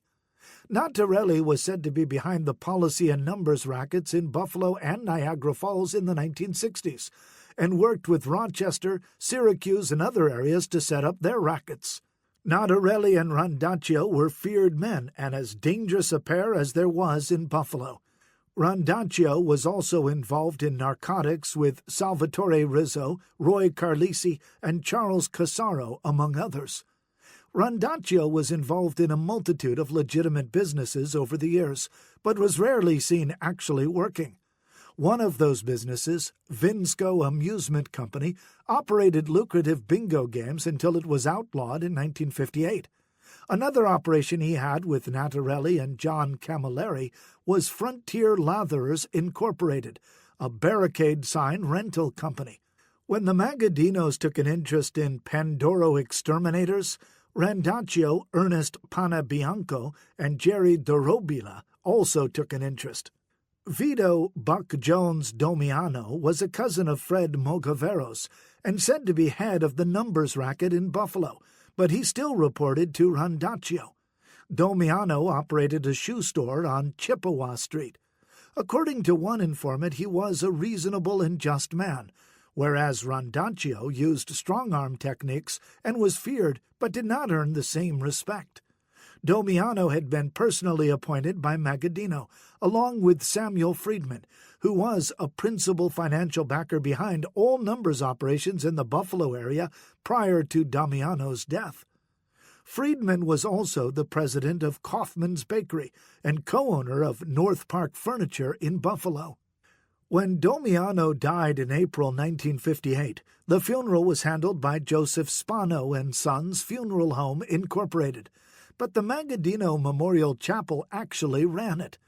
After Domiano's death, Rondaccio took over all his business. Rondaccio's brother-in-law, Agostine J. Willie Tarito, owned Augustine's restaurant on Washington Street in downtown Buffalo. He also owned the Char Pit, a popular West Side barbecue restaurant. One of Rondaccio's amusing habits was faithfully visiting a friend every Thursday so they could watch the Untouchables television show.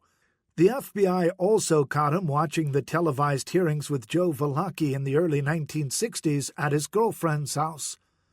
In 1959, a numbers operation that Rondaccio was involved in operated out of two legitimate businesses in Buffalo, Keith's Theater and Bonnie Lou Candy Corporation.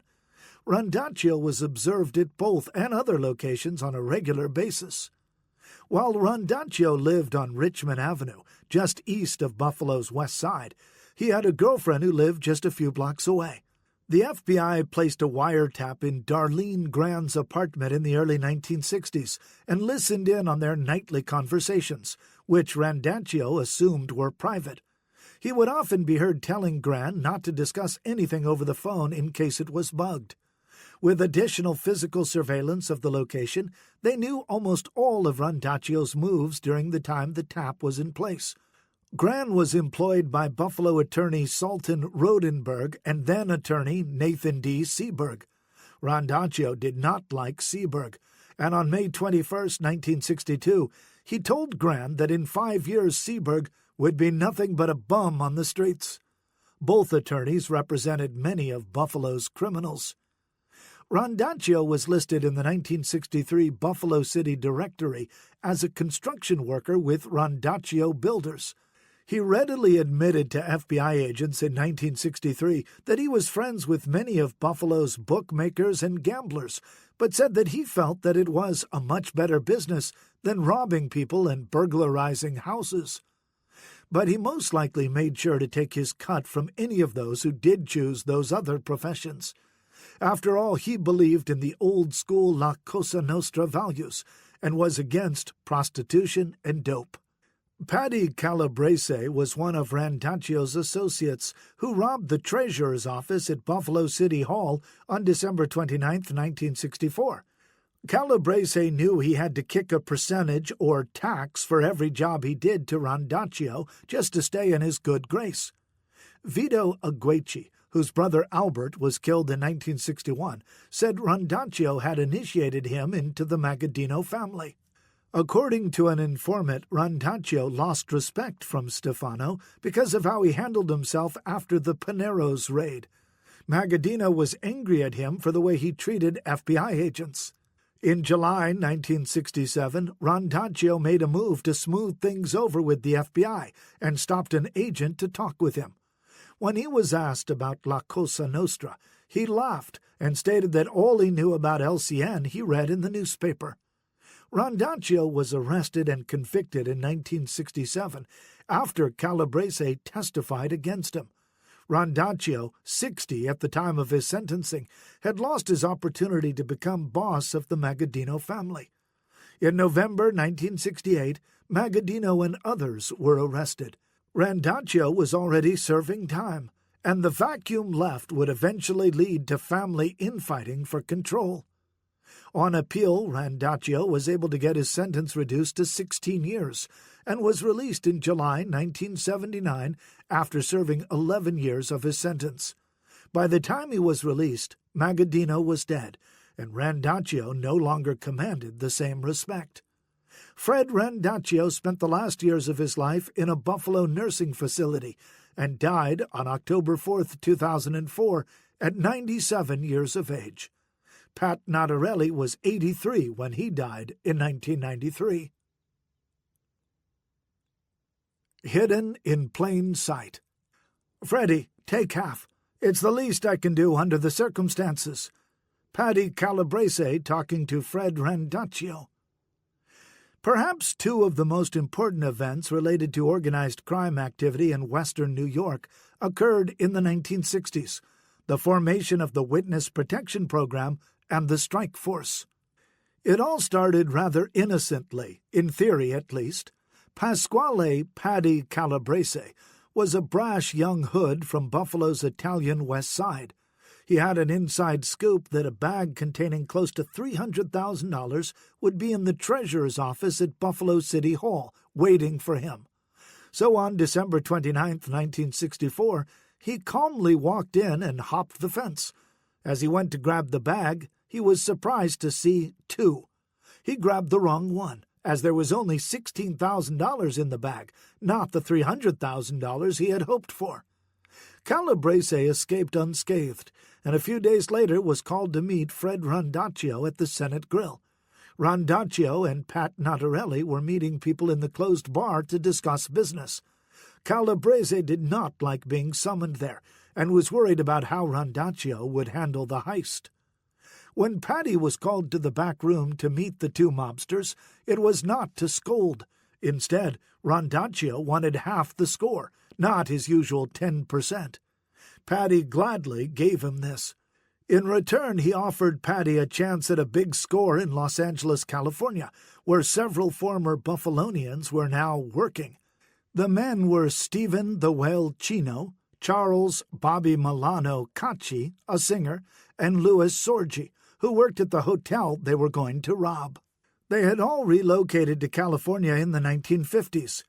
Cacci's brother Sam was later Local 210 president, and his brother Vincent Jimmy would join him in the late 1970s and be named a leader in the Los Angeles mob. Paddy, Nadarelli, and Randaccio also planned another robbery of the Marine Trust Company branch on Fillmore Avenue in Buffalo, and one at the Weirton, West Virginia Savings and Loan Company.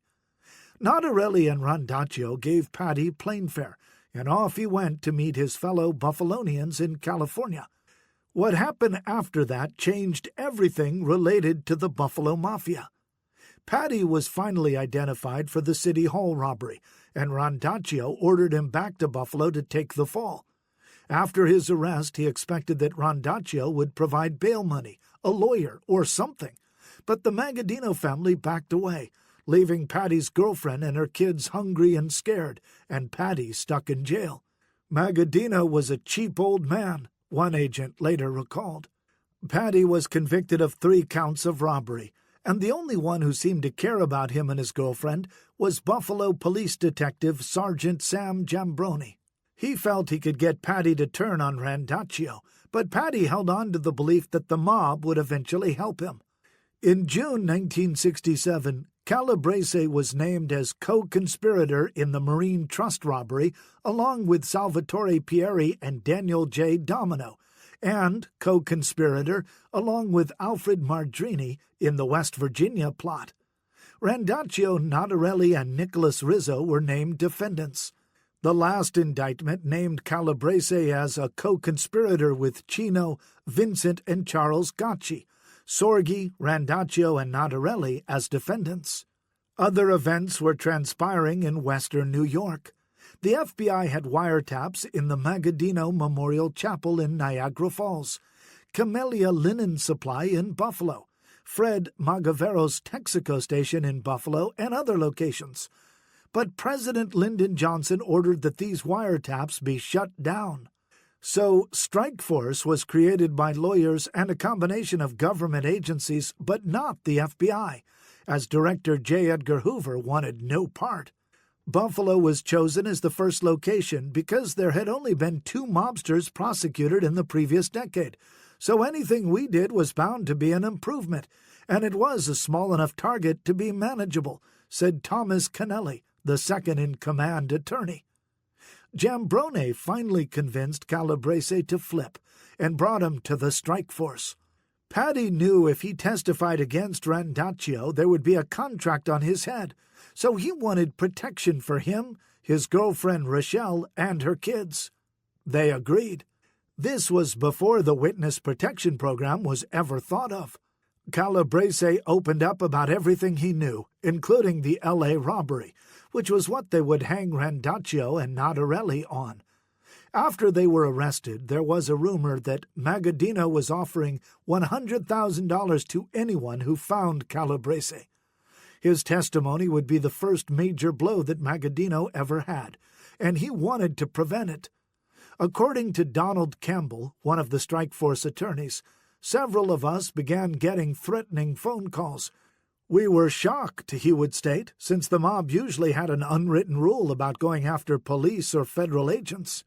According to one source, Sam Jambrone and a Bureau of Narcotics agent drove to Lewiston to pay Magaddino a visit.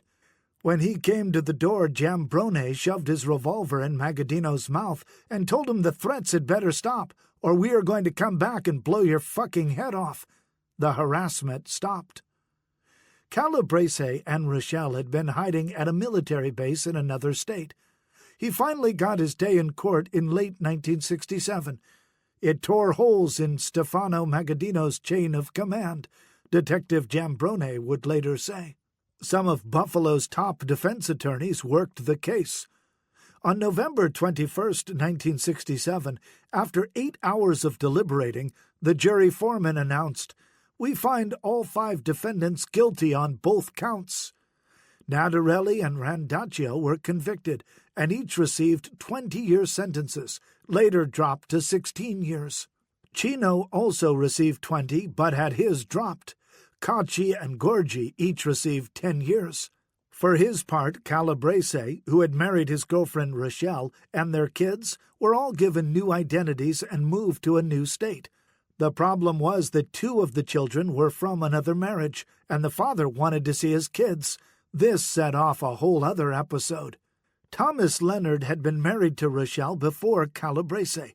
After they went into hiding, Leonard lost contact with his kids and spent 8 years fighting the government to see them. He won custody and even sued the U.S. government. His lawyer, Sal Martoche, pushed a congressman to pass a bill to disclose Leonard's kids' whereabouts or pay $1 million in restitution. Meanwhile, Calabrese and family were in Michigan and later Reno, Nevada, where he became a government witness in other cases. Rochelle divorced Patty after years of abuse, and Leonard finally got to see his kids. It was bittersweet, as he found out they had visited Buffalo 3 or 4 times over the years, but had not been allowed to see him. Patty moved to Seattle and operated an investigation firm. He died in 2005 at 66 years old. As singer Bobby Milano, Charles Gacci had one minor song hit in the 1950s, and later married singer Keely Smith. His brother Jimmy was said to be a top mobster in Los Angeles after moving there in the 1970s. The brothers both served additional prison sentences on various charges over the years. Jimmy died on August 16, 2011, at 86, and Charles died in January 2006 at 69. Their other brother Sam died in 2002 at 72. Bobby and Jimmy are buried together in a Cheektowaga cemetery. A gangster, a hit, and a Rembrandt. Nobody did it. John Sacco, bleeding with 2 bullet wounds.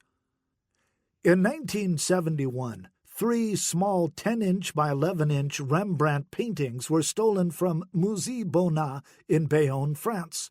Robert Lebec, a young French art student, had been admiring a series of paintings on multiple visits and realized that about a dozen paintings were simply hanging by nails. On March 3, 1971, he came dressed in a large, loose, long beige raincoat and pocketed 3 paintings. Lebec was no master criminal, so he met a friend who ran drugs in Amsterdam, which led him to a German who ran in the same low-level circles. These were not the people needed to offload a Rembrandt.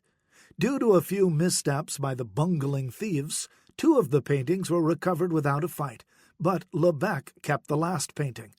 The painting went through some harrowing ordeals, including being buried, hidden in a false bottom crate, and eventually transported to Canada through Lebec's drug dealer friend.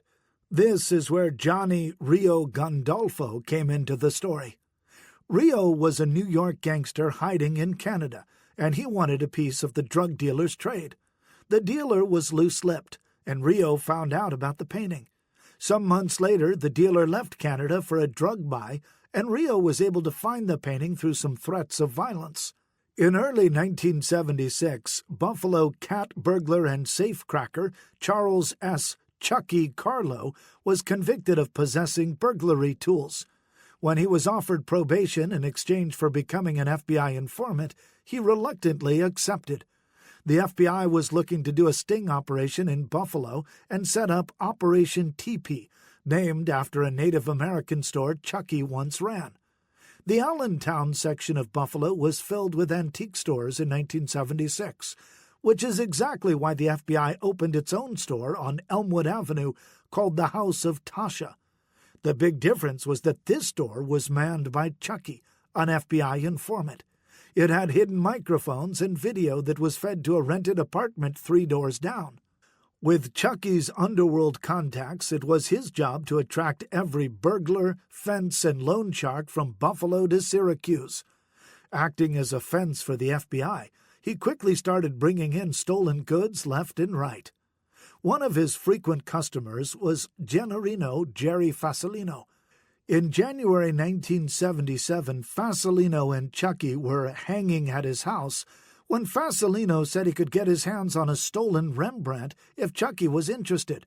He was, and they agreed on a $200,000 price, half of which would go to Fasolino for his part as middleman.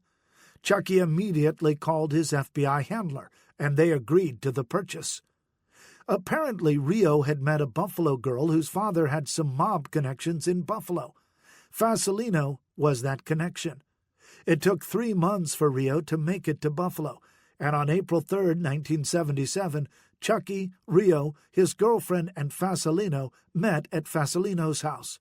Rio grilled Chucky about his criminal pedigree and underworld connections for a half hour. Afterward, Rio agreed to sell the painting on April 11th. The FBI sting operation had grown well beyond what they had anticipated, and they were in slightly over their heads at this point. Enter FBI undercover agent Thomas McShane of the New York office. McShane was an art expert and would pose as the buyer of the painting, making the charade all the more real. Rio dropped off the painting for Chucky's art expert to inspect as scheduled and was given $10,000 as collateral. That same day, McShane flew into Buffalo from New York, and everything seemed to be falling into place to pull off one of the biggest sting operations in Buffalo history. When McShane was picked up at the airport, the Buffalo agents were surprised at who they met. McShane did not look like a typical FBI agent. He had long hair, sideburns, and flashy clothes. When he asked the Buffalo agents questions about the operation, they seemed to talk around him, never giving the details he might need. This made the buy even more dangerous, since Rio was known to carry a gun. It got to the point where the Buffalo agents started calling McShane Inspector Clouseau, as they felt they were dealing with a bumbling idiot. He was driven to the apartment 2 streets away from Chucky's shop from where the operation was run. He was given an additional $13,000 to pay Rizzo, for a total of $23,000, not the $200,000 as was expected. After a short briefing, he was sent on his way, not even being told the name of Chucky's shop or the address, but simply that it was in the Antiques District. McShane walked 2 blocks, turned right onto Elmwood Avenue as they had told him, and realized that there were many antique shops and he had no idea which one Chucky was in. Luckily, Chucky spotted him as he passed and called him into the shop. After a quick introduction, McShane got down to work inspecting the painting. He took photos, looked at it under a magnifying glass and under ultraviolet light, took measurements, and closely studied the age of the paint and brush strokes. He finally declared, "I'm 95% sure it was a Rembrandt." The buy was a go, and the operation was set in motion. Chucky made calls and went to meet Rizzo at Fasolino's house. When they returned, only Rizzo was with Chucky. After introductions, McShane dove right in and explained to Rizzo that he was not paying Rizzo's price for the painting. He went into details about the painting, explaining that this was only a study for a larger painting, which Rizzo could not have verified.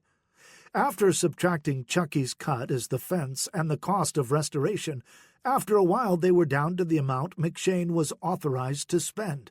Rizzo was flabbergasted. He admitted he had gently dabbed the surface with a damp cloth to spruce it up. While the rest of the agents watched on the video feed 3 doors down, Rizzo said he couldn't take that low of a price for something he had babied for 5 years. "It's been a part of me. It's influenced a lot of things I've done." McShane, unmoved by his tale of woe, offered his final price of $23,000. Rizzo finally relented, saying, "I never want to see that face again." He took the $13,000 from McShane and started on his way out. He then turned around and said he could get his hands on a Picasso. "Would you be interested in that?" McShane paused, as he had been searching for that stolen painting prior to this operation, but declined. The two shook hands, and Rizzo left. The agents were thrilled that McShane had pulled it off, and that night they went out to celebrate over some beers. When they asked McShane what he thought of Buffalo, he said that the gangsters he had met that day were the nicest people he had talked to all day.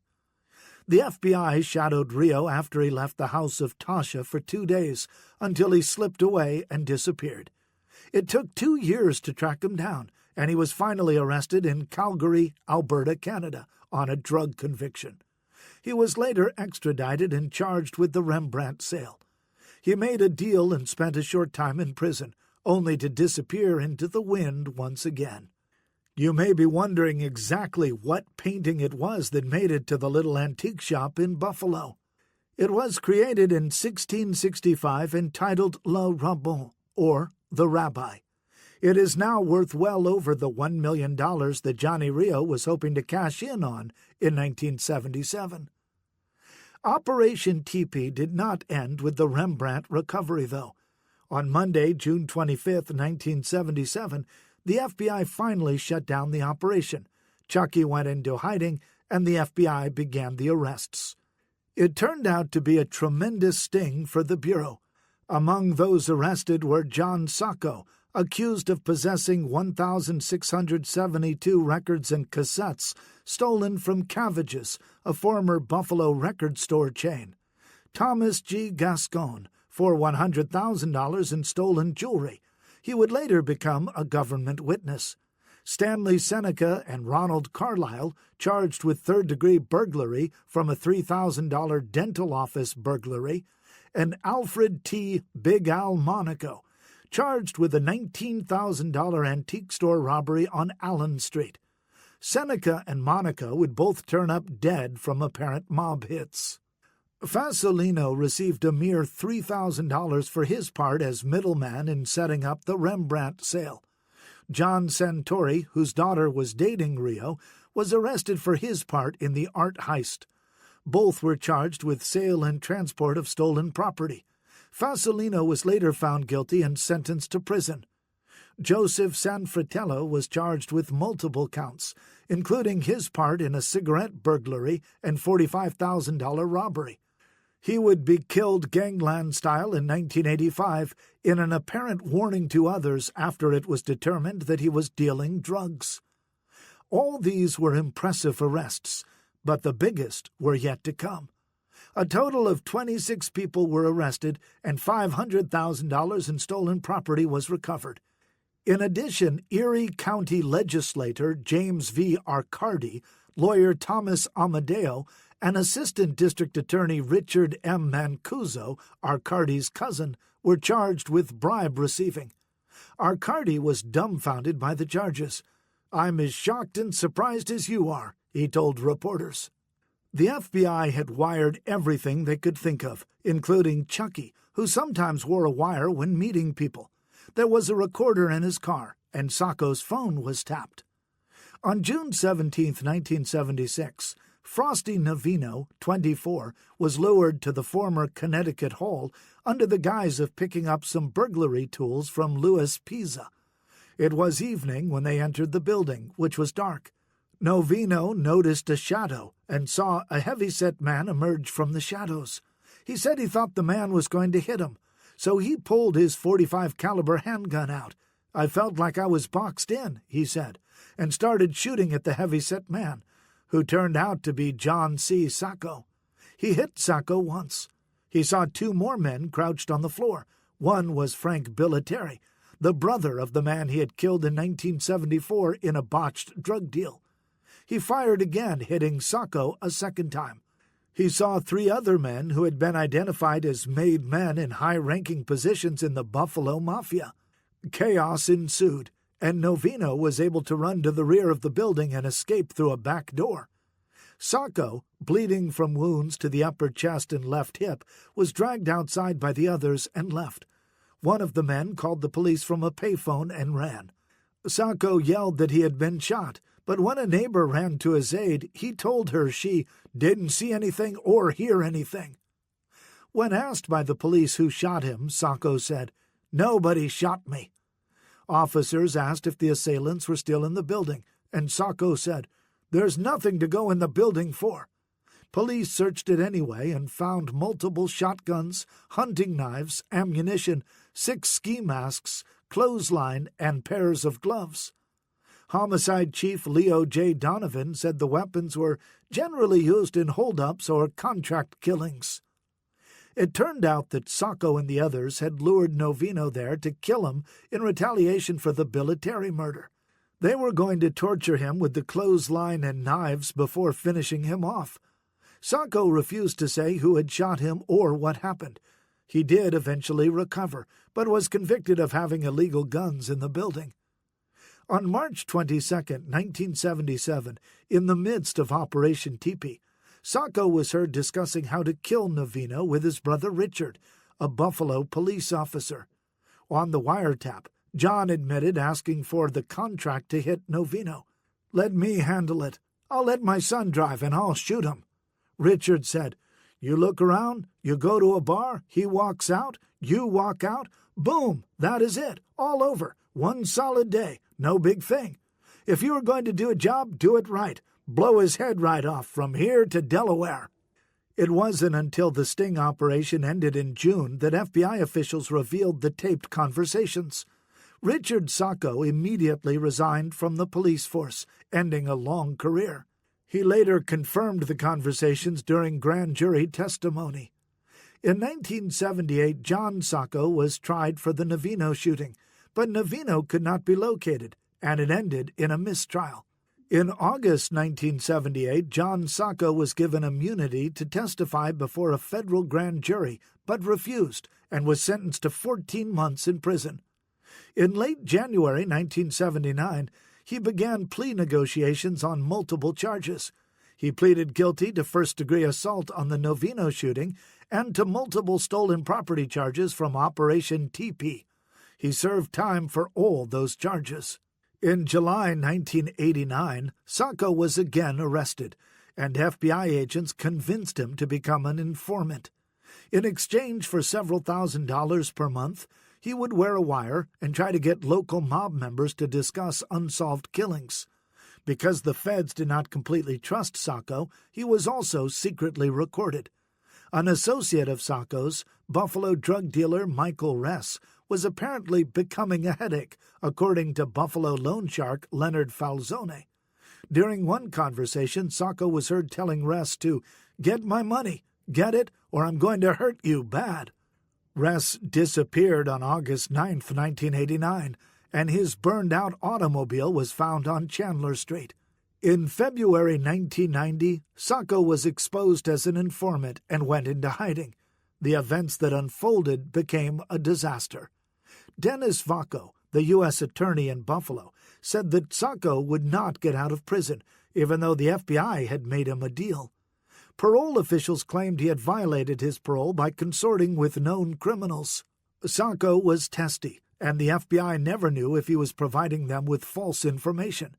Then, in June 1990, Sacco was arrested on a drug charge from prior to his stint as an FBI informant, and his life as an informant was over. While in custody in a Lockport jail, John Sacco suffered a heart attack and died. While in jail, he had been married, and a battle over his estate between his 2 adult children and wife ensued. His estate was said to include $300,000 in cash and jewelry, 3 houses, and 31 wedding rings. Frosty Novano, having survived Sacco's murder attempt in 1976, was allegedly shot at outside a Forest Avenue bar a few years later, but again escaped unharmed. The Buffalo Mafia apparently gave up trying to kill him, and he moved to Arizona, returning in the 1980s. In 1991, Novano was charged with drug trafficking. During this time, multiple informants started ratting each other out, and Novano was caught in the middle, finally pleading guilty to the 1974 Billiteri murder. He testified against another gangster for his own 1976 ambush. Novino was sent to prison for 8 1/3 to 25 years and may have died in 2001. Valaki and his sweetheart. They know everything under the sun. They know who's back of it. They know Amici. They know Capodecina. They know there is a commission. We gotta watch right now, this thing, where it goes, and stay as quiet as possible. Stefano Magaddino. In the early 1950s, Fred Rondaccio met Johnny Pops Papaglia of nearby Hamilton, Ontario, and became more mentor than friend. In 1955, Papaglia was told by Stefano that he was taking over Ontario, and Stefano asked Papaglia if he wanted to be his lieutenant, which he accepted. From then on, he kept a flow of tribute money going to Buffalo. Papaglia became involved in a number of illicit enterprises with Albert Agueci, a native of Sicily who arrived in Canada in 1950. Agueci also wanted to get into narcotics, specifically heroin, where the profits were tremendous. Papaglia wanted a piece of the action. A meeting in Palermo, Sicily, at the Grand Hotel des Palmes supposedly took place from October 12 to 16, 1957, to discuss the growing drug trade and how the Mafia planned to handle it. Joe Bonanno mentions a trip to Sicily during that time, but not the meeting in his book. And one journalist, Claire Sterling, claims it took place, but there is little corroborating evidence to validate such a meeting. The very next month, the Appalachian Summit took place in Appalachian, New York, and it has long been thought that the drug trade was discussed at the pre-summit meeting. By October 1958, Agueci was using his Sicilian contacts and a crooked travel agent to have heroin shipped in the luggage of unsuspecting immigrants traveling to Toronto and New York City. It would then be split, with most going to New York. The ring had 32 people in 3 countries, and Papaglia was the money man.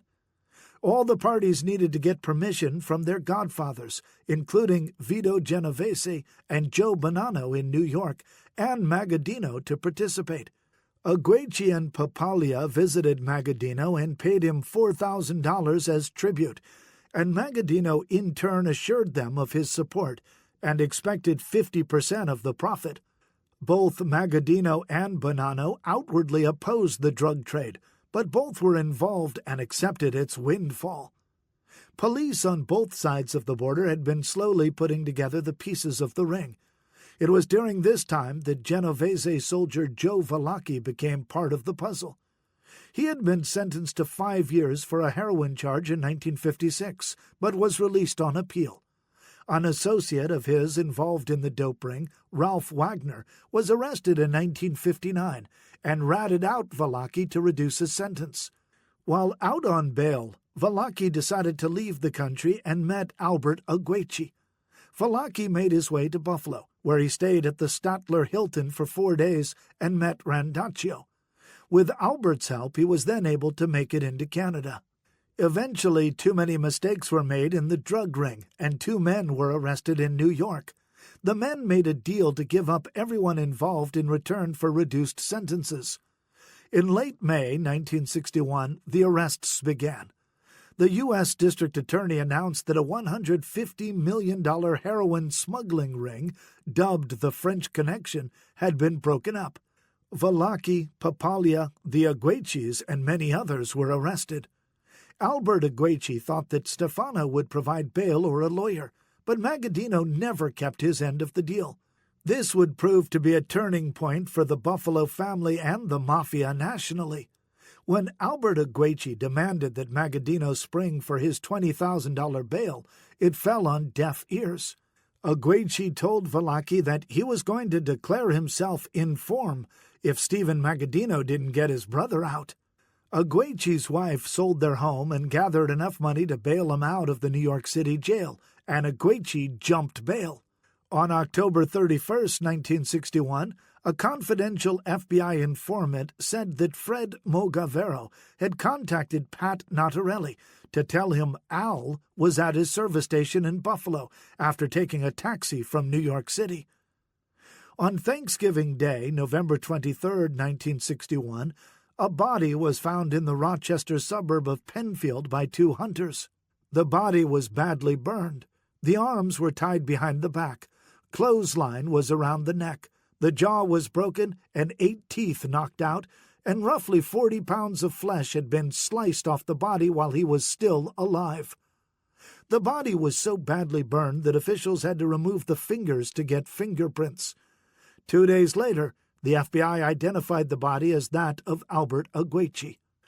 On November 27th, an informant told the FBI that Randaccio and Sansanese had been discussing someone but never mentioned Aguechi by name.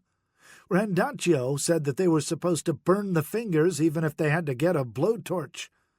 They had dug a hole, but some hunters came by and jokingly asked if they were going to bury someone. Then they poured 5 gallons of gasoline over his head and burned him. Vito Aguechi blamed Magaddino and Randaccio, but police believed it was actually done by the Rochester mob family as a favor to Magaddino. While in jail, Vallacchi claimed that Genovese, with some prodding from Vito Aguechi, thought he was an informant. Vallacchi, in his paranoia, killed an innocent man in prison, and now had a murder charge added to the others. He thought there was a price on his head and felt he had only one option: become an informant. Vallacchi was put in seclusion and testified before the Senate Rackets Committee, where he named people, places, and events dating back to the earliest days in crime. His memory was amazing, but even he could not have known all those people. It was believed that the FBI helped him fill in some blanks. His testimony, along with that of Buffalo Police Commissioner William H. Snyder, Lieutenant Michael A. Amico, and Detective Sergeant Samuel Giambrone, helped to put Buffalo and the Magaddino family on the map. Those named were Magaddino, John Montana, Randaccio, Carlisi, Lagatuta, Nino, Pascal Politano, and others. Nothing substantial ever came from his Buffalo testimony, other than more awareness by the public and law enforcement. After it was all over, Vallacchi was sent to La Tuna military prison in Texas, where he was held prisoner, more for his own safety than anything.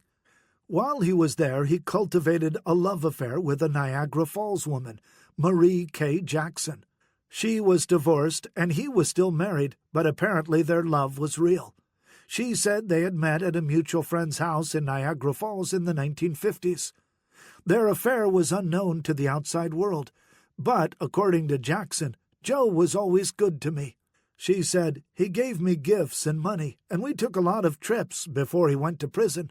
Afterward, I wrote to him every day. During his time in prison, Valaki wrote his memoirs, which he thought could be sold. Instead, he and Jackson claim they were stolen by a U.S. senator and never returned. Joe Valaki died on April 3, 1971, at 66 years of age. His body went unclaimed for 3 days. Neither his wife nor his son wanted him. That was when Marie Jackson went public. She claimed his body and had it shipped to Niagara Falls. After a private ceremony at Our Lady of Mount Carmel Church, he was secretly buried right in Stefano's backyard at Gate of Heaven Cemetery in Lewiston. Jackson was named Valaki's executor and beneficiary, and his will stipulated that his burial site be secret, as he did not want his former comrades desecrating his remains. She tried to get his manuscript back from the government, but was constantly stonewalled. She earned royalties from the Valaki Papers, a book about his life, and possibly the movie, which starred Charles Bronson. Valaki was the perfect scapegoat for the government to use to open up the public's eyes to organized crime. He paid with his freedom, but the love of his life would never be forgotten. He wrote to her, "I am thinking of you day and night. I love you, darling. Joe." 2 years after Valaki died, Jackson had a small stone placed on his gravesite and the one next to it, where she would be buried in 1999. Deadly Nights. The Union, the Murder, and the Informant. I abhorred the mob. Ron Fino. Laborers Local 210 was chartered in 1913 from the International Hod Carriers and Building Laborers Union to provide the construction industry with laborers. Over time, Local 210 became synonymous with the Buffalo Mafia, and although it was difficult to see where one ended and the other began, it was generally considered to be run by the mob, even though evidence of such was scarce. According to testimony given during Senate hearings in 1963, Lieutenant Michael Amico of the Buffalo Police said that in the early 1950s, in order to work in the union, it was necessary to partake of some of their gambling activities, and if you did so while on the job, you would remain on the job for longer periods of time. Joe Fino rose through the mob ranks from a soldier to capo under Stefano. He was a bookmaker and had his brothers Nick and Anthony operating horse books for him. After Stefano's arrest in 1968, Fino aligned himself with John Camilleri and Sansanese Sr. as part of a faction attempting to wrest control of the crime family from Magaddino. Fino's son Ron graduated from high school in 1964 and began working as a laborer for Local 210 while attending classes at University at Buffalo. During this time, he also did undercover work for the government. According to Ron, starting in 1964, I provided the Department of Justice and the FBI with information relating to the control of the union and its organized crime ties. In 1971, Time magazine exposed the corrupt union in an article about the much-delayed federal building construction.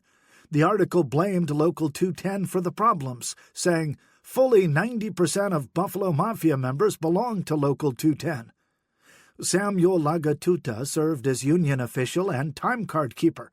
Workers generally showed up well after starting time, but time cards showed that they were on time.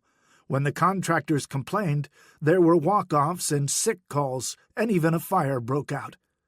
As a last resort, the Dallas contractor J.W. Bates & Company hired Camilleri as a job coordinator. He was born on October 17, 1912, and was a typical mafioso. He wore expensive clothes and shoes and a pinky ring, gambled, and had girlfriends. His legitimate employment was vice president of Vin James Builders Incorporated, but he also had a stake in Nary's Social Club on West Ferry Street, which was coveted by Sansanese Sr. His affiliation with Local 210 dates back to about 1939, but no one can remember him ever lifting a shovel. He implemented new job standards, telling workers that they could not take toilet breaks out of order, could not have surgery since we hired you as you are, and could not die without 2 weeks' notice and first training a replacement. The workers kicked into high gear and the building was completed, albeit a year late.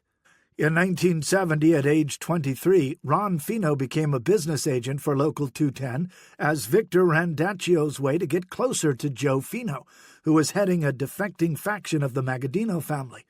It was during this time that Ron realized how corrupt the union was, and in 1973 he decided to run for business manager on a reform ticket.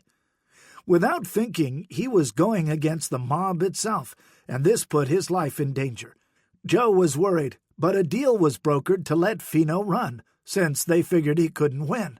Even law enforcement officials said that Fino would not have been able to attempt this if Magaddino had not been arrested in November 1968 and Fred Randaccio imprisoned. "Do you really think there'd be this election if there was an organization?" a local policeman commented. Fino recruited Salvatore Sammy Cacci, brother of Charles and Vincent, to run as president, and said the union was fighting for its life to represent all the members, not just a handful. Cacci brought along Camilleri, whom Joe wanted involved, and also recruited Sansanese Sr., so Ron had to promise Sansanese's son Dan Jr. and Ralph Valacchi jobs if he won the election. Ron Fino believes that the union's American Indian and Irish members of South Buffalo brought in the votes. Over 2,700 of the 3,000 members showed up, and Ron won the election by a 2-to-1 vote. Secretly, Ron had been meeting with government agents while traveling and working for the union. Not long after the election, Camilleri went to Ron and asked him for a job inside the union. Ron declined, and Camilleri was not happy. One day, Ron received a call to have a sit-down at the Turf Club, owned by Roy Carlisi. Carlisi congratulated Fino and then told him he had no power, that he would be told who to give no-show jobs to and whose pensions to pad.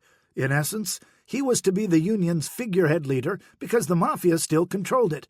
Ron gave Carlisi some lip and was berated. In 1972, Joe Fino was acting as if he were boss and was summoned to appear before the Mafia Commission to explain why, since Magaddino was still the boss. Sansanese, Frangiamore, and Carlisi accompanied him, and they all agreed to stick together with their decision.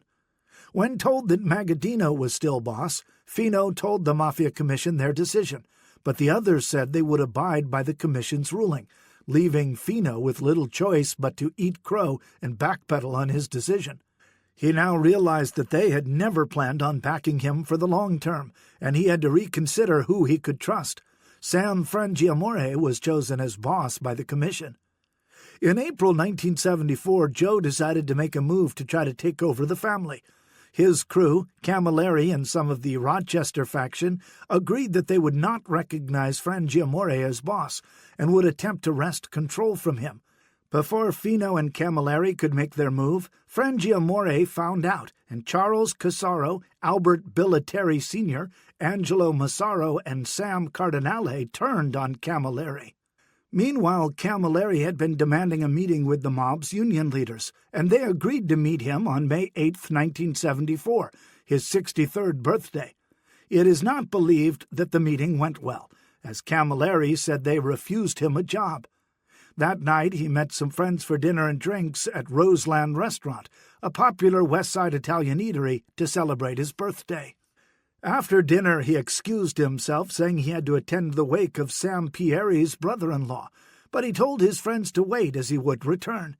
Camilleri attended the wake along with numerous underworld figures. As is common among Italians, the men greeted one another with kisses on the cheek.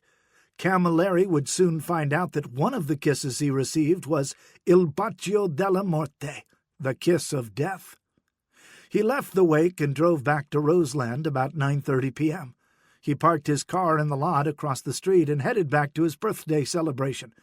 As he crossed the street, a car sped up, and a man or men jumped from the car and shot Camilleri, hitting him in the head. He fell onto the sidewalk in front of the restaurant and died. The killers sped away down Chenango Street and were not identified. Years later, Camilleri's nephew and former county legislator Michael J. Alessi was arrested and pinned the murder on Vincent S. Jimmy Sicurella. That same night, Joe Fino was scheduled to die, but another mob member convinced Frangiamore that only Camilleri needed to go. Joe, who had little power by then, was spared. Joe died in 1984 at 69 years old. Sansanese Sr. probably took over Camilleri's stake in Neri's social club, as well as part of his crew, including Billy Scialino, who had been under Joe, Ronaldo, and Sam Cardinale. Casaro took over the rest of Camilleri's crew, including Angelo Massaro and Albert Billiteri. Ron left the Union in 1988 to start an environmental waste firm, which he said the mob muscled in on. Others say Fino lived an extravagant life and drove the business into the ground. In 1988, Dennis Vacco became U.S. Attorney in Buffalo with support from the local mob leadership. Not long after, Fino had a close friend, Dan Domino, see if the mob knew anything about his undercover work. That same night, he found out they knew he was an informant and decided to leave town. Once his cover was blown, it all came out. Most people could not believe that he was an informant. Others, like attorney Paul Cambria, who had represented Fino in the past, said he wanted to be a much bigger player in the Union, and they didn't want it. Fino disagrees. I just did not like what they were doing to it, and limiting who was taken care of just to their family members and cronies. Ron testified in other cities and put several suspected mob members in jail, but in his hometown of Buffalo, it was proving much more difficult. He said he had many fights with Vacco, who did not want to prosecute anyone in Local 210, and told Fino he would never have him testify in Buffalo. By June 1996, things had finally come to a head at Labor's International Union of North America, LIUNA. They said 28 members of Local 210 were either mobsters or mob associates and had to be removed from the union. Those named included Leonard F. Falzone, Joseph Todaro Jr., and Frank Butchie Bifocals Bifulco, among others. Ron had been working closely with LIUNA, and as he got closer to the top, he realized they weren't really interested in cleaning up Local 210 or any locals. Someone gave his unlisted telephone number to national reporter Michael Isikoff, as well as leaked information, some of which Ron says was false, to try to discredit him. In April 1996, LIUNA put a trustee in charge of Local 210 as part of an effort to clean out organized crime. LIUNA only agreed to this after the Justice Department threatened action.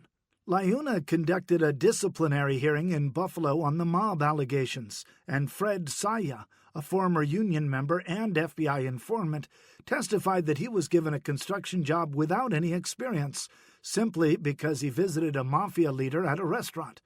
He also worked on Stefano's home while he was a paid contractor for a state thruway project. His testimony helped force 6 of the accused to resign.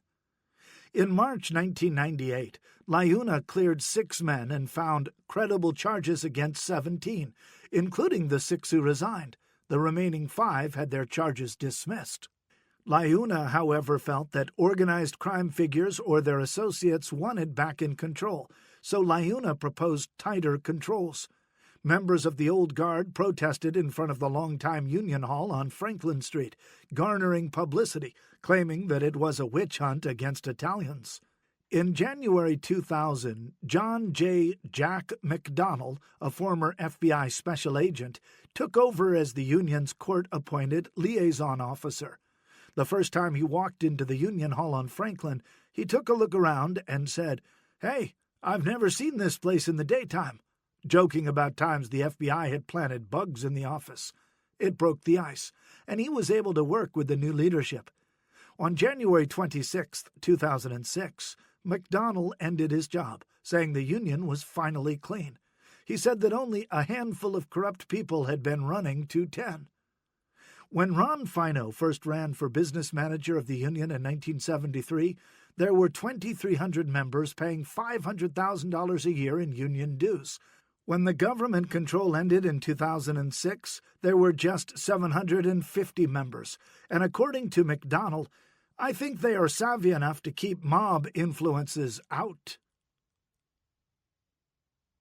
Mysterious murders. If any police officer still doubts the existence and power of the Mafia, the Cosa Nostra, or whatever you want to call it, just let him read this case. Sergeant Peter N. Bagoye, Los Angeles Police Department. Crime in Buffalo during the 1920s was as frequent and reckless as in any bustling city in America. Prohibition was in full swing, and criminals were busy doing everything they could to quell the thirst of the average citizens. Many deaths would be attributed to bootleg wars and the vast sums of money they made. What are believed to be the wars between rival gangs for the lucrative bootleg profits also waged across the Canadian border for most of Prohibition. John Chabore of Hamilton, Ontario, was found dead with 5 bullets in his body on a Buffalo street in 1923. His wife said he left home looking for work 6 days earlier, but as was often the case, no one claimed to have seen anything.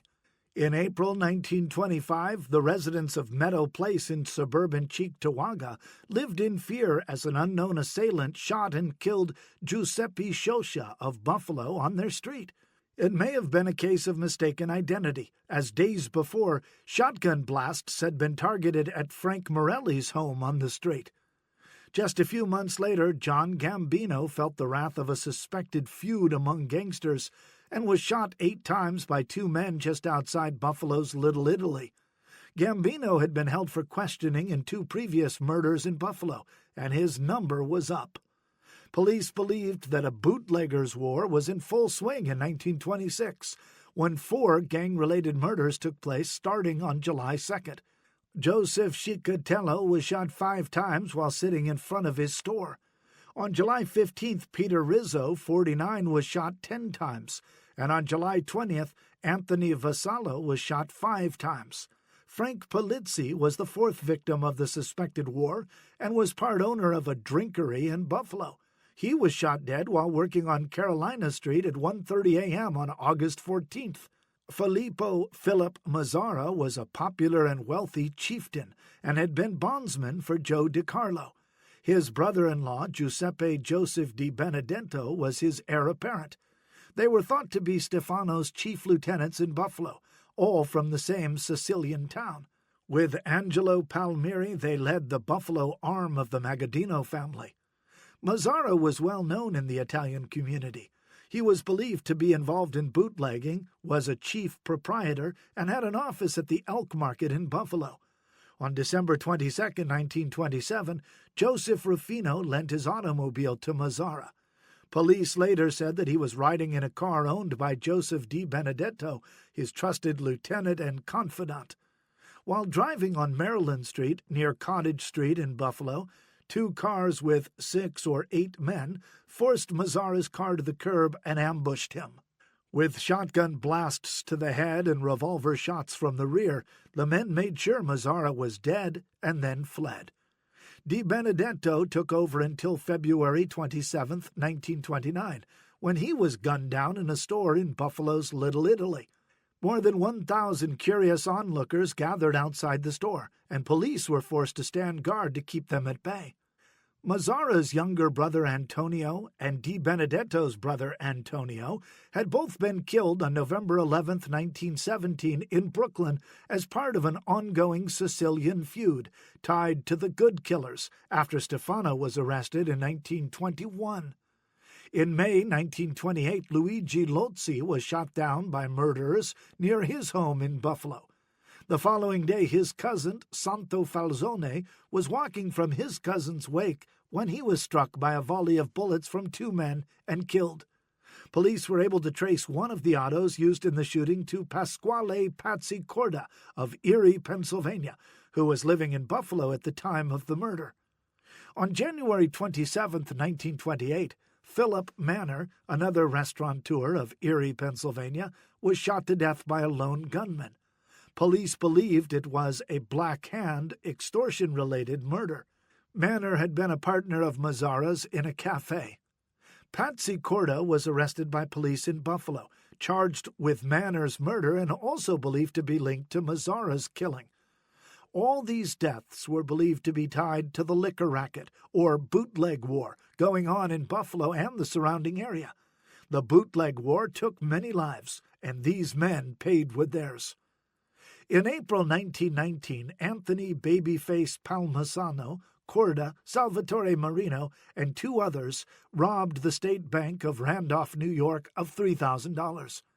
During the robbery, a shootout took place, but the gang escaped, only to be caught later that same day. Palmisano eluded police until December 1919, when he was arrested in Brooklyn and sentenced to 7 years in Auburn prison.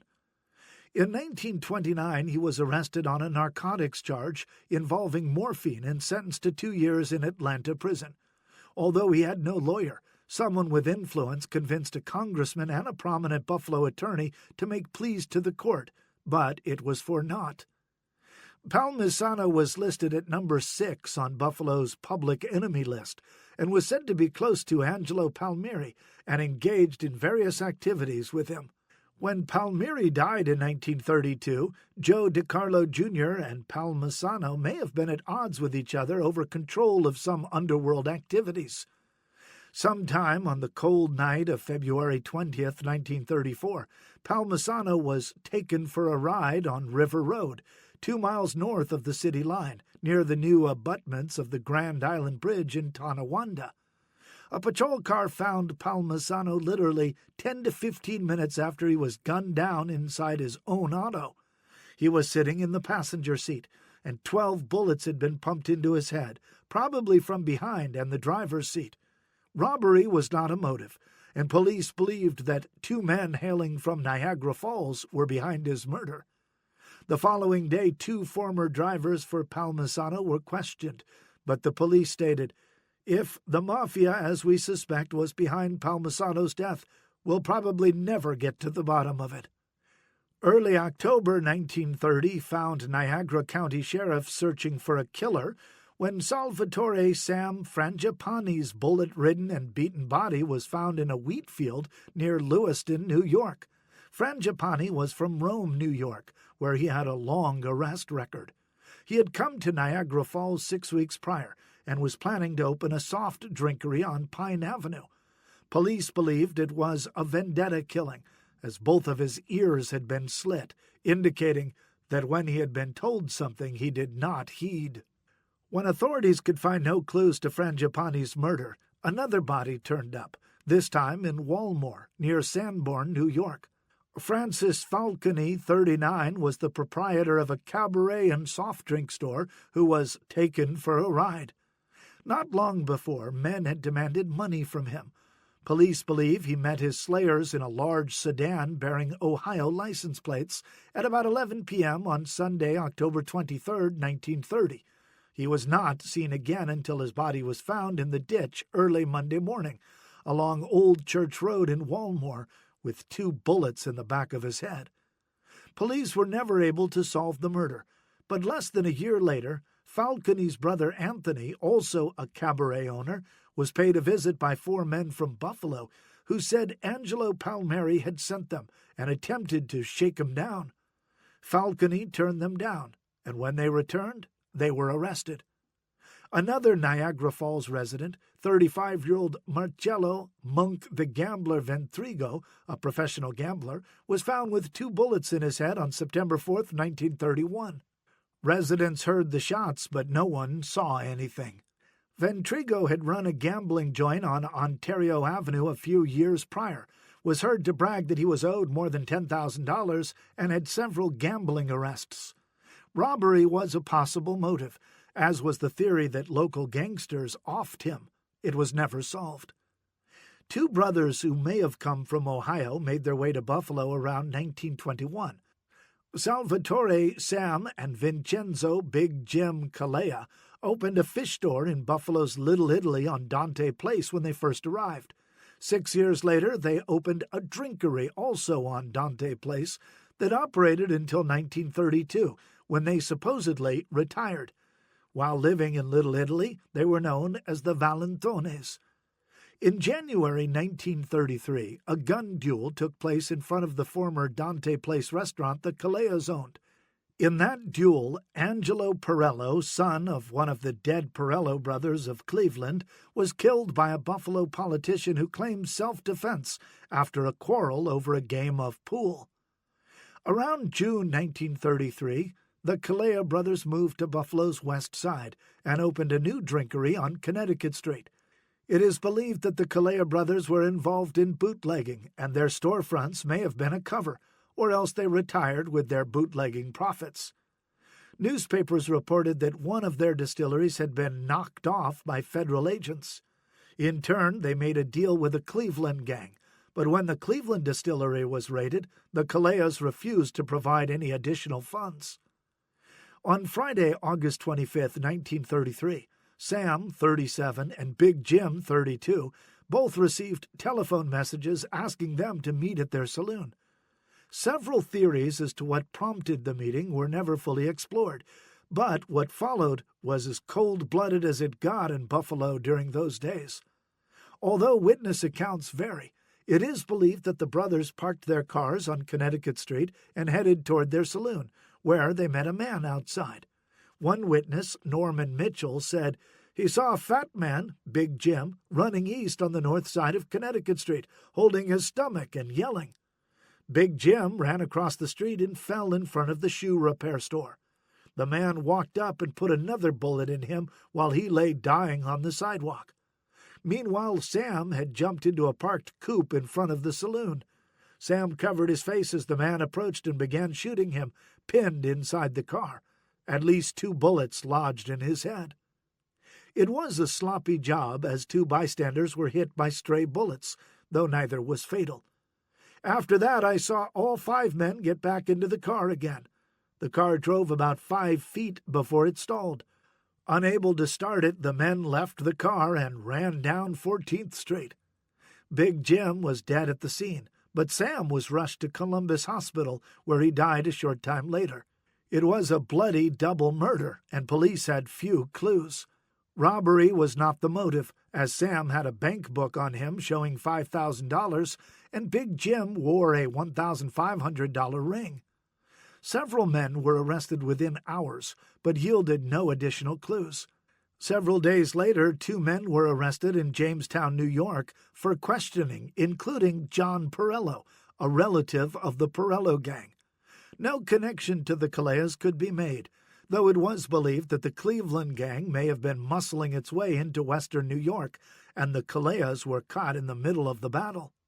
3 men, Gerio DeSalvo, 33, Joseph Mangus, 36, and Anthony Perna, 29, were arrested on September 11, 1933, and held for 2 days, but were released after police could not link them to the murders. Perna was listed as public enemy number 9 in Buffalo. The dead bodies would continue to pile up, even before Buffalo police had a chance to finish their investigation. Just days later, the body of James M. Stefano, 51, was found in a shed in suburban Cheektowaga. He had been hit over the head with an iron bar, and his throat slit from ear to ear. Stefano lived near the Caleas, and police thought there might be a connection, but again, there were few leads. The trail grew cold until Wednesday, September 27, 1933, when an explosion ripped through a garage owned by Vincent Marinello, smashing windows nearby and destroying several cars in the garage. Marinello, who owned the Jamestown Grill on Allen Street, was moments from stepping into the garage when it exploded.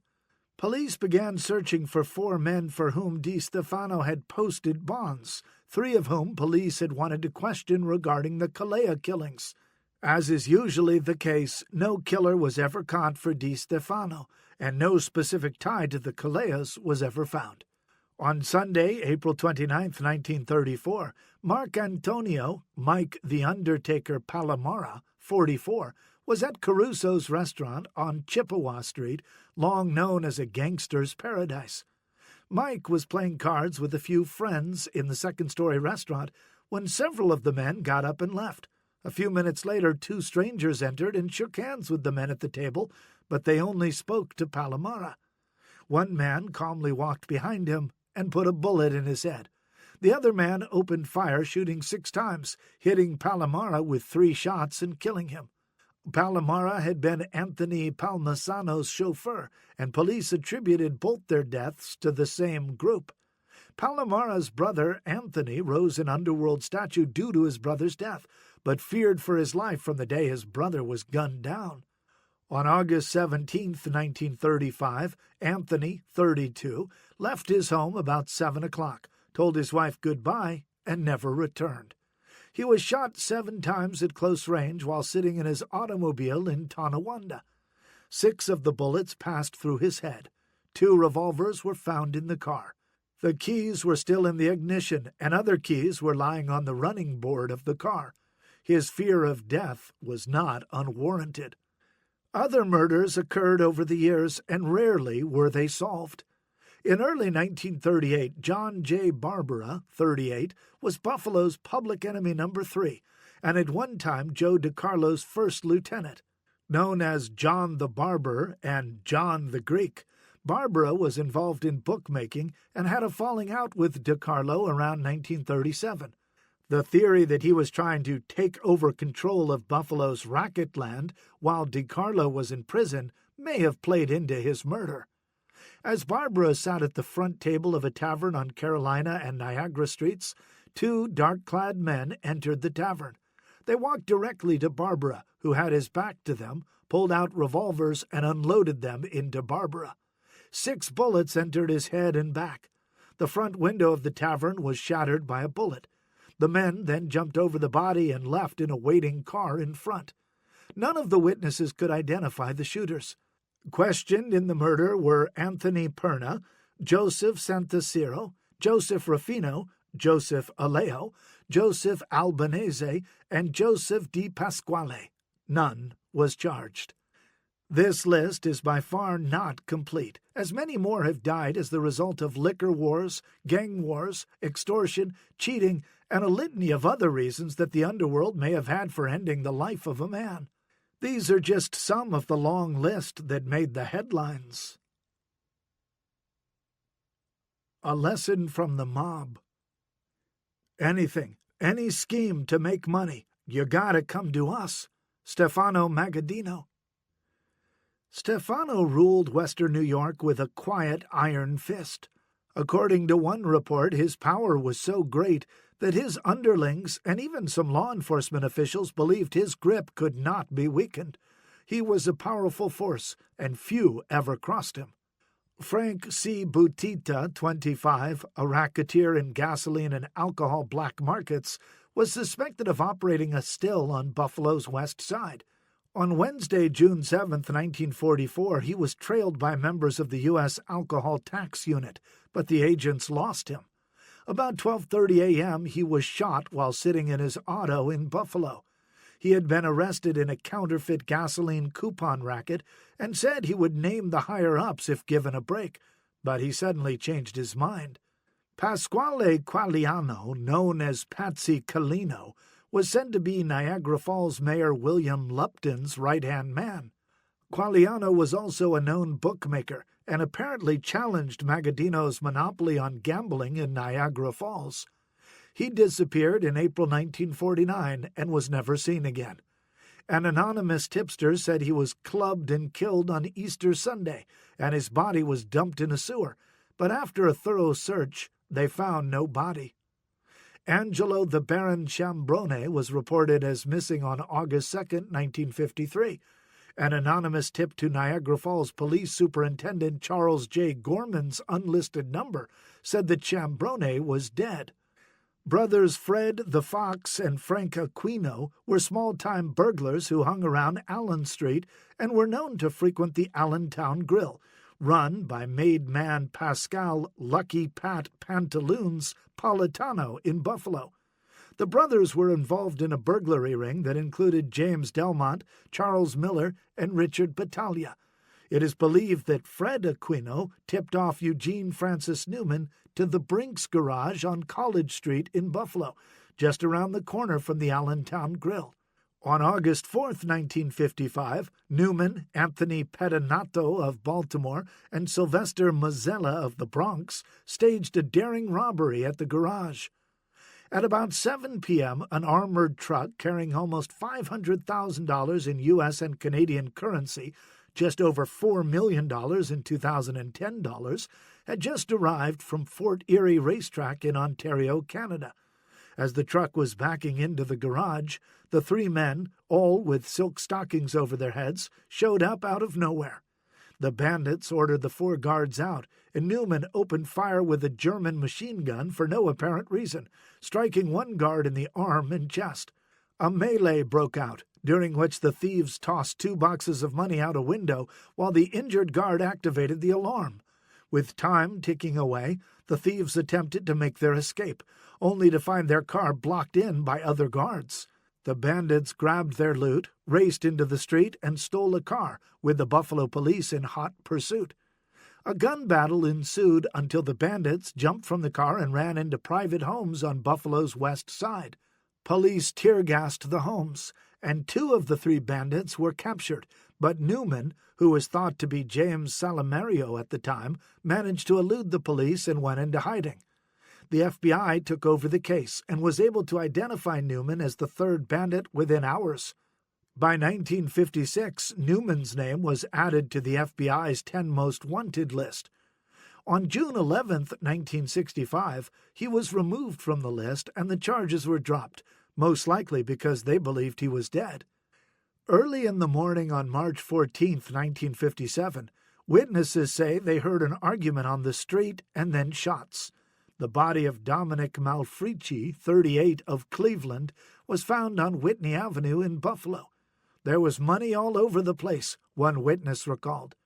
Malfricci was suspected in a $15,000 robbery in Amherst with the Aquinos. Not long after the killing, Fred Aquino purchased a new Cadillac, which led police to believe he was at least involved in, if not responsible for, the murder. Fred Randaccio said, "Everyone on the west side of Buffalo knew that Aquino did it." The Aquino brothers were also known to run a lucrative bookmaking racket in local factories, and Frank was often seen in Lackawanna, home to several large factories at the time.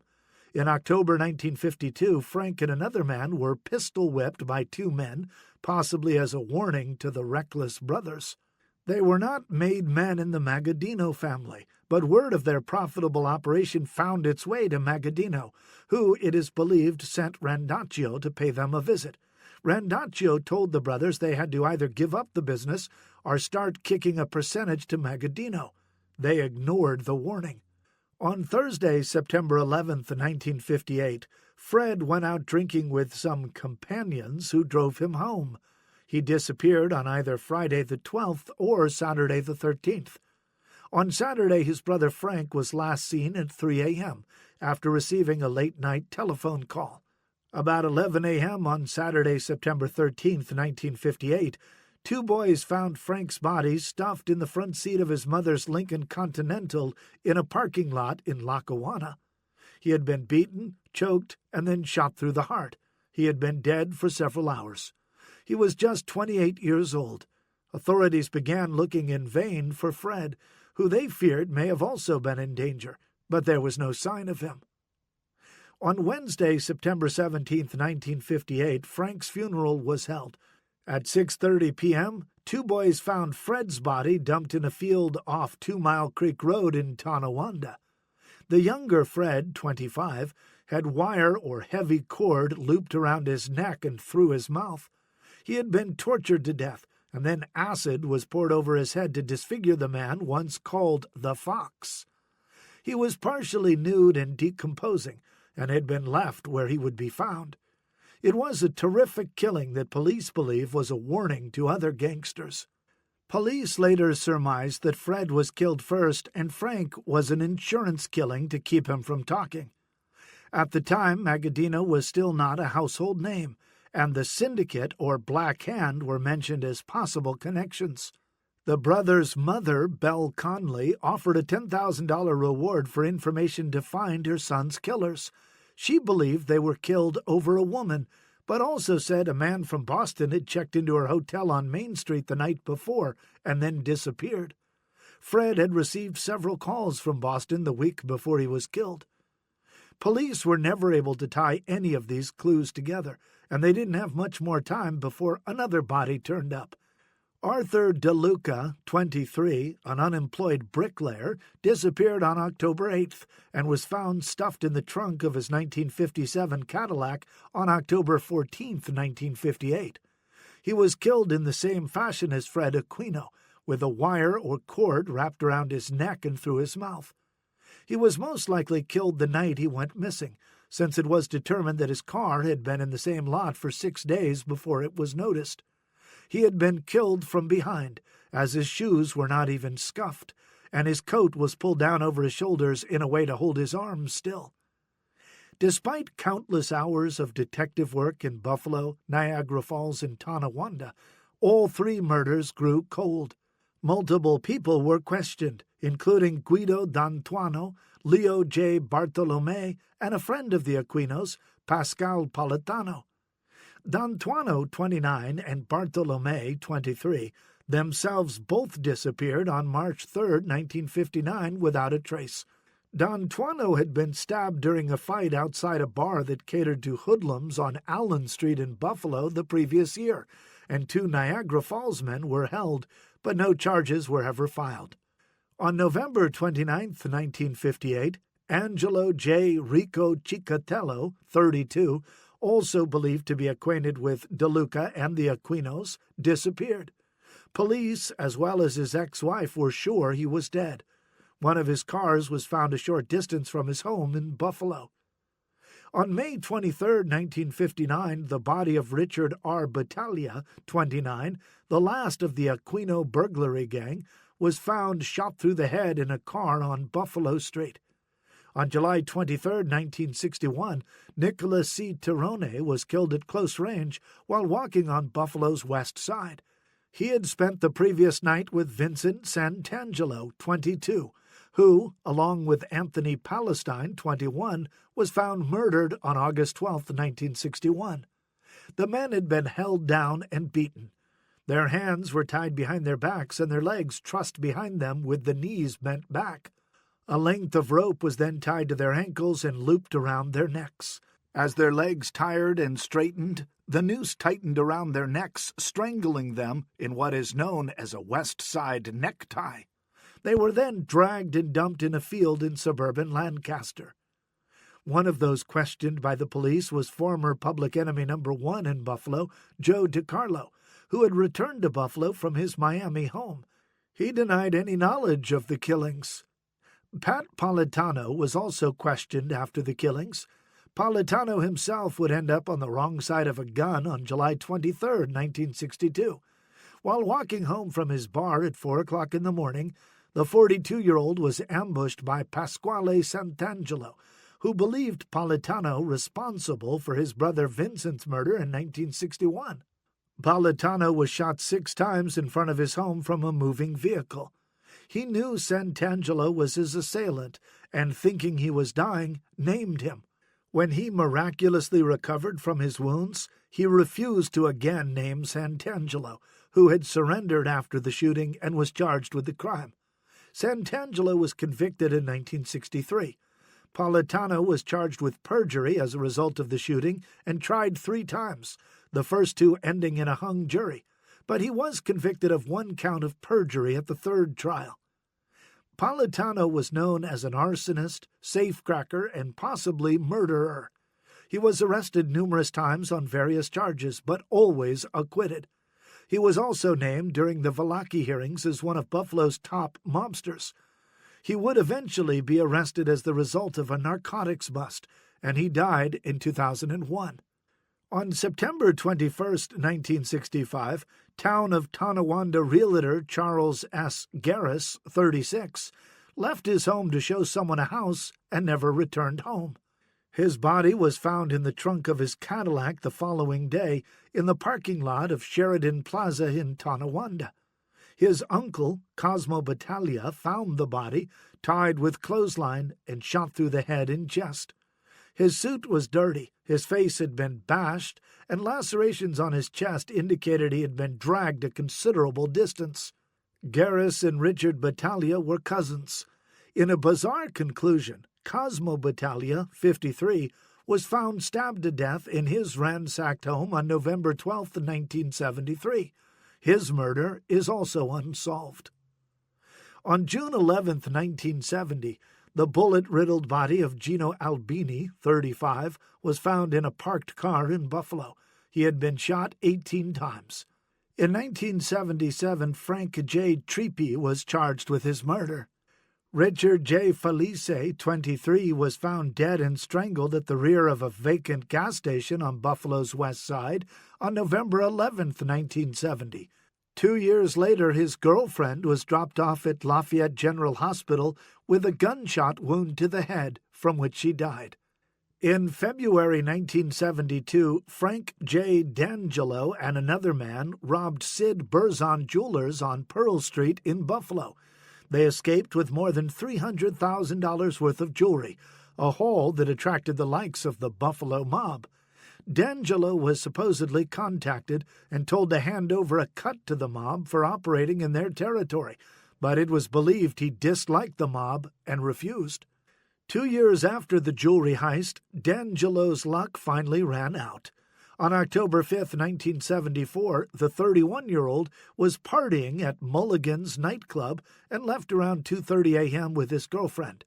3 ski-masked gunmen emerged from the bushes, and seeing them, he ran down the sidewalk. Shots were fired from .38 caliber pistols and a 12-gauge shotgun. They hit parked cars, buildings, store windows, and D'Angelo 4 times. He died from his gunshot wounds. Buffalo police had several suspects, and 12 hours after the killing, guns and ski masks were recovered in the Erie Canal in Tonawanda.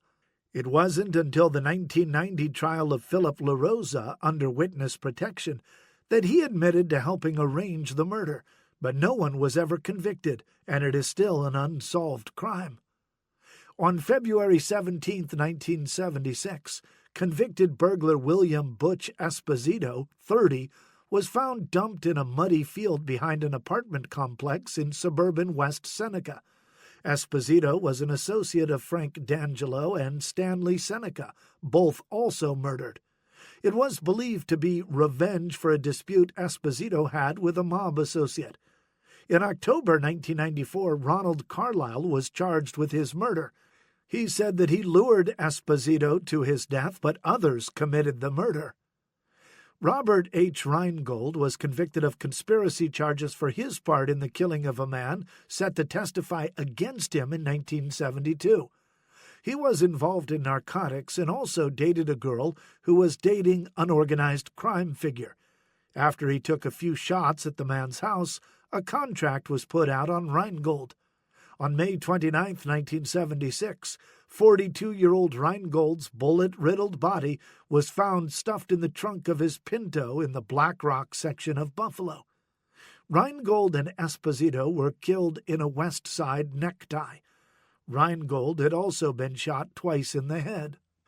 On April 19, 1979, one of Buffalo's budding entrepreneurs was killed in a building on Elmwood Avenue. Peter Piccolo, 32, had been a well-known Buffalo hairstylist since the late 1960s. He was no stranger to the law, having been arrested at least once in 1964 after breaking into a home in Niagara Falls. With his business partner Louis Fumarelle, a cousin of Ron Fino, Piccolo opened the Sculpture Room in Buffalo. In 1975, they opened the Peter Piccolo School of Hair Design in the Wilson Building on Main Street, and in 1979, he opened a new salon in Allentown. While his employees were busy with customers on the morning of April 19, 1979, in the second-floor Allentown salon, his body lay in the hallway on the first floor. He had been shot at least 4 times in what police termed an execution. There were several theories, including the possibility that Piccolo was overextended and owed people money, but Fumarelle said that was not the cause. Police believed Piccolo was killed over a botched cocaine deal. Fumarelle continued operating the school at least until 1990, when he was convicted of tax evasion after selling a miracle hair growth product in the early 1980s. On March 7, 1980, 2 men had their lives taken. William Scialino was killed in a construction trailer on Main Street. That same day, Carl J. Rizzo, 64, a dental consultant who was selling dental contracts to Local 210 as part of a bigger scheme, did not return home. His body was not found until April 1980, when a car was being towed from an apartment parking lot in Buffalo. His decomposing body was found stuffed into the trunk. He had been killed in similar fashion as Esposito and Reingold. Police believe he was actually killed before Scialino. The dental clinic he worked for was tied to a dentist who later became a government witness against New Jersey mob members. A longtime professional burglar, Alfred Monaco, 41, was found on a secluded road in Evans in 1981. He left his mother's home on March 30th, and his bullet-riddled body was found April 2nd. He was a member of Local 210 and a heavy gambler, known to carry $5,000 to $10,000 on him. At 6'3" and 290 pounds, he was not an easy prey. In June 1977, dozens were arrested as part of the FBI sting operation Teepee. Joseph Sanfratello was a local criminal arrested numerous times over the years, including for trying to sell $2 million in stolen bonds, for the theft of 4,000 cartons of cigarettes, and for bank robbery. He was also arrested as part of the FBI sting. He served time for several of the crimes. He was at a club on Allen Street on February 2, 1985, and at 3:30 a.m., 45-year-old Sanfratello and a barmaid left the club and headed for his car, parked a few houses down on North Pearl Street. As he approached his car, a lone gunman appeared and put 2 bullets in his head and 2 in his back, killing him on the spot. The barmaid only gave a vague description. Initially, police were unsure of the motive, but 2 days later they recovered $100,000 in cocaine in an apartment Sanfratello had rented in suburban West Seneca under an assumed name. Police speculated that he had been dealing cocaine from that apartment since July 1984 and may have been cheating the mob out of their cut, so the murder was a message to others. Alan the Tuxedo Kid Levine was a high-rolling drug dealer in Buffalo during the 1980s. He had been arrested numerous times for drug sales, stolen property, and other charges, but was always able to pay high-priced lawyers to keep him out of jail. On September 18, 1986, 33-year-old Levine was lured to a garage on Lafayette Avenue to complete a $75,000 drug deal. While there, he was shot twice in the head. His body was then wrapped in a heavy moving blanket and dumped in a field on the east side. The murder remained unsolved until 1991, when several local dealers flipped against one another. Levine was supposedly killed because he kept pushing another dealer to repay an $87,000 debt owed him. The testimony of these dealers solved several unsolved murders, and one man pled guilty to Levine's killing. From 1984 through 1986, there were 5 mob-related murders in Buffalo, and most would be linked to one local mobster who spent time in prison for several of them. In 2004, the Buffalo FBI decided to look into 6 unsolved mob-related murders in the Buffalo area. They figured that with new technologies like DNA, they might be able to solve some of the crimes. They contacted local police agencies to see what evidence was available. The FBI wrote to Buffalo police and found that several key pieces of evidence were missing, and the FBI had never received them. A few days later, Buffalo Police Commissioner H. McCarthy Gibson ordered the evidence unit to search for it, and it was found in the basement of police headquarters. The guns from the Scialino killing were sent for DNA analysis, but there was still no answer to this crime. Frank D'Angelo's evidence was also thought missing, but the murder weapon was found, although it has not yet yielded the killer. Unless specifically mentioned, none of these murders has been solved. Where to find everything. Like an iceberg, the part of Magaddino's income which shows on the surface is but a fraction of the whole. Criminal Intelligence Digest. This chapter is really what this book is all about. If you are in western New York, you can jump in your car and drive around town, looking at where these guys and a few girls lived, worked, hung out, and for the unfortunate ones, died. You can also just type the addresses into Google Maps and take a look around. A number of the addresses still have homes or businesses at the site. Imagine the streets bustling with activity and men coming and going, new cars at the curb, gambling joints, arrests being made, payrolls robbed, escapes, scheming, police listening in on wiretaps, and more. Almost every address has been verified, but some of the locations are the best guess based on searches through multiple sources. Some of the older addresses no longer exist, and urban renewal did its fair share of demolishing many properties. As a reminder, these properties are privately owned, so please don't traipse across the property or do any damage. Also, use common sense when driving through neighborhoods, as they all have their own distinctive look and feel. Lastly, if you are interested in learning more, you can take walking tours in Buffalo that highlight some of the stories in this book. Visit nakedbuffalo.com for more information. The Gangster Era. The Blonde Bandit. Herman Chiefettes, 68 Brunswick Boulevard, Buffalo. Loan Shop of Herman Chiefettes, 154 Seneca Street, Buffalo. David L. Glickstein Jewelry Store, 1159 Broadway, Buffalo. Peter Domkiewicz, 954 Sycamore Street, Buffalo. Eddie Isidorchak, 197 Titus Street, Buffalo. Morris A. Katzman, 388 William Street, Buffalo. Anthony Kuland, 882 Fillmore Avenue, Buffalo. Reliable Jewelry and Loan Company, 158 Seneca Street, Buffalo. Sally Joyce Richards, 954 Sycamore Street, Buffalo. Edward Samuels, 333 Benzinger Street, Buffalo. Frank Smigera, 1925 Clinton Street, Buffalo.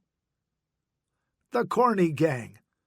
Art Workshop, 828 East Ferry Street, Buffalo. Joseph Bartkowiak, 130 Coit Street, Buffalo. Francis Bieber, 710 Walden Avenue, Buffalo. Bingham and Taylor Corporation, 575 Howard Street, Buffalo. Bali Tavern, 1204 Sycamore Street, Buffalo. Browning and Brothers, 1203 Broadway Street, Buffalo. Buffalo Police 5th Precinct, 291 West Delavan Avenue, Buffalo. Buffalo Police Headquarters, 74 Franklin Street, Buffalo. Buffalo Police 17th Precinct, 98 Colvin Avenue, Buffalo. Victor Hoynitsky, 114 Beck Street, 28 Waltz Avenue, Buffalo. Vincent J. Connors, 165 Como Avenue, Buffalo. Alvin J. Degler, 330 Woodlawn Avenue, Buffalo. Duffy Silk Mill, 207 Guilford Street, Buffalo. Fetters Manufacturing Company, 57 Tonawanda Street, Buffalo. Garage for Stolen Auto, 350 Potomac Avenue, Buffalo. William Groblewski, 49 Harmonia Street, Buffalo. Anthony Kalkiewicz, 40 and 50 Lopere Street, 428 Sweet Avenue, Houghton Street, Buffalo, 37 Wendell Avenue, Depew. Joe Kornacki, 183 Miller Street, Buffalo. Corny Bottling Plant, 487 Panora Street, Depew. Corny Fake Address, 71 Ellicott Road, Walden Avenue, Lancaster. Corny Saloon, 49 Main Street, Depew. Corny Still, 29 Neoga Street, Depew. Leon Kosek, 1134 Sycamore Street, Buffalo. John Kwiatkowski, 968 Sycamore Street, 42 Littlefield Street, Buffalo. Lang's Brewery, 400 Best Street at Jefferson Avenue, Buffalo. Edward Larkman, 689 Eagle Street, Buffalo. Loose Wiles Biscuit Company, 1380 Niagara Street, Buffalo. Ward McCartney, killed at Chicago and Elk Streets, Buffalo. Peacock Inn, 554 Washington Street, Buffalo. John Perrotin, Canada. Ward Pierce, 751 7th Street, Buffalo. Zygmunt Ziggy Plokarski, 185 Sweet Avenue, Buffalo. Royal Linen Supply Company, 200 Terrace Street, Buffalo. Store robbery, 1255 Jefferson Avenue, Buffalo. Stephen Wojciechowski, 145 Bates Avenue, Buffalo. Stephen Jokovsky, 68A Street, 1315 Broadway Street, 95 St. Joseph Avenue, Buffalo. The Blue Ribbon Gang. Dunlop Plant, 3115 River Road, Tonawanda. Ferdinand Fechter, 984 East Delavan Street, Buffalo. Gang Headquarters, 92 Franklin Street, Sloan. Michael George, 214 Maryland Street, Buffalo. Stanley Gonkonks, 104 Gibson Street, Buffalo. Edward Shakoviak, 64 Sobieski Street, 58 Sobieski Street, Buffalo. Stephen Shakoviak, 119 Hirschbeck Street, 116 Fay Street, Buffalo. Peacock Inn, 554 Washington Street, Buffalo. Stephen Pilarski, 87 Lathrop Street, Buffalo. Max Rybarczyk, 250 Wilson Street, Buffalo. St. Stanislaus Church, 123 Townsend Street, Buffalo. Buffalo's Malls. Beulah Baird, Amiantis Apartments, Buffalo. George Biddle, 180 Pratt Street, 236 Adams Street, Buffalo. Elsie Pieri DiCarlo, 274 Prospect Avenue, Buffalo. Bernice Frank, 143 Wohlers Avenue, Buffalo. Helen Groblewski, 49 Harmonia Street, Buffalo. Blanche Shakoviak, 16 Fay Street, 174 May Street, Buffalo. Hoyler's Jewelries, 313 Genesee Street, Buffalo. Clara Matskoviak, 16 Lopere Street, Buffalo. Albion State Training School, Albion. Carmela Magaddino, 5118 Dana Drive, Lewiston. Bessie Perry, Canada. Margaret Whitmore, Baltimore. Apartment 821. Amiantis Apartments, 18th and Rhode Island Streets, Buffalo. Charles Arthur Floyd, Adam Ricchetti, Juanita Baird, Rose Baird, not in Buffalo. The $93,000 question. Bank of Buffalo, Main and North Division Streets, Buffalo. Marion Carson Gould, 230 Prospect Avenue, Buffalo. City Hall, 92 Franklin Street, Buffalo. Levy Jewelers, 483 Main Street, Buffalo. Manufacturers and Traders Trust Company, Main and Swan Streets, Buffalo. Wire Wheel Corporation, 1700 Elmwood Avenue, Buffalo. The Millionaire Kid. Bernice Frank, 979 Main Street, Buffalo. Gang Hideout, 31 Best Street, Buffalo. Marquine Hotel, 979 Main and Utica Streets, Buffalo. Ethel Mason, 629 Fillmore Avenue, Buffalo. Stanley Prisbill, 46 Hirschbeck Street, Buffalo. Agnes Renault, Delwood Apartments, Prospect and Georgia Streets, Buffalo. Ted Rogatsky, 856 Broadway Street, Buffalo.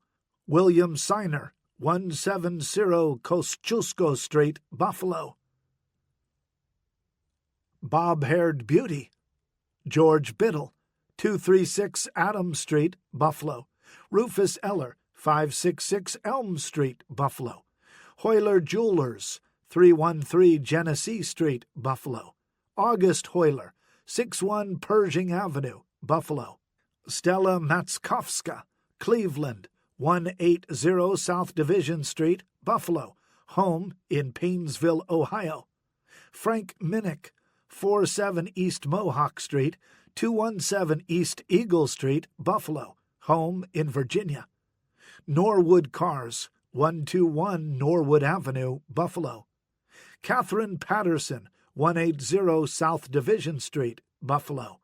Orchard Inn, Orchard Park and Fisher Road, West Seneca. The Mafia, Part 1. The Barrel Murder. Giuseppe Di Primo, New York City. Garibaldi Garden, Sicily. Benedetto Madonia, 47 Trenton Avenue, Buffalo. Body found at 11th Street and Avenue D, New York. Giuseppe Clutch Morello, 362 East 116th Street, New York. Sergeant Joseph Petrosino, New York, Sicily.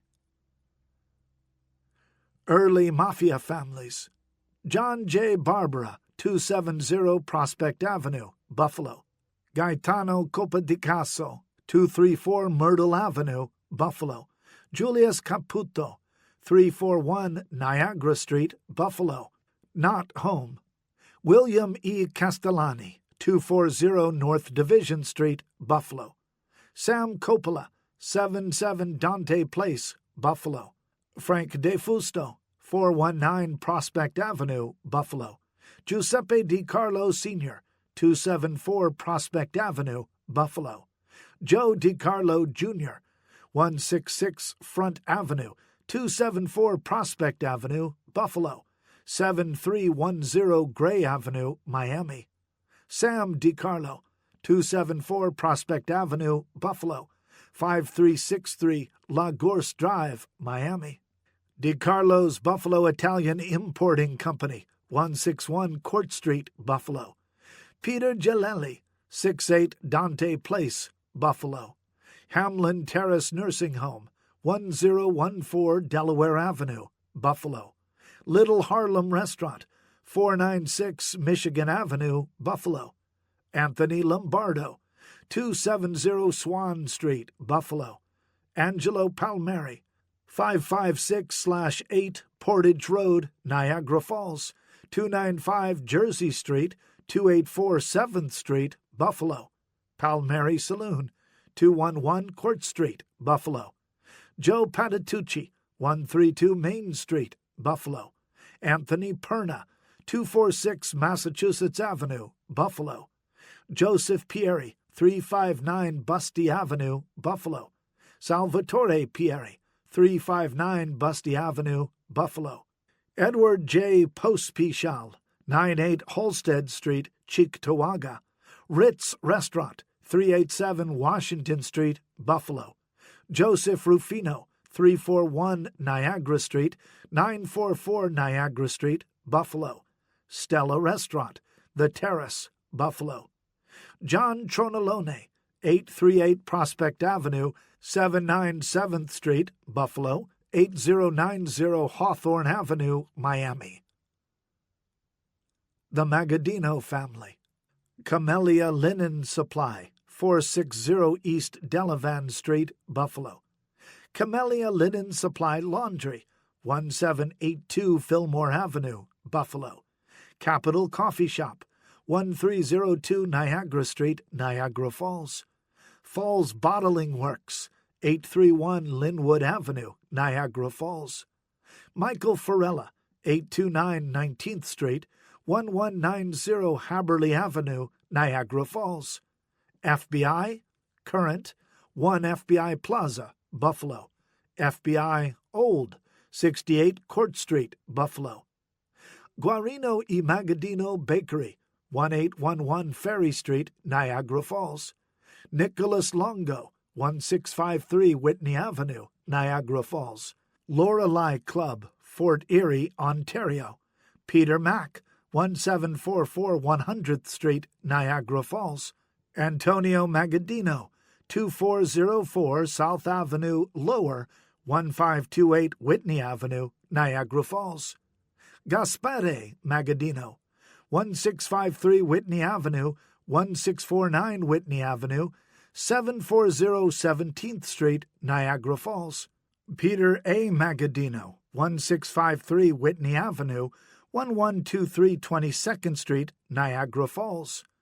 Peter J. Magaddino, cousin, 2404 South Avenue, 3038 Orleans Avenue, 2494 Independence Avenue, Niagara Falls, 1029 Carter Road, Grand Island. Stefano Magaddino, 1101 East Falls Street, 1653 Whitney Avenue, Niagara Falls, Buffalo, 5118 Dana Drive, Lewiston. Stefano Magaddino, handed arrest warrant at 2806 Ferry Avenue, Niagara Falls. Magaddino Funeral Home, 1710 Pine Avenue, Niagara Falls. Magaddino Memorial Chapel, 1338 Niagara Street, Niagara Falls. Magaddino Summer Home, 3588 Lower Mountain Road, Cambria. Magaddino and Urso Funeral Chapel, 1010 South Avenue, Niagara Falls. Dominic Mantell, 415 16th Street, 532 17th Street, Niagara Falls. 3538 Sherwood Avenue, 902 Dana Drive, Lewiston. Mantell's Carousel of Flowers, 1310 Niagara Street, Niagara Falls. Gino Monaco, 6831 Pine Avenue, Niagara Falls. Mount St. Mary's Hospital, 5300 Military Road, Lewiston. Niagara Falls Medical Center, 621 10th Street, Niagara Falls. Niagara Sundry Shop, 1216 Niagara Street, Niagara Falls. Benjamin Nicoletti Jr., 2654 North Avenue, Niagara Falls. Benjamin Nicoletti Sr., 2719 Independence Avenue, 5903 Buffalo Avenue, Niagara Falls. 35 Fort Gray Drive, 455 Cayuga Street, 1002 Hewitt Avenue, Lewiston. Our Lady of Mount Carmel Church, 27th and Independence Avenue, Niagara Falls. Al Pacini, 109 Dorchester Road, Buffalo. Pacini, Neri, and Runfola, 1006 Morgan Building, Buffalo. Pasquale Passero, 2895 Lewiston Road, Niagara Falls. Dr. Victor Pelicano, 760 Main Street, Niagara Falls. Pine Bowl Bowling Alleys, 9594 Niagara Falls Boulevard, was Pine Avenue, Niagara Falls. Power City Distributing Company, 200 9th Street, 1113 LaSalle Avenue, Niagara Falls. Sam Pugliese, 177 61st Street, Niagara Falls. Sam Rangatore, 614 Hyde Park Boulevard, 610 31st Street, Niagara Falls. Agustine Rizzo, 257 Whitmer Road, North Tonawanda. Round the Clock Restaurant, 829 Main Street, Niagara Falls. Joseph Runfola, 1131 Niagara Street, Buffalo, 463 Woodland Drive, Tonawanda. Angelo F. Scalzo, 608-14 Niagara Building, 43 Fall Street, Niagara Falls. St. Joseph's Cemetery, 3806 Pine Avenue, Niagara Falls. St. Joseph's Church, 14th and Pine Avenue, Niagara Falls. Louis Tavano, 5308 Elm Drive, Lewiston, 1625 South Avenue, Niagara Falls. U.S. District Court, current, 2 Niagara Square, Buffalo. U.S. District Court, old, 68 Court Street, Buffalo.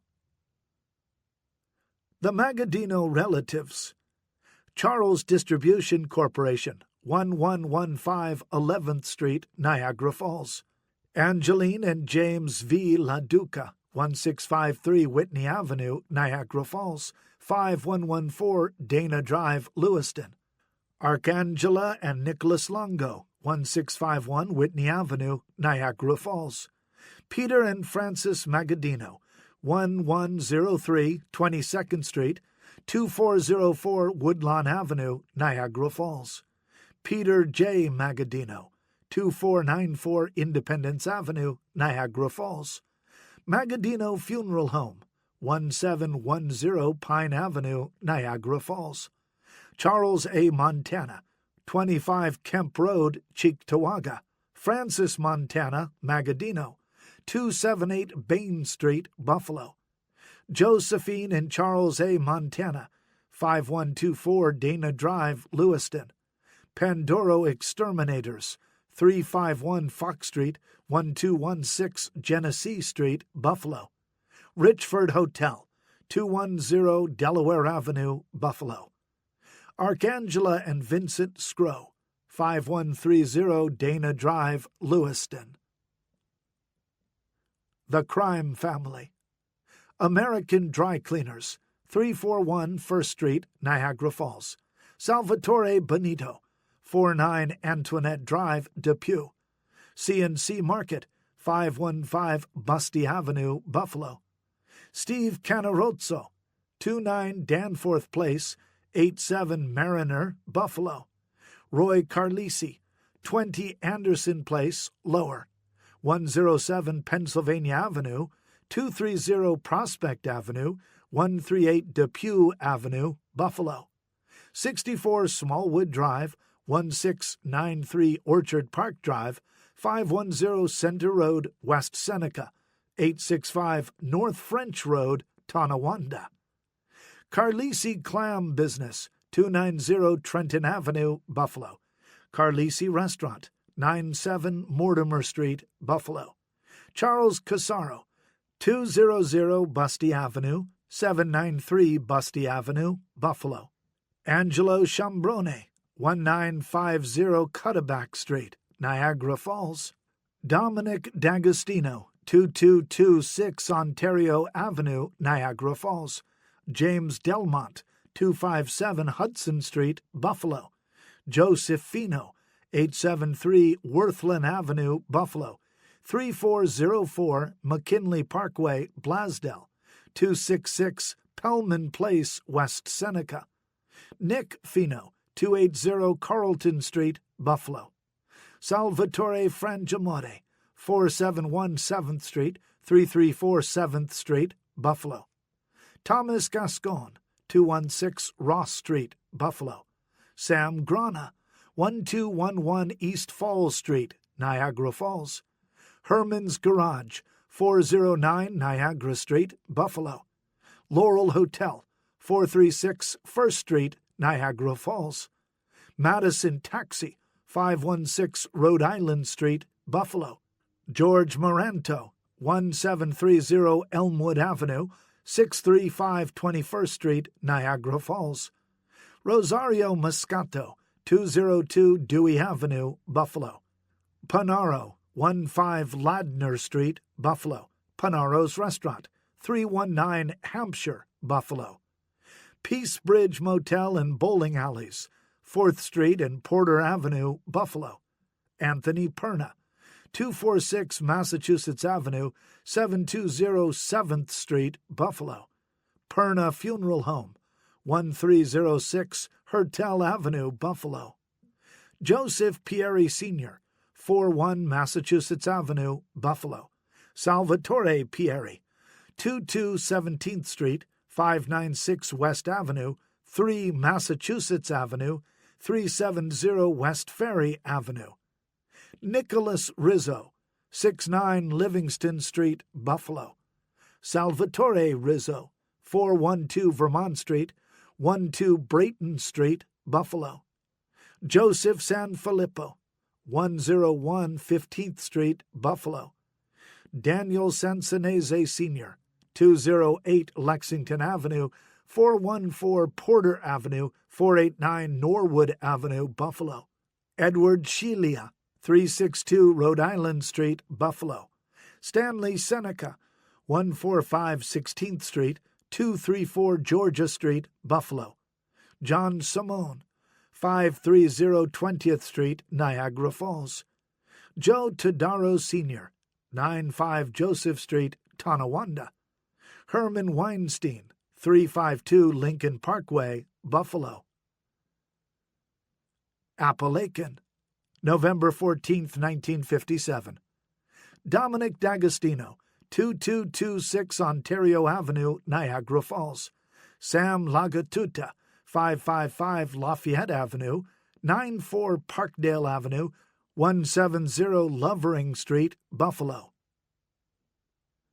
Kidnapping cousins: Bill Bonanno, New York; Joseph Bonanno, Brooklyn; Sam DeCalvacante, New Jersey; Gaspar Di Gregorio, New York; Gaspare Magaddino, killed in Brooklyn; Peter J. Magaddino Malt Shop, 482 19th Street, Niagara Falls; Stefano Magaddino, 1653 Whitney Avenue, Niagara Falls; Magaddino Farmhouse, 3588 Lower Mountain Road, Cambria; Joe Masseria, New York; Colaskiro, New York.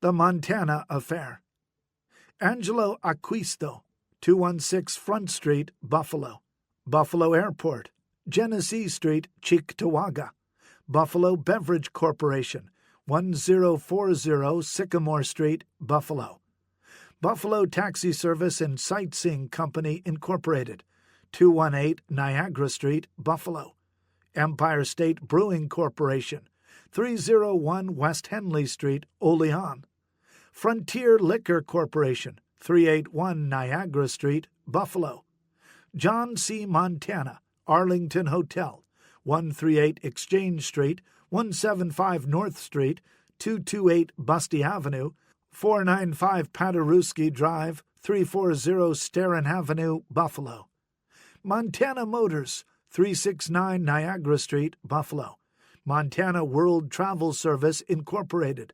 367 Niagara Street, Buffalo; New York Central Terminal, 495 Paderewski Drive, Buffalo; Andy Chandra, 211 Court Street, Buffalo; Statler Hotel, Niagara Square, Buffalo; Frederick Van Dyke, The Stuyvesant, Buffalo; Van Dyke Taxi, 125 Erie Street, Central Terminal Building, Buffalo. Bookies and Gamblers: The Major Players: Matt Billeteri, 712 Richmond Avenue, Buffalo; Blue Banner Social Club, 858 Prospect Avenue, Buffalo; Mike Bona, 285 Pennsylvania Avenue, Buffalo; Angelo Bonito, 716 Lafayette Avenue, Buffalo; Salvatore Bonito, 49 Antoinette Drive, Depew; Bridge Coffee Shop, Zacharias Barber Shop, Ontario Avenue, Niagara Falls; Brundo's Music Store, 1907 Pine Avenue, Niagara Falls; Coffee Joe's, 1816 Niagara Street, Niagara Falls; Connecticut Hall, 372 Connecticut Street, Buffalo; Del Mar Grill, 919 North Avenue, Niagara Falls; Don DeCarlo, 52 Days Park, Buffalo;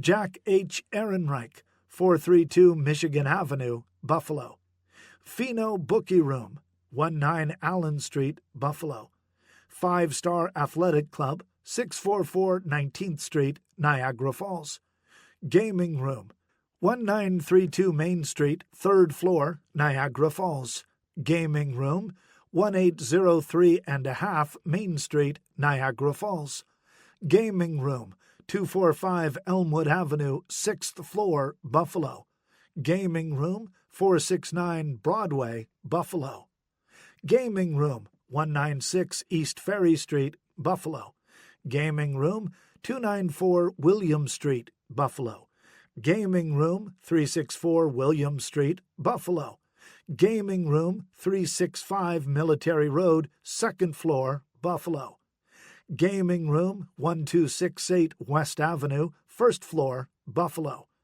Gaming Room, 1546 South Park Avenue, Buffalo; Gaming Room, 60 Days Park, Buffalo; Gaming Room, 196 Prospect Avenue, rear apartment, Buffalo; Gaming Room, 47 Lovering Avenue, Buffalo; Gaming Room, 249 South Elmwood Avenue, Buffalo. Gaming Room, 444 Hudson Street, Buffalo. Gaming Room, Friars Lounge, 110 Genesee Street, Buffalo. Holy Cross Church, Maryland and 7th Streets, Buffalo. Samuel Izzo, 216 Ellicott Street, Batavia. Samuel Izzo, killed at 242 7th Street, Buffalo. Norman Joseph, 919 Ontario Avenue, Niagara Falls, 50 Garlow Road, Lewiston. Laconia Social Club, 1427 Pine Avenue, Niagara Falls. Lenny's Cleaners, Colvin Eggert Plaza, Tonawanda. Little White House, 5877 Main Street, Upper Williamsville. Frank Lotempio, killed at Maryland and 7th Streets, Buffalo. Nicholas Morrow, 61 Kenwood Road, Kenmore, 161 Washington Highway, Amherst. Gaetano Micheli, 410 Massachusetts Avenue, Buffalo. Nary's Social Club, 314 West Ferry Avenue, 1st floor, rear, Buffalo. Oh Boys Social and Athletic Club, 714 West Market Street, Niagara Falls. Oliver Street Social Club, 383 Oliver Street, North Tonawanda. Alfred Panepinto, 1523 Pine Street, 630 17th Street, Niagara Falls, 1 Thorpe Street, Batavia. Pastime Pool Room, 1116 East Falls Street, Niagara Falls. Salvatore J. Pieri, 596 West Avenue, Buffalo. Nick Ronaldo, 380 Rhode Island Avenue, Buffalo. Rizzo's Cataract Barbershop, 2024 Pine Avenue, Niagara Falls. Savoy Club, 2024 Pine Avenue, Niagara Falls. Benny Spano, 858 Prospect Avenue, Buffalo. Toy Shop, 11 North Division Street, Buffalo. Turner Social and Athletic Association, 416 Chicago Street, Buffalo. Louis Viale, 111 Pearl Street, Buffalo. James Vona, 55 Walter Avenue, Tonawanda. Leonard Welch, 1213 Maple Avenue, Niagara Falls. Whirlpool Club, 237 24th Street, Niagara Falls. The Whirlpool Club. Whirlpool Club, 237 24th Street, Niagara Falls. The Mafia, Part 2. The Business of Funerals. John Bazzano, Pittsburgh. John Bazzano, killed in Brooklyn. Salvatore Constantino, 1012 East Falls Street, Niagara Falls. Sam DiCarlo, 133 7th Street, Buffalo. The Imperial Hotel, northwest corner of Falls and 2nd Streets, Niagara Falls. Magaddino Funeral Home, Incorporated, 1710 Pine Avenue, Niagara Falls. Paul Palmieri, 1538 Whitney Avenue, 1727 Walnut Avenue, Niagara Falls. 455 Passaic Avenue, Passaic, New Jersey. Palmieri and Agello, 1710 Pine Avenue, Niagara Falls. Panepinto and Palmieri Funeral Home, 496 19th Street, Niagara Falls. Lupo the Wolf. Delaware Texaco Service Station, 453 Delaware Avenue, Buffalo. Darlene Gran, 51 Essex Street, Buffalo. Joseph Spano and Sons Funeral Home, 470 Niagara Street, Buffalo. Fred Mogavero, 40 Cortland Avenue, Tonawanda.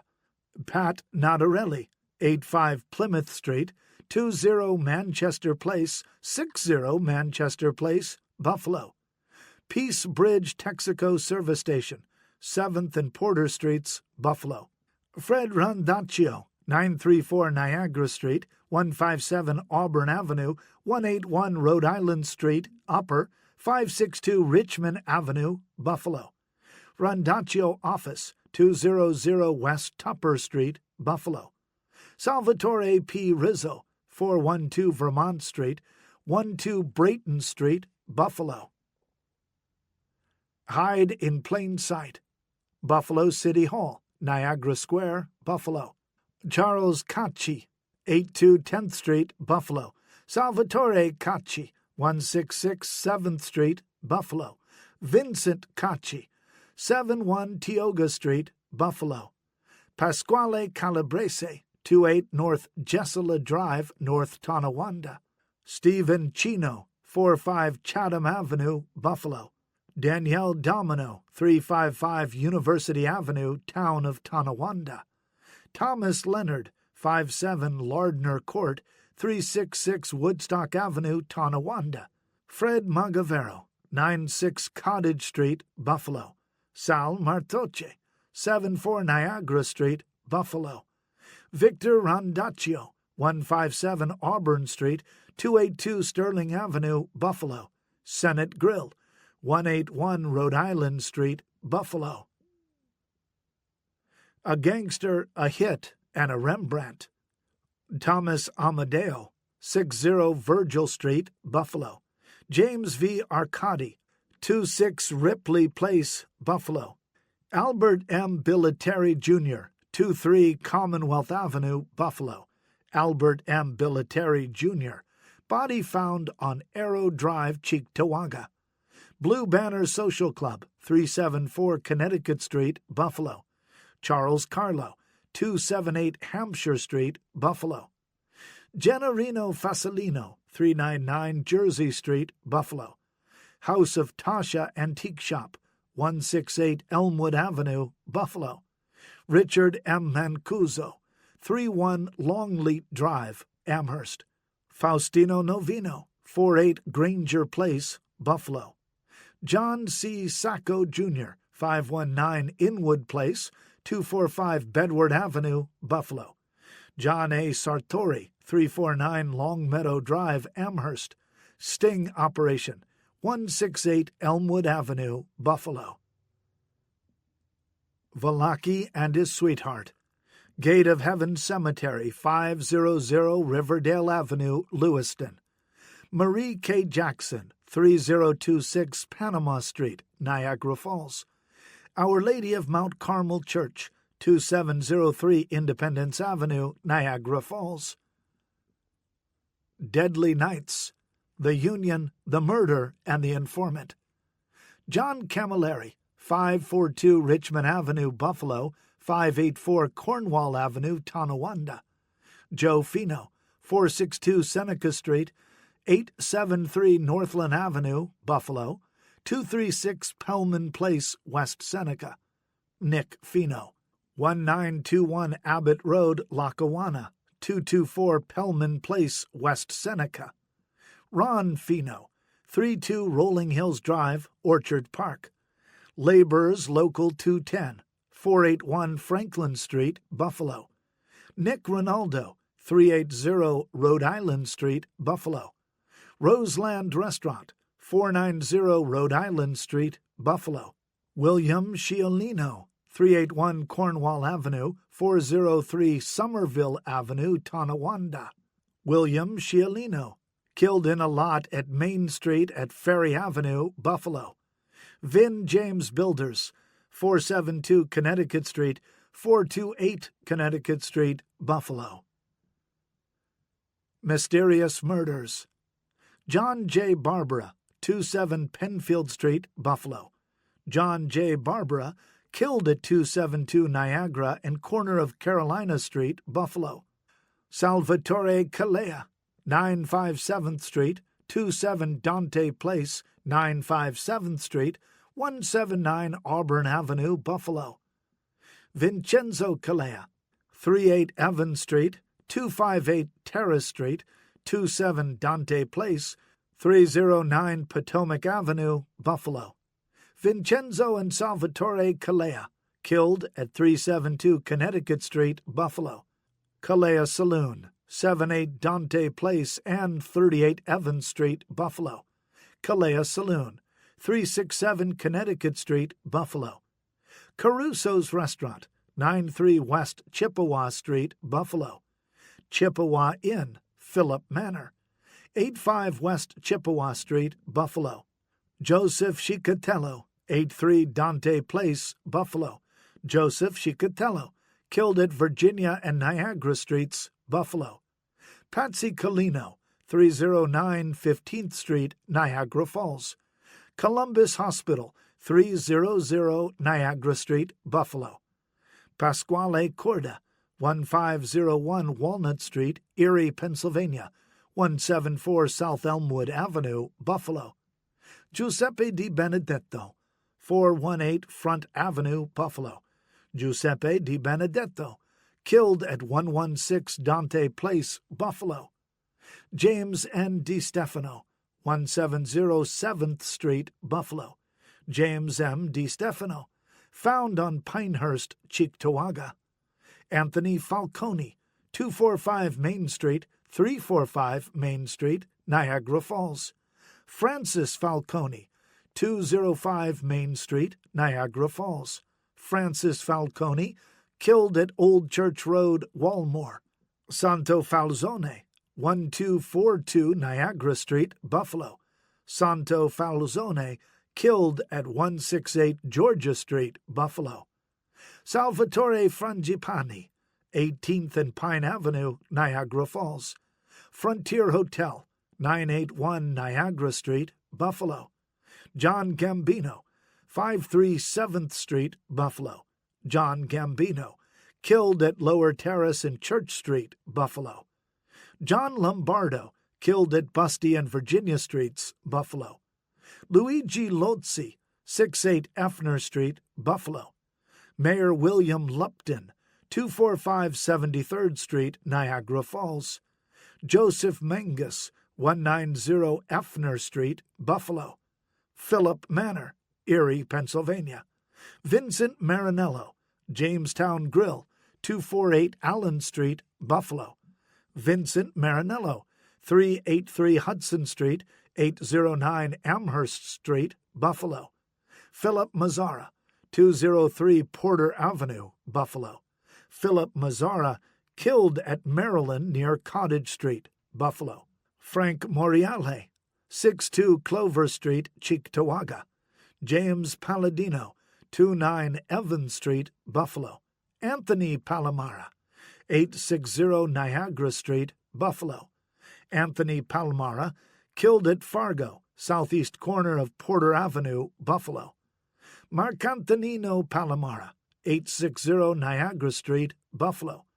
Anthony Palmisano, 501 Front Avenue, 232 Connecticut Street, Buffalo. Anthony Palmisano, killed on River Road near Grand Island Bridge, Tonawanda. Frank Polizzi, 174 7th Street, Buffalo. Frank Polizzi, killed at Carolina and 7th Streets, Buffalo. Angelo Puma, 981 Niagara Street, Buffalo. Peter Rizzo, 83 Dante Place, 70 Effner Street, Buffalo. Peter Rizzo, killed at 53 Front Street near Georgia Street, Buffalo.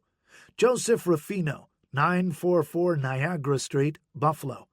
John Shabore, killed at 145 Carolina Street, Buffalo. Giuseppe Soscia, Effner Street, Buffalo. Giuseppe Soscia, killed on Meadow Place, Cheektowaga. Anthony Vasallo, 202 7th Street, Buffalo. Anthony Vasallo, killed at 544 7th Street, Buffalo. Marcello Ventrigo, 1131 Center Avenue and 2723 South Avenue, Niagara Falls. Marcello Ventrigo, gambling joint, 922 Ontario Avenue, Niagara Falls. Marcello Ventrigo, killed at 56th Street and Girard Avenue, Niagara Falls. A lesson from the mob. Joseph Albanese, 193 Trenton Avenue, Buffalo. Gino Albini, 181 15th Street, Buffalo. Gino Albini, found in car at Bradley and DeWitt Streets, Buffalo. Joseph Aleo, 144 7th Street, Buffalo. Allentown Grill, 256 Allen Street, Buffalo. Frank Aquino, 996 Main Street, Buffalo. Frank Aquino, found on Steelawana Avenue, Lackawanna. Fred Aquino, found on 2 Mile Creek Road, Tonawanda. John Barbara, 27 Penfield Street, Buffalo. John Barbara, killed at saloon, 272 Niagara Street, Buffalo. Leo J. Bartolome, 2737 Independence Avenue, Niagara Falls. Richard R. Battaglia, 635 Loretta Street, Town of Tonawanda. Richard R. Battaglia, killed on Reynolds Alley, Buffalo. Brink's Armored Car Garage, 80 College Street, Buffalo. Frank C. Butita, 330 Vermont Street, Buffalo. Frank C. Butita, found in car on Malta Place between West Avenue and Maryland Street, Buffalo. Angelo Chambrone, 213 2nd Street, Niagara Falls. Angelo J. Chicatello, 769 7th Street, Buffalo. Belle Conley, Virginia Hotel, 996 Main Street, Buffalo. Frank D'Angelo, 161 Belmont Avenue, Tonawanda. Frank D'Angelo, killed at 1669 Hertel Avenue, Buffalo. Guido D'Antuono, 2217 Cutterback Avenue, 548 7th Avenue, Niagara Falls. Arthur DeLuca, 636 21st Street, Upper Apartment, Niagara Falls. Arthur DeLuca, found in car in Bagole Chevrolet parking lot, 27 Main Street, North Tonawanda. Emergency Hospital, 108 Pine Street, Buffalo. William Esposito, 577 Ward Road, North Tonawanda. William Esposito, found 77 North Fisher Road, West Seneca. Richard J. Felice, found in lot at 15th and Vermont Streets, Buffalo. Charles Garris, 85 Glenside Avenue, Tonawanda. Charles Garris, found in car at Sheridan Plaza, Tonawanda. Inner Circle, 26 Allen Street, Buffalo. Jamestown Grill, 248 Allen Street, Buffalo. Lafayette Hospital, 113 Lafayette Avenue, Buffalo. Alan Levine, found at Welker and East Ferry Streets, Buffalo. Alan Levine, killed at 1034 Lafayette Avenue, Buffalo. Dominic Malfricci, Cleveland. Dominic Malfricci, killed at 52 Whitney Place, Buffalo.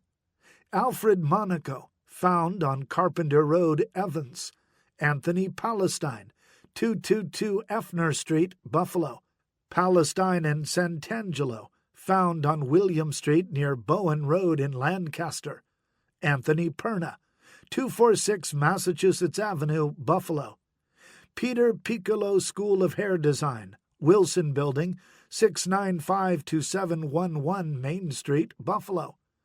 Peter Piccolo, 156 14th Street, Buffalo, 138 Lauralee Drive, Tonawanda. Peter Piccolo, killed at 124 Elmwood Avenue, Buffalo. Pascal Politano, 51 Days Park, 234 Prospect Avenue, Buffalo. Albert Pravite Gambling House, 502 19th Street, Niagara Falls. Robert Reingold, 217 Irving Terrace, Tonawanda, 1457 Hertel Avenue, Buffalo. Robert Reingold, found in car at Jocelyn Place near Austin Street, Buffalo. Carl Rizzo, 629 Busty Avenue, Buffalo. Carl Rizzo, found in parking lot at 578 Taunton Place, Buffalo. Joseph Sanfratello, 501 Crescent Avenue, Buffalo. Joseph Sanfratello, killed at 72 North Pearl Street, Buffalo. Pasquale Santangelo, Bosco's Hotel, 249 Trenton Avenue, 159 South Division Street, Buffalo. Vincent Santangelo, 736 Niagara Street, Buffalo. Joseph Santiciro, 487th Street, 25 Maiden Lane, Buffalo. Sculpture Room, Delaware and Chippewa Streets, 332 Elmwood Avenue, Buffalo. Stanley Seneca, 145 16th Street, Buffalo. Sid Berzon Jewelers, 320 Pearl Street, Buffalo. Nicholas C. Tirone, 222 Effner Street, Upper, Buffalo.